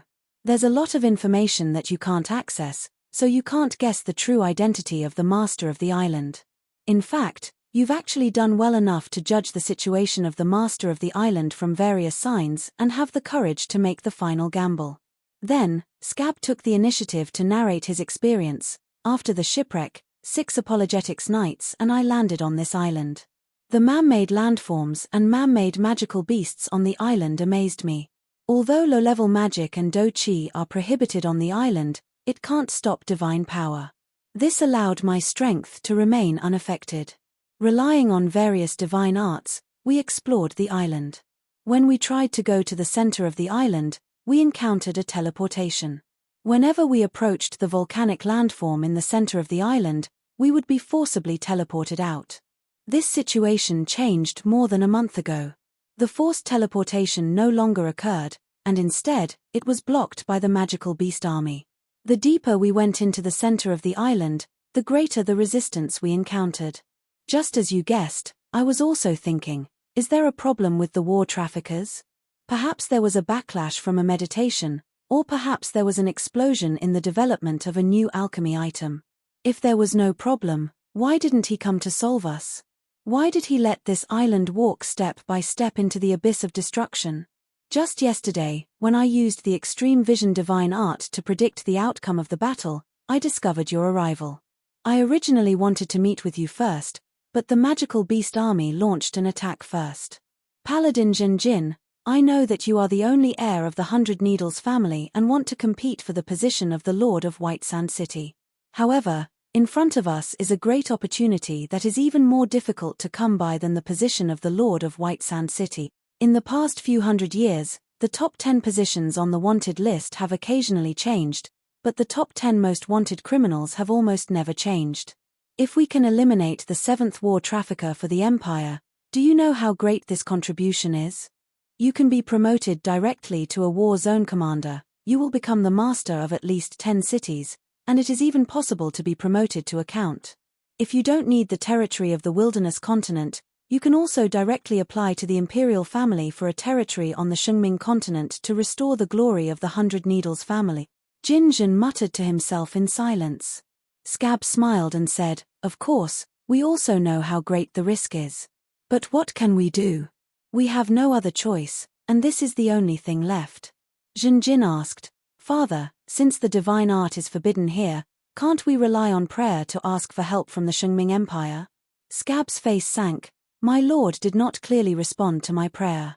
According to my guess, the war traffickers have a way to block the perception of the gods.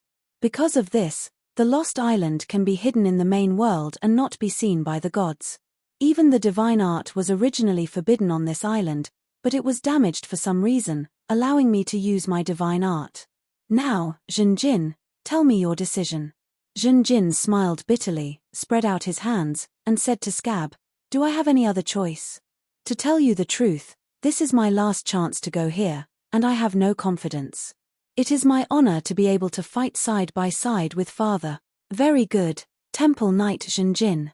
Scab showed a happy expression. You did not disappoint me. I've seen everything that you've done. If we fail this time, but luckily survive, I will recommend you to be the Lord of White Sand City. Fate was really hard to understand. Jinjin actually did not have much hope for the position of the Lord of White Sand City, because he had been delayed for too long. But he did not expect that he would win an excellent opportunity. Who told Scab, the examiner, to also be stranded on this island? After returning, Jinjin told this news to ZDI, and ZDI was also very happy. From their point of view, they were originally going to make a final gamble, and meeting up with Scab and the others was equivalent to gaining a strong ally.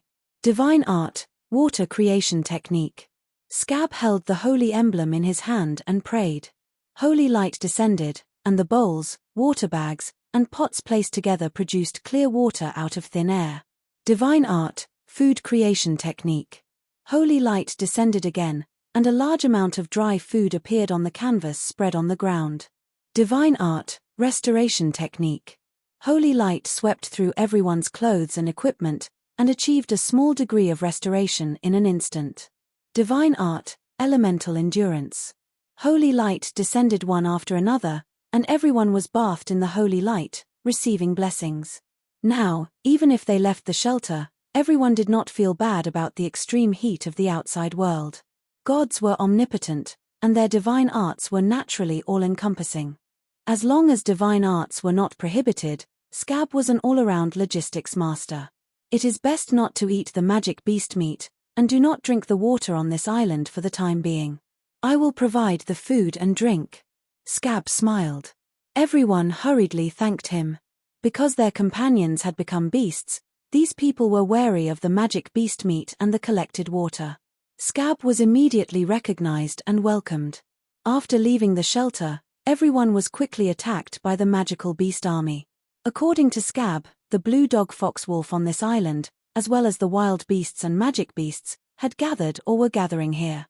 Their purpose was to protect the war traffickers and stop all outsiders.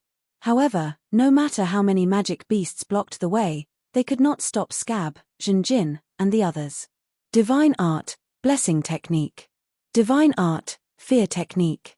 Divine Art, Calm the Mind. Divine Art, Tenacity Technique. Divine Art, Flash Technique. Divine Art, Hold Technique. Divine Art, Invisibility Technique. Divine Art, Extreme Vision Technique. The blessing spell greatly increased the attack power of Jin Zhan and the others. The panic spell made the magical beast army panic, calmed their minds and stabilized their morale. The tenacity spell was comparable to the iron families. The flash spell made the magical beasts blind, and the immobilization spell made them stand in place and watch as they were easily slaughtered by humans. Invisibility technique made Jin Jin and the others invisible, making it easier to execute the decapitation tactic. Extreme vision technique allowed people to see the results of their own actions and make timely and accurate adjustments. Scab's existence changed the entire battle situation. Silver level was usually the lord of a city or the head of a small or medium-sized organization. San Dao was the leader of a mercenary group, but his cultivation was only at the black iron level. After a battle, Scab could also use healing and detoxification techniques. The 5 Apologetics Knights were also independent and were all at the Black Iron level. There was a difference between the Apologetics Knights and the Holy Knights. The Holy Knights were the exclusive army of the Shengming Emperor, and only the Shengming Emperor had them.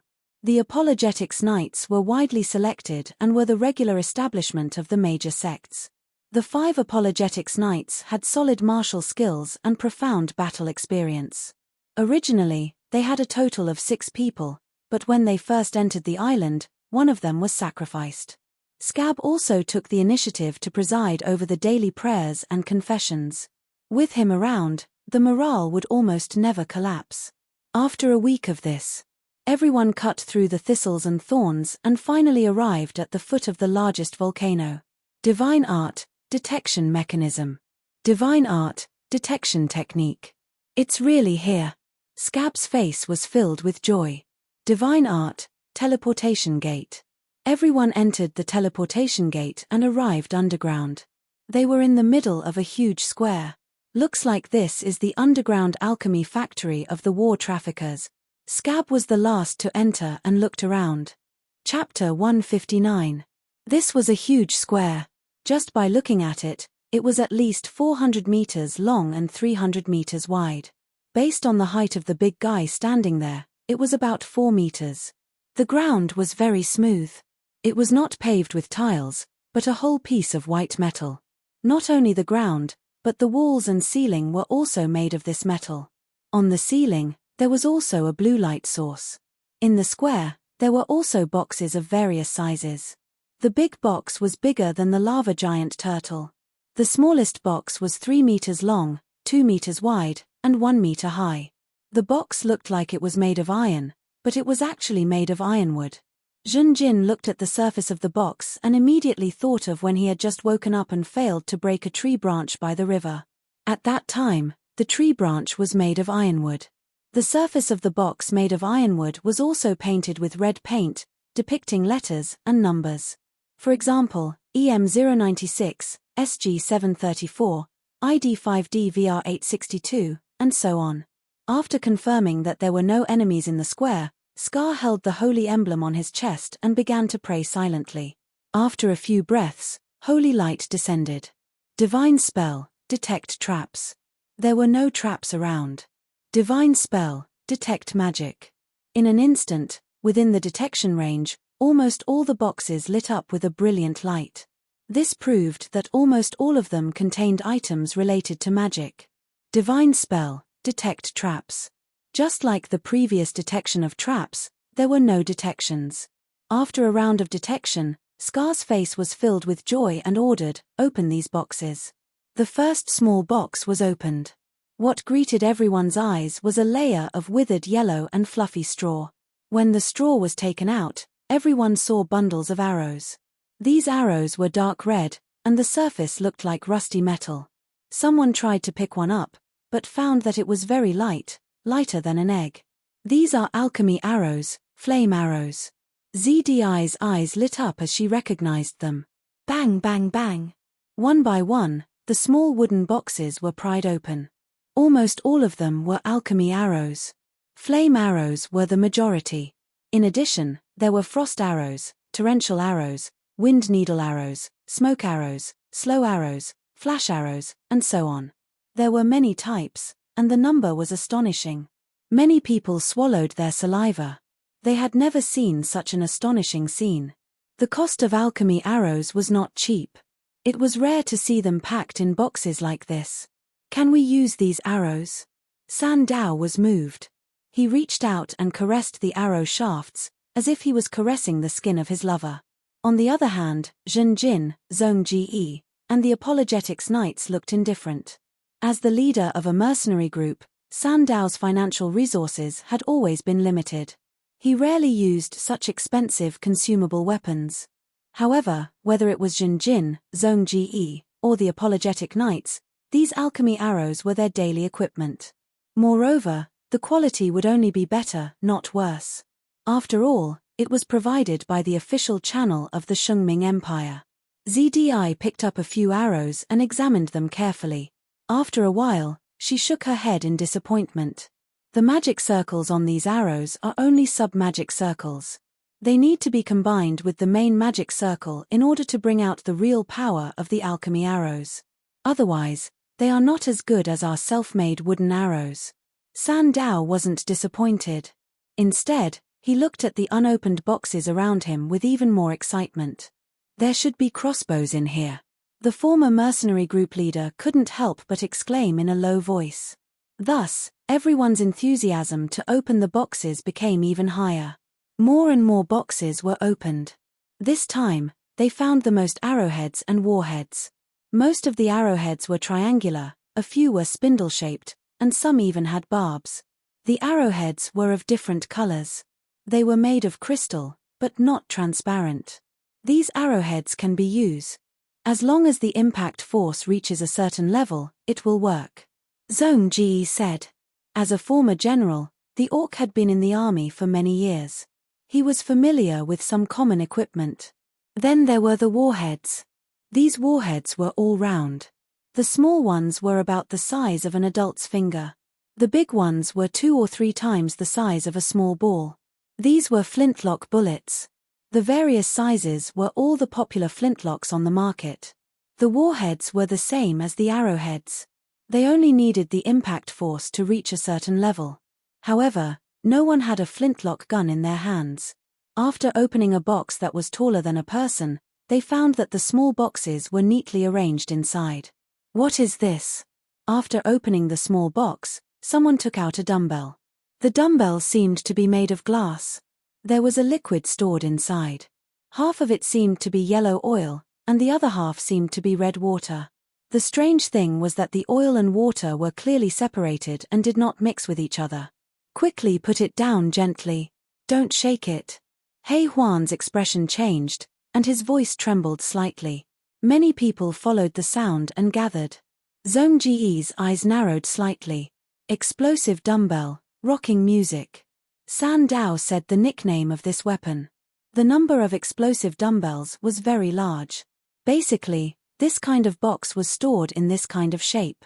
It seems that this is indeed the alchemy factory of the war traffickers. Scab confirmed again. This weapon was the signature product of the war traffickers. After shaking it violently, the two liquids would mix together and explode within a certain period of time. The oil fire produced by the explosion would adhere to the surface of the target and burn intensely for a period of time. The temperature of the burning was 10 times higher than ordinary flames.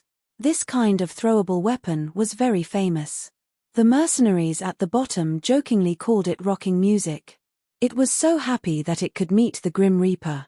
Haha, we finally found it. After a moment, San Dao laughed loudly.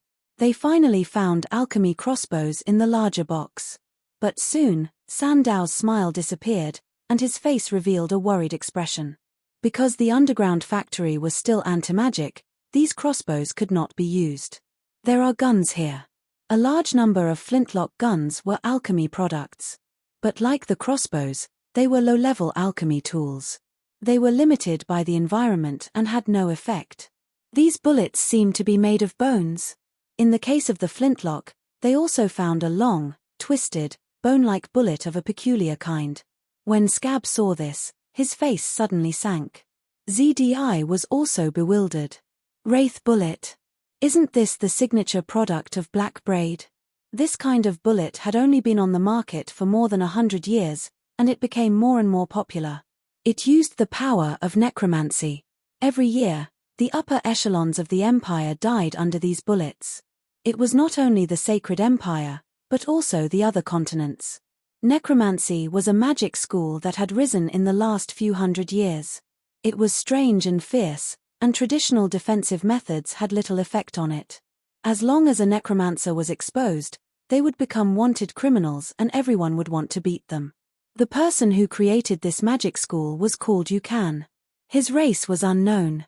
Some people said that he was once a great shaman among the beast men. Some said that he was once a blasphemous priest who stole the divine power of many gods. His biggest identity was the necromancer ancestor.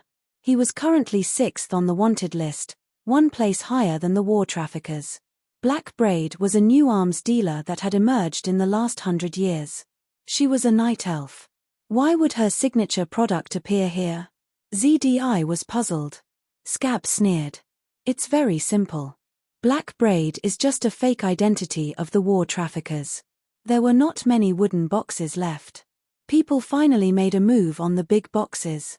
Let's see what's hidden inside. Wow. What a big and thick guy. Mu Ban whistled. It was an alchemy cannon. The pitch-black body of the cannon was engraved with golden lines, giving people a feeling of toughness and tyranny. Below the cannon was a silver-white base, forming a turret. This is a gold-grade alchemy cannon. ZDI's eyes lit up, her face showing joy. This meant that this alchemy cannon was very likely to be used in the current environment. There's a set of cannonballs inside. Someone exclaimed. There was another discovery. The spherical cannonballs seemed to be solid bullets, but the colors were different. The similarity was that the surface of the cannonballs depicted a roaring dragon head. This is Big Bang's Dragon Howl bullet. ZDI whispered. Big Bang was a giant, and also a new arms dealer that had emerged in the last 100 years. Dragon Howl Bullet was his signature product. Everyone's heart sank. This meant that Big Bang, a new arms dealer who had risen to fame, was very likely another identity of a war trafficker. Do. Just as people pulled out the alchemy cannon, the whole square rang with a sharp alarm. At the same time, the blue light on the ceiling turned into a constantly flashing red light. Warning! Warning! Intruders in the warehouse! Intruders in the warehouse! A mechanical voice resounded throughout the square. Everyone's expression changed. Tower Genie. Scab's face was ashen. This underground alchemy factory is most likely the war trafficker's wizard tower. Get ready, we're about to fight. Chapter 160. The red light flickered continuously above their heads, reflecting on everyone's tense and dignified faces. Gods were very rare, and the legendary level was already the peak of the world. If they were in charge of mundane affairs, they were usually the leader of a large country, the leader of a powerful alliance, the leader of a school, and so on. Silver-level extraordinaires such as Zhong Ji and Scab were often the lords of a city or the leader of a medium-sized organization. Comparing the two, the huge gap was obvious at a glance. Legendary figures were usually only heard of in rumors. Even if they did not personally experience it, everyone could fully feel the power of the war traffickers by looking at the alchemy fire in the large and small wooden boxes. With one shot from the gold-level cannon, everyone would be finished. Taking any box of alchemy arrows, only 1/10 of the arrows would be needed to shoot all at once. In the anti-magic environment, the survivors would be easily destroyed. Quick, quick, quick. Put all the arrowheads that can be fitted. The apologetics knights shouted loudly. With them, Zhong Ji, the half-orc, would not be the one to command.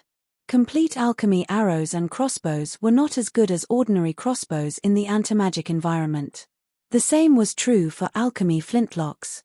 Without the infusion of magic or chi, they could not fire bullets. Everyone took the alchemy arrowheads and put them on their arrow shafts. It was very regrettable that there was no armor or shield in these boxes. Whether it was the war traffickers, the black braids, or the large-scale firearms products, they did not involve much in armor. The big guy tried his best to drag out the cannon, but the golden cannon did not move. The injuries on his legs had been treated a few days ago. Scab would cast divine spells on the big guy every day to heal serious injuries and regenerate broken limbs. The big guy got rid of the bitter and difficult situation of crawling with his hands, but his physical strength was still relatively weak. The cannon was too heavy. In the end, Zhong Ji, Zhen Jin, and the big guy worked together to drag the golden cannon out and point the muzzle at the door. After everyone formed a formation, they were ready for battle. In the end, after a long time, there was still the sound of the alarm and the red flash above their heads. There was no movement at the door. Just as we guessed before, there must be a problem with the war traffickers. It seems that his situation is very bad. Even the alchemy factory has no defensive power. Don't be careless. Perhaps they are gathering. Perhaps there is an army behind the door. Jia Shuo, Zhen Jin, and the others were discussing. After waiting for a while, the enemy still did not appear. Divine Art, Detection Magic. Divine Art, Detection Magic. Divine Spell, Detection Magic. Scab used 3 divine spells in a row, but he still couldn't detect what was behind the door. No. He sighed. This gate is part of the alchemy factory. My detection magic is only at the silver level. I can't find any useful information. According to his speculations, the alchemy factory was the wizard tower of the warlords. A legendary wizard tower was of a very high level. They were able to detect the goods in the wooden boxes because the alchemy munitions were not part of the alchemy factory. Everyone was armed to the teeth. The arrowheads were replaced with alchemy arrowheads, and each of them was equipped with at least 3 explosive dumbbells. Zhong Ji and the others were allocated even more. Hei Huan was worried because explosive dumbbells were expendable throwing weapons. It was easy to accidentally injure allies or even oneself. After waiting for a long time, no enemy appeared. They couldn't go on like this. It was impossible for everyone to be tense all the time. Maintaining this state for a long time was a huge drain on one's physical and mental strength. If that's the case, let's fight. Zhenjin's suggestion was unanimously approved. First, they had to destroy the tightly shut gate in front of them. Everyone first used the set of alchemy arrowheads to design the arrowheads. After a series of small explosions, the gate was intact, except for a layer of grayish-black on the surface. I'm going to throw the explosive dumbbells. Zhong Ji reminded. Everyone cautiously retreated. Zhong Ji held a dumbbell in his hand, shook it up and down crazily, and then threw it out fiercely. The dumbbell hit the gate, and suddenly there was a loud bang, followed by a raging flame. The boiling hot air constantly hit everyone's cheeks, and they retreated again. Most of them were shocked as it was the first time they saw the power of the explosive dumbbells. Even Zhong Ji, He Huan, and the others were a little surprised. A guardian knight looked at his explosive dumbbells again and said, "These explosive dumbbells are much more powerful than I remember. They should be new and improved versions." However, after the flames subsided, the gate was still intact. It seems that we can only use the alchemy cannon. Zhenjin gritted his teeth. Everyone's face was solemn. Using the cannon in this enclosed underground space was a very dangerous thing to do. If the power was too great, it would lead to a collapse, and it would be difficult for everyone to survive. And if the gate was not blown up, the small space would be affected by the violent explosion and burning, and the losses would be disastrous. But other than that, there was no other way. Although Scab could fully unleash his power, the power of his offensive divine spells was limited. He could do nothing to the gate. Everyone retreated again and again, and Scab controlled the alchemy cannon. The activation of the alchemy cannon required the infusion of magic or qi, and everyone was restricted by the environment. Scab could only guide his divine power and substitute it. When the divine power was infused to a certain extent, the alchemy cannon began to emit a strong aura, and the surface was covered with a layer of light. The cannon's ammunition was taken out and placed at the tail of the cannon. Solid bullets, chain bullets, grape bullets. It seems that this alchemy cannon is a ship's cannon. Who ordered the goods? To be able to use this level of cannon, the ship is definitely not simple. Kang Shu sighed. There were many types of cannonballs, and it was difficult to choose which one to use.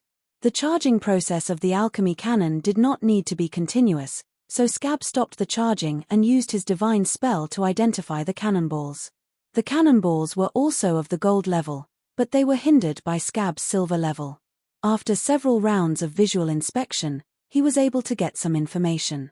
After more than 10 rounds of visual inspection, Scab chose a cannonball with a green dragon head mark. The big guy moved the cannonball from the tail of the cannon to the body of the cannon. Scab used extreme vision to predict the outcome of the cannon attack. The result made him very satisfied. After a while, he finally finished charging. He was so tired that he wanted to die. Generally speaking, if one controlled the alchemy cannon alone, it would be presided over by a gold-level extraordinary person. Even if it was not possible, several silver-level experts would have to work together. If the alchemy cannon was installed on a ship, the usual charging would be provided by the magic energy pool or the magic energy furnace on the ship. Now, it was all up to Scab alone, almost squeezing him dry. My condition is not good. If the door is broken and a fight breaks out, I basically have no way to provide any support to everyone.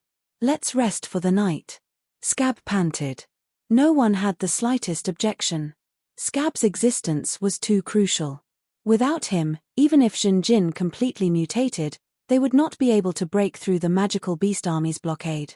Next, they would have to deal with the war traffickers, and it would be even more impossible without Scab. Although he was extremely tired, Scab still managed to preside over everyone's prayer before falling asleep. There was a difference between extraordinary people like priests, and mags and fighters. In essence, the power of a priest was borrowed from God, not their own power. But priests did not have no self-cultivation. Their daily practice was to pray, to offer their faith to God, to prove their devotion. God lent them divine power according to the level of devotion of each cult member. Continuously bathing in divine power and using it, the physical fitness of priests, bishops, and so on would be improved correspondingly. From God's point of view, how to lend divine power was to create a receiver. The more devout the priest, the better their physical fitness, and the more divine power the god could release to him, her, it. Scab prayed before going to sleep, fell asleep, and prayed again after waking up, completely recovering his strength. Scab activated the alchemy cannon, and with a dragon's roar, the cannonball shot out. After shooting at the door, there was only a muffled sound, and then a large amount of thick green liquid splashed out. Everyone had already retreated to the back and was not affected by the green liquid. The green liquid corroded the door, quickly melting a small hole.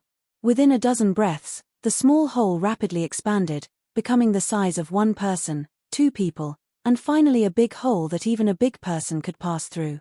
Everyone cheered, all thanks to Scab. There were no enemies behind the door, and there was a long passage. The four walls of the passage were made of metal, and like the warehouse before, they were all made of white metal.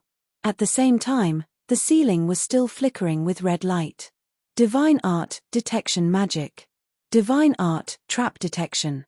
Divine art, mechanism detection.